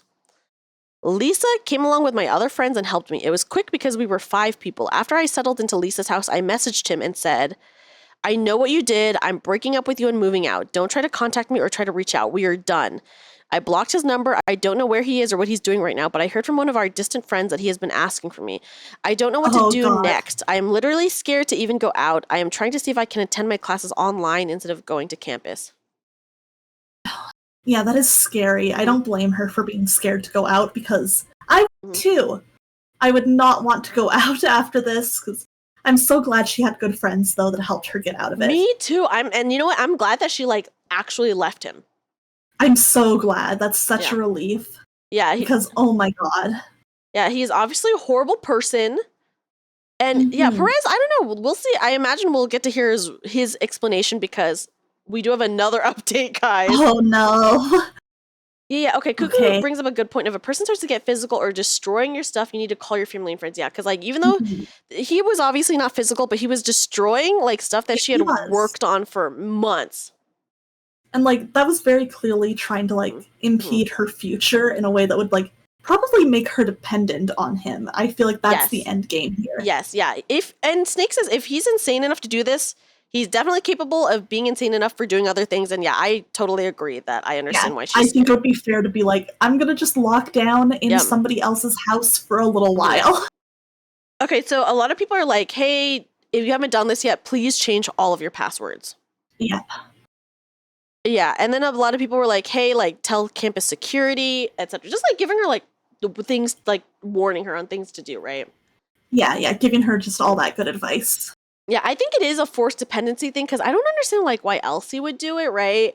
Yeah, I think the fact that it is specifically her grades has to be very targeted. Yes, yeah. Because, you know, it basically like going after things like grades that undercuts both like confidence and independence. Yeah. So, yeah, it would make her like unconfident in herself, would make her question her sense of reality as he's gaslighting her. Yeah. If school goes poorly for her, something serious happens, because he has to know that this could, like, worst case result in her being failed out of her, like, her whole, like, you know, degree. I know, it's, like, so serious. Would, like, really limit her future life options. Mm-hmm. So she has no option but to depend on this person. Mm-hmm. Yeah, and it starts like this and always gets worse. It's true. So yeah, people are just, like, telling her, like, hey, like, just precautions. And here's the final update. Hello guys, I just wanted to come back for a final update. The good news is I got the scholarship for my next semester. I did well in my finals, now I just have one more left. I got a part-time job as a front-end developer. Though it is not what I wanted, it brings the money. So anyway, there isn't any drama now. When I first moved out, I was sure my ex, will be stalking me. But I know multiple routes to my classes, so I just alternated each day. But that didn't work because one of my friends snitched and told my ex where I was living. Oh, what? Why would you fucking do that? He was there every day to try to get me to talk to him. I didn't want to, but I gave up and we agreed to meet in a public place. Yeah, whoever snitched is fucked up. Yeah. And not a friend. They're so lucky that he did not try to hurt her. Yeah, and not a true friend, obviously. Yeah. There were a lot of tears and his justification. Basically, he was jealous that I was doing well in my life career-wise, which Snake hit the nail on the head. Yeah. Yeah, that friend is a dick, I agree. Yeah, it's a terrible thing to do. Mm-hmm. He fell into the peer pressure of his friends teasing him. Because if I graduate with good grades, it can really amp up my career. This made him insecure. Snake did say, though, also said that he was insecure. Also, he fell into the deep rabbit hole of podcasts that tells men, oh, not the podcasts, guys. Oh, shit. Oh, my God. He fell into the deep rabbit hole of podcasts that tells men they need to earn way more than their girlfriends. Otherwise, they are inferior. Oh, my God. Yeah. Ooh, this is so embarrassing for him, to be honest. Yeah. Yeah. One of his Oh my God. I know. One of his idiotic friends suggested that he does something that will harm my grades and I will eventually know where my actual quote unquote role is. What the fuck? That's rancid. That is rancid. And what do they mean by where her quote unquote role is? Like her role as like trad wipe shit. Yeah. He said he was deeply sorry, but I didn't buy it. He wanted to work things out and try again, but I cannot trust him. He sent me flowers even after the talk. I tried to go to the police, but they just ignored it because he is not doing anything to harm me. He's just being silly, they said. They only gave him a warning. What? Dude. Well, you know. No, he's stalking her. But, you know, like, the police never do anything until, like, something happens, and it's very stupid and true. very, very dumb. It makes me so like, there's so many mad. stories about, like, the police not doing shit, and then, like, things go wrong, and, oh my God, it's so stupid. Drives me insane. It drives me insane, too. The begging eventually stopped. I think it is because he has a new girl now. Oh, I'm so sorry, girl. I am so sorry for her. I wish there was a way I can inform her about all the shit he has done, but I will be the crazy ex. I'm a little heartbroken because he moved on easily, but I cannot blame him. We were not together, so he has every freedom. I do mourn the relationship we used to have because they were together for 5 years, guys. Don't forget, they were together for 5 years. Yeah, that would be very hard to move past. Yeah.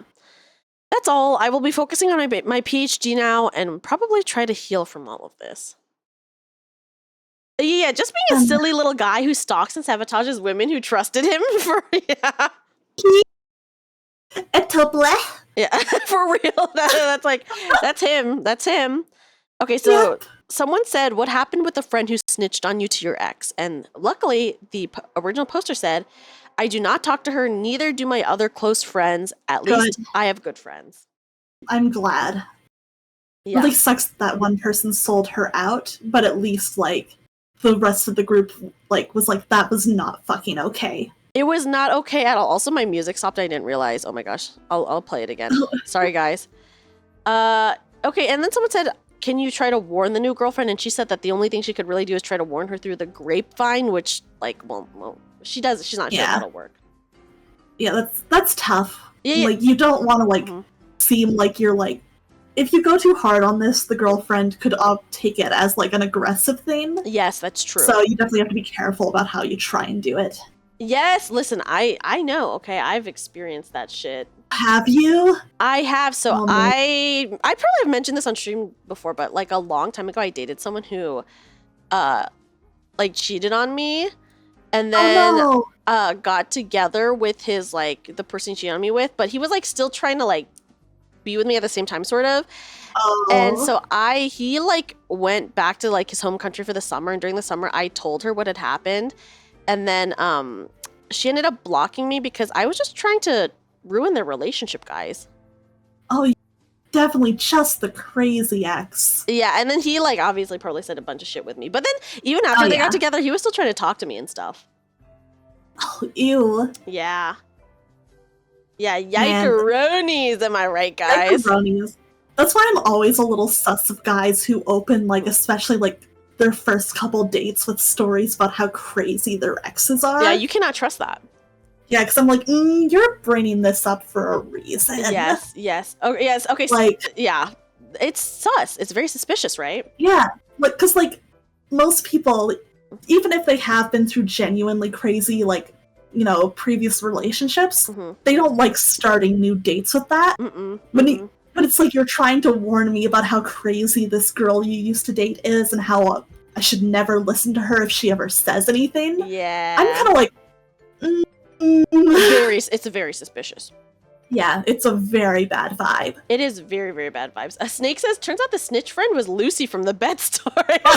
Yeah, Lucy was also literally a god-awful friend, so yeah. I'd believe they it. get along. I'd believe it. Ooh, okay, Cuckoo says, we've heard a lot of stories about boys, but only one man, and the man was the poop flinger. So true. It's true. It's true. Yeah, so I don't know if, this is horrible that he, really tried to sabotage her in, a lot of horrific ways. Yeah, these are terrible things to do to her. I can't believe he got into listening alt-right podcasts. Oh, right? It's so gross. Right, not the alt-right podcasts, guys. I guess it does explain a lot of how he'd, fall into thinking this is okay, but it's still gross as hell. It is very, very gross. Yeah. Another person that we just need to harm. Truly. Just end him. I know. I don't know. I feel like these people, I don't know if they will ever learn. A lot of the time, people like this, they will jump through so many loops to justify themselves. Mm-hmm. And they are so against the idea of any, outside help or even, very light criticism. Yeah. It's unfortunate to say, but some of these people fall into, those very kind of, unhealthy, narcissistic mindsets where they just cannot conceive of, a world where they have ever done or said anything wrong. It's true. Oh, yeah, and Snake brings up a point that it was the friend who did convince him to do that stuff. Yeah. It's a normal person, if you hear your friend suggest that stuff, you're like, what the fuck? Yeah, and you're like, we're not friends anymore, dude. Yeah, it's I should not listen to this dude. There's something wrong with him. Guys, should he still even be in our group? I know, yeah. Shotgun blast to the peen is something they definitely deserve. Get him. Okay, and then also here's another good point. Cuckoo says, I feel like a person willing to destroy other stuff has got big problems even before they hear an alt-right podcast. Yeah, it's very concerning that, he did not need that much convincing to do it. Literally, not at all. Potate! Hi, welcome in, DJ Potate. Let me give you a shout out really fast. How are you? You have to, okay, honestly, I just can't imagine, if you love someone and have been together with them for 5 years, don't you want the best for them? Once again, sorry, I'm bringing this up again because I'm just wouldn't you want the best for them, right?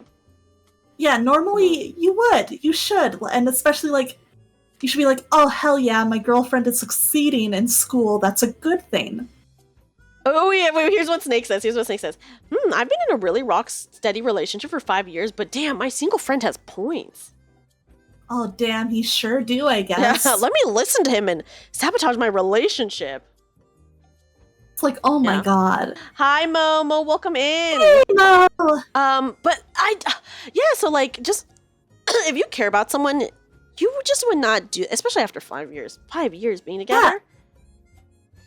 You just wouldn't. You just wouldn't. No matter what insecurities you have, there are better ways to deal with it than this. Yes.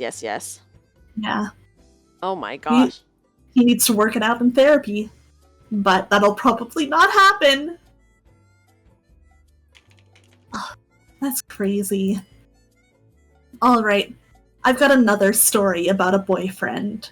So. Another boyfriend, let's go. Yeah, let's go, alright. Yeah. Am I the asshole for not letting my GF into the bathroom?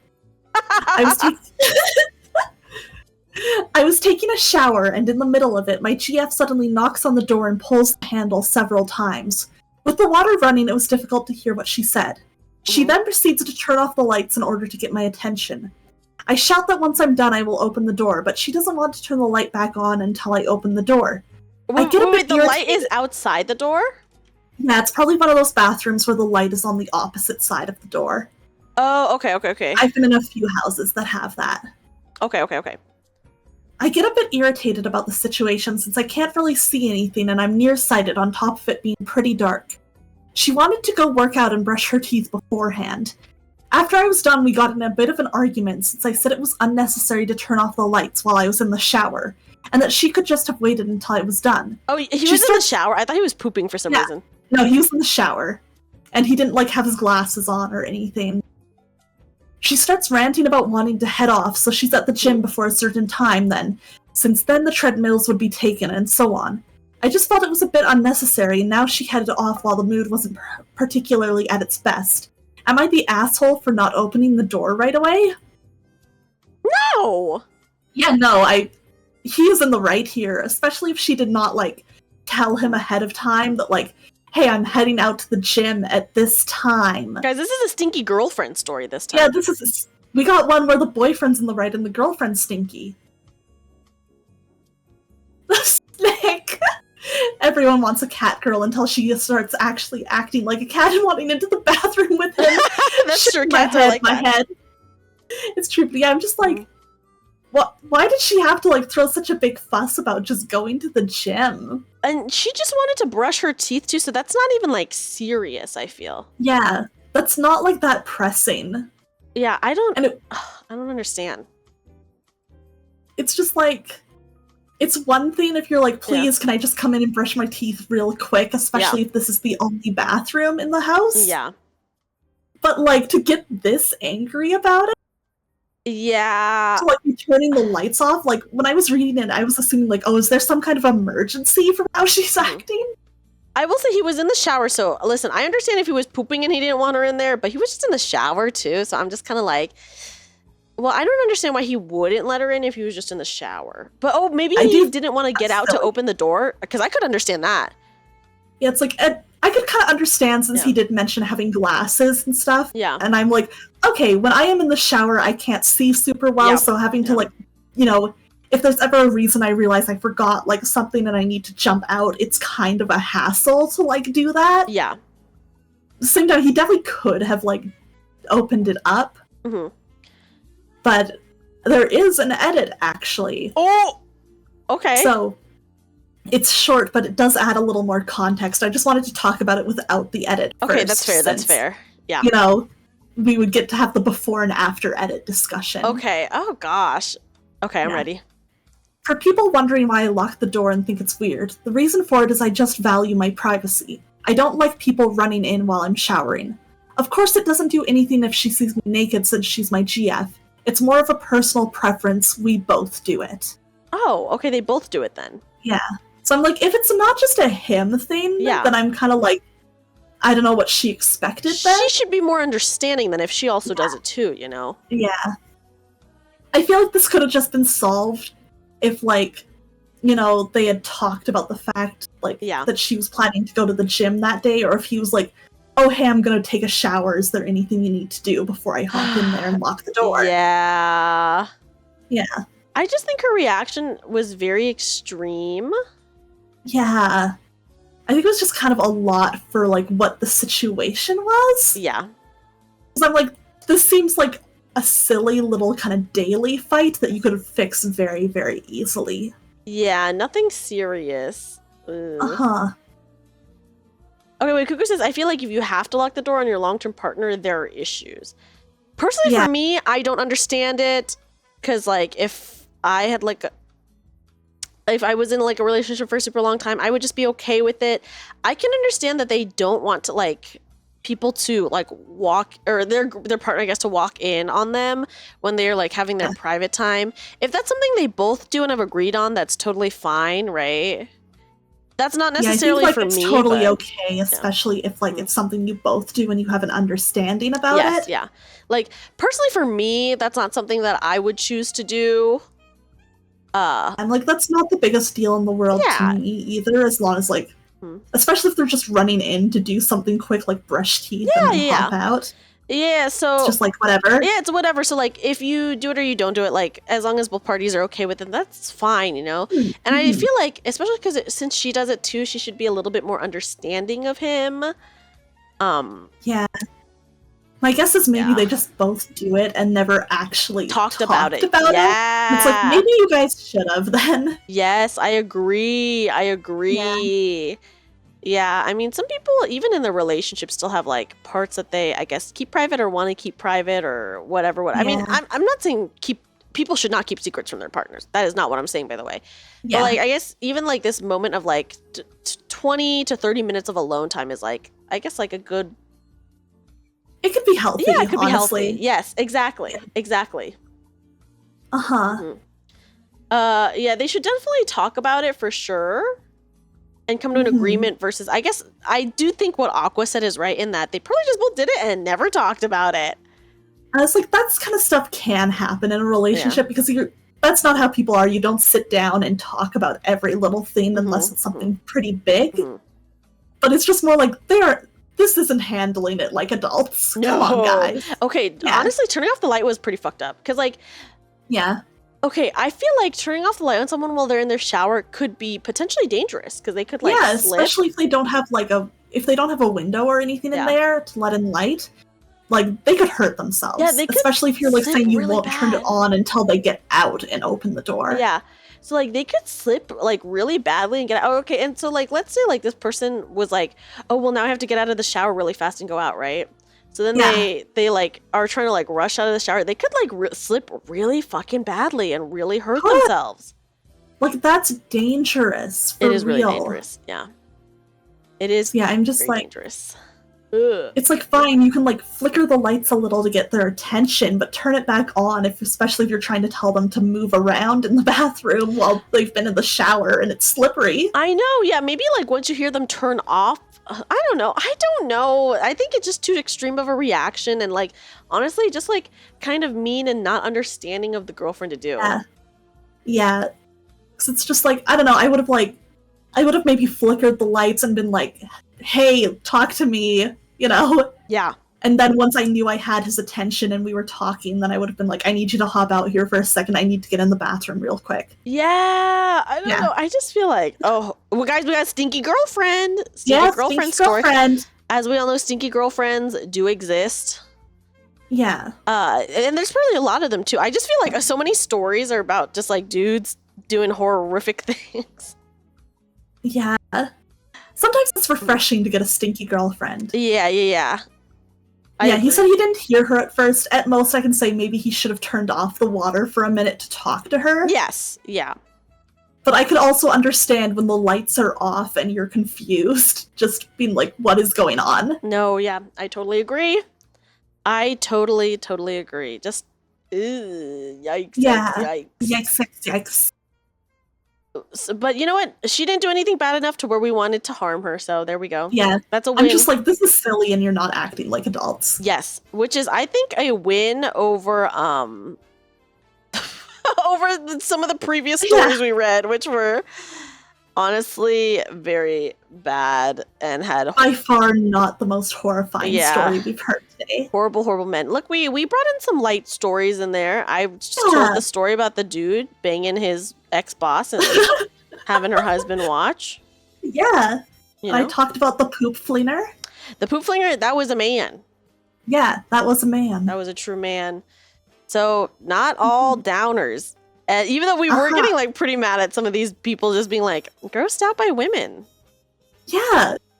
Have you seen, and I feel like this was going around on the internet, but forever ago I saw a post by someone who had said stuff like, oh, I am attracted to women, but I hate that women do stuff like eat and poop and pee and oh my god, and have to like drink water and yada yada. Just like, I hate that shit. Like it's stuff like to so stay you hate alive. that we're human beings? Yes. Yeah, so you hate that women exist? Exactly. Especially when he said the eating shit, or not eating shit, but like eating, when he said like, I hate that women have to eat, I was like, huh? Fucking what, dude? Like what is wrong? I'm sorry. I have to. Oh yeah, and then he was like, and I hate that they get their periods, etc., etc. Honestly, I can't imagine. That was honestly freaking wild. Like, it's crazy. It's like, okay, go back to your anime girls then, I guess. I know. If you want, like, somebody who doesn't actually exist. Yeah, I don't know how old this person was, by the way, but the fact that they even, like, had that thought, I was like, kill. It's like, what's wrong with you? Kill them. Kill. It's the kind of shit that's like, you know, literally just let women exist. Mm-hmm. You know, the bar is in the ground. It's not even on the floor. It is beneath the floor, and you can't even step over that. It's true. It's true. It's so sad. Yeah. Oh, don't tell him that anime girls poop too. Uh-oh. Uh-oh. Ruh-roh, guys. Yeah, honestly, He it's just doesn't know. really horrific, so. It is. Yeah, I can never forget that post just because it was so, honestly, ridiculous to me. It was so stupid. Yeah, I think it was real. I think it was like probably on some like incel forum or something like that, but then someone reposted it to Twitter. Yeah, the people on incel forums say some really wild and rancid shit. Yeah. Oh, the post about the guy who was like, I hate it when women have to eat and drink and have periods and poop and yada yada yada and pee. Yeah. I hate that women are human beings. I'm shaking my head at them. Same. I'm just like, what do you want? They just want like a sex doll, but a Pretty living much. one, I guess. But not even a living one. I'm just kidding, because living things have to eat and drink and use the bathroom. It's insane to me. Like, I can't imagine. I can't either. The entitlement that it would take to say something like that with your whole chest. Yep. Yeah. Dang. Well, I guess I know it's been like 4.5 hours, so I feel like we've been talking quite a bit, so I won't force you to continue any longer, Aqua. Fair enough. We have been here for a hot minute. This has been fun, though. This has been so fun. Oh my gosh. Yeah, I would love to do this again sometime. This has been really good. I would love to have you on again, and we can probably find more psychotic stories. I bet you anything we could. Okay, what was your favorite story of the night? Honestly, I feel like the one that like is gonna stick with me the most is the cuckoldry one. Yes, me too. I think that was my favorite that one. One just took so many turns you never could have expected. I know, yeah. The amount of twists and turns that story took. I just read the title and I didn't read the rest of the story. Yeah. So the fact that, like, I don't know, everything just kept getting weirder and weirder, and then every update or even the comments that the OP like I posted like was just like revealing weirder and weirder information about that. It was an experience. Yeah. We will never forget the guy who was the guy in the cuckoldry situation. I'm gonna think about him all the time now. I know, me too. I'm gonna be like, damn. Or maybe not so much him, but the ex-boss and her husband, I guess. Yeah, I'm gonna think a lot about the husband and the pitbull. Yes. Oh, yeah. The pitbull says he wants you to do this, or he doesn't want you to do this. Yeah. Pitbull says you should do this. I love that they called it the Dr. Dolittle situation. Same. Yeah, good boy when he slapped the dude on the ass. Yeah, the ex-boss is definitely always thinking about him because, you know, she did say, it's either you or no one, but then they did go with someone else. Yeah, they did try somebody else. Yes. When he was like, I kept thrusting, I was like, dude, what the fuck is wrong with you?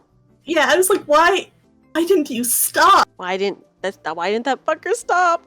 Why did he keep going? Beats me. And you know what? Kill. I'm just kidding. Kidding. But there were a lot of kill-worthy people in a lot of the stories we read. There were so many. Yeah. Aqua, go ahead and tell once again everyone about yourself and anything you want to plug. All right, let's see. So again, thank you guys for having me on here today. It was a lot of fun chatting with you. My name's Aqua Syreni. I'm a mermaid VTuber who traded her brain cells for legs. I do a lot of streams of like different kind of story-heavy-ish games. I like playing visual novels and RPGs. Right now I'm doing a lot of playthroughs of Great Ace Attorney and Persona 3 Reload.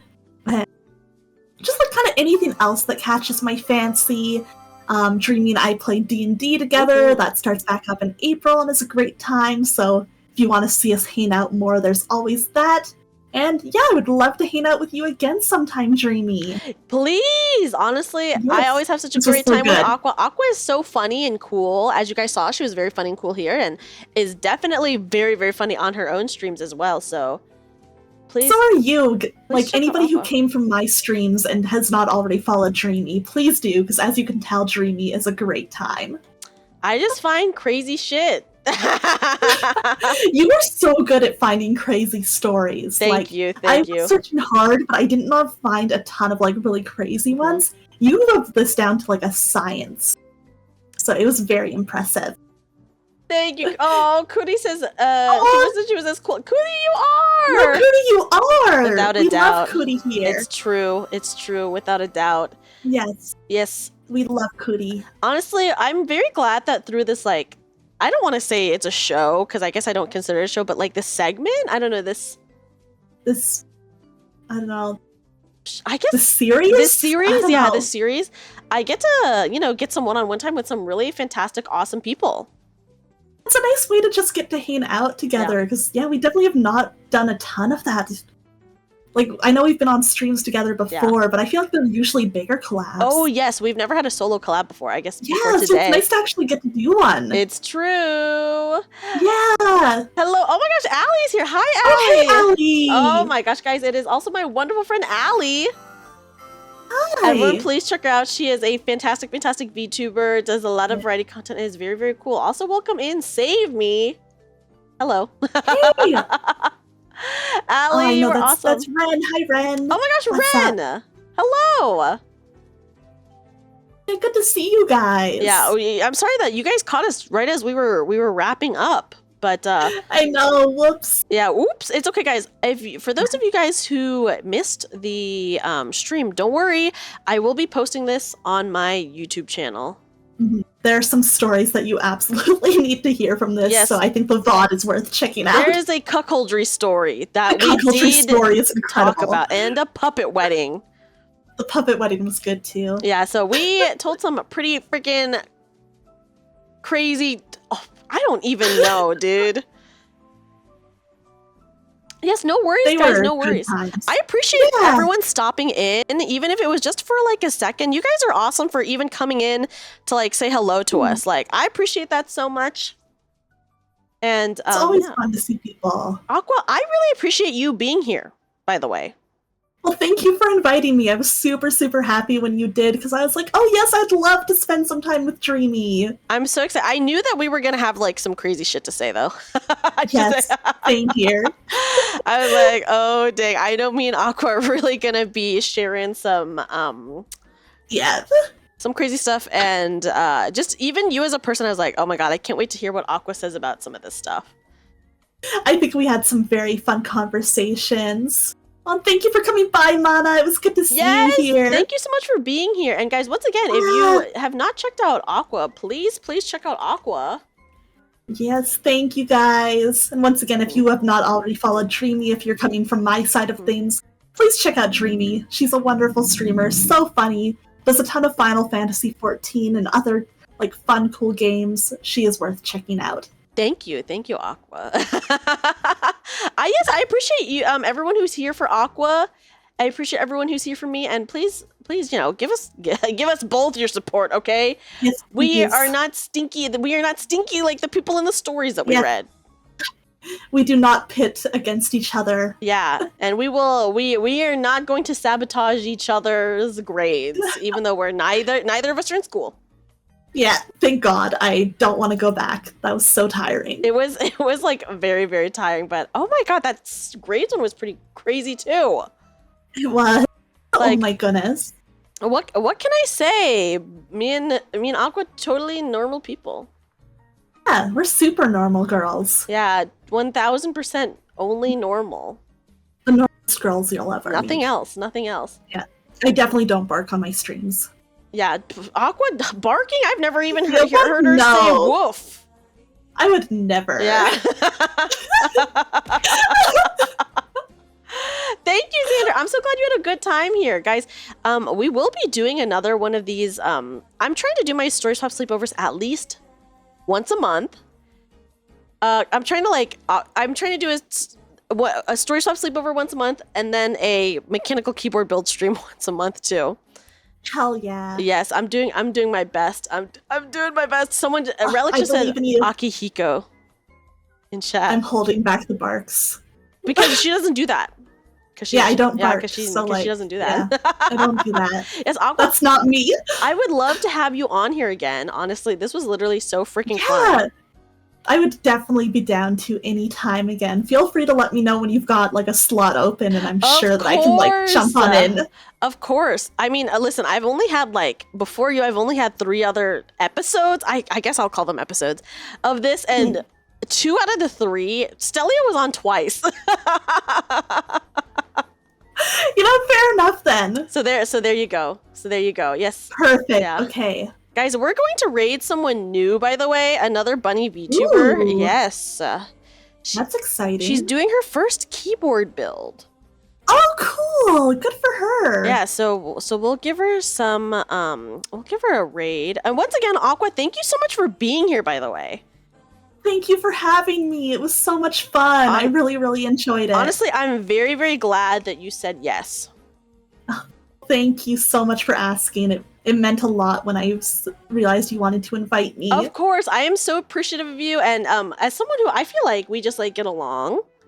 Yeah, I feel like we have very good our sense of humor really jive together very well. Yes. I was like, I gotta bring Aqua on. Guys, if you are not a sub, please use this first raid message. If you are a sub, please use the second one. Yes, thank you everyone for being here, by the way. Seriously, thank you so much everyone for being here. I know that we don't necessarily super talk to chat a lot because we're very focused on each other and the stories. But I appreciate all of you guys being here and, showing us support and checking out the stream and just being very, very awesome. So thank you, everyone. Fun. I really enjoyed it. And then please, everyone, check out Aqua, most importantly. And everybody, always show Dreamy your love and support. Thank you. Also, Cuckoo, I'm glad you had a good time here. And Soul Fractured, thank you so much for the follow. Welcome in. We're rating a bunny VTuber named Elvera. She looks very cute and is doing her first keyboard stream. So we're gonna give her a raid. Guys, my stream schedule should be looking pretty normal this upcoming week, although I don't know, I guess I'll see tomorrow when I post the schedule. And then Aqua, do you have any streams this week? Definitely on Thursday I'm playing Ace Attorney, but other than that it's a little gorilla. There you guys go. So please at least check Aqua out on Thursday. I hope everyone has a fantastic day, fantastic night. Goodbye, everybody. Bye.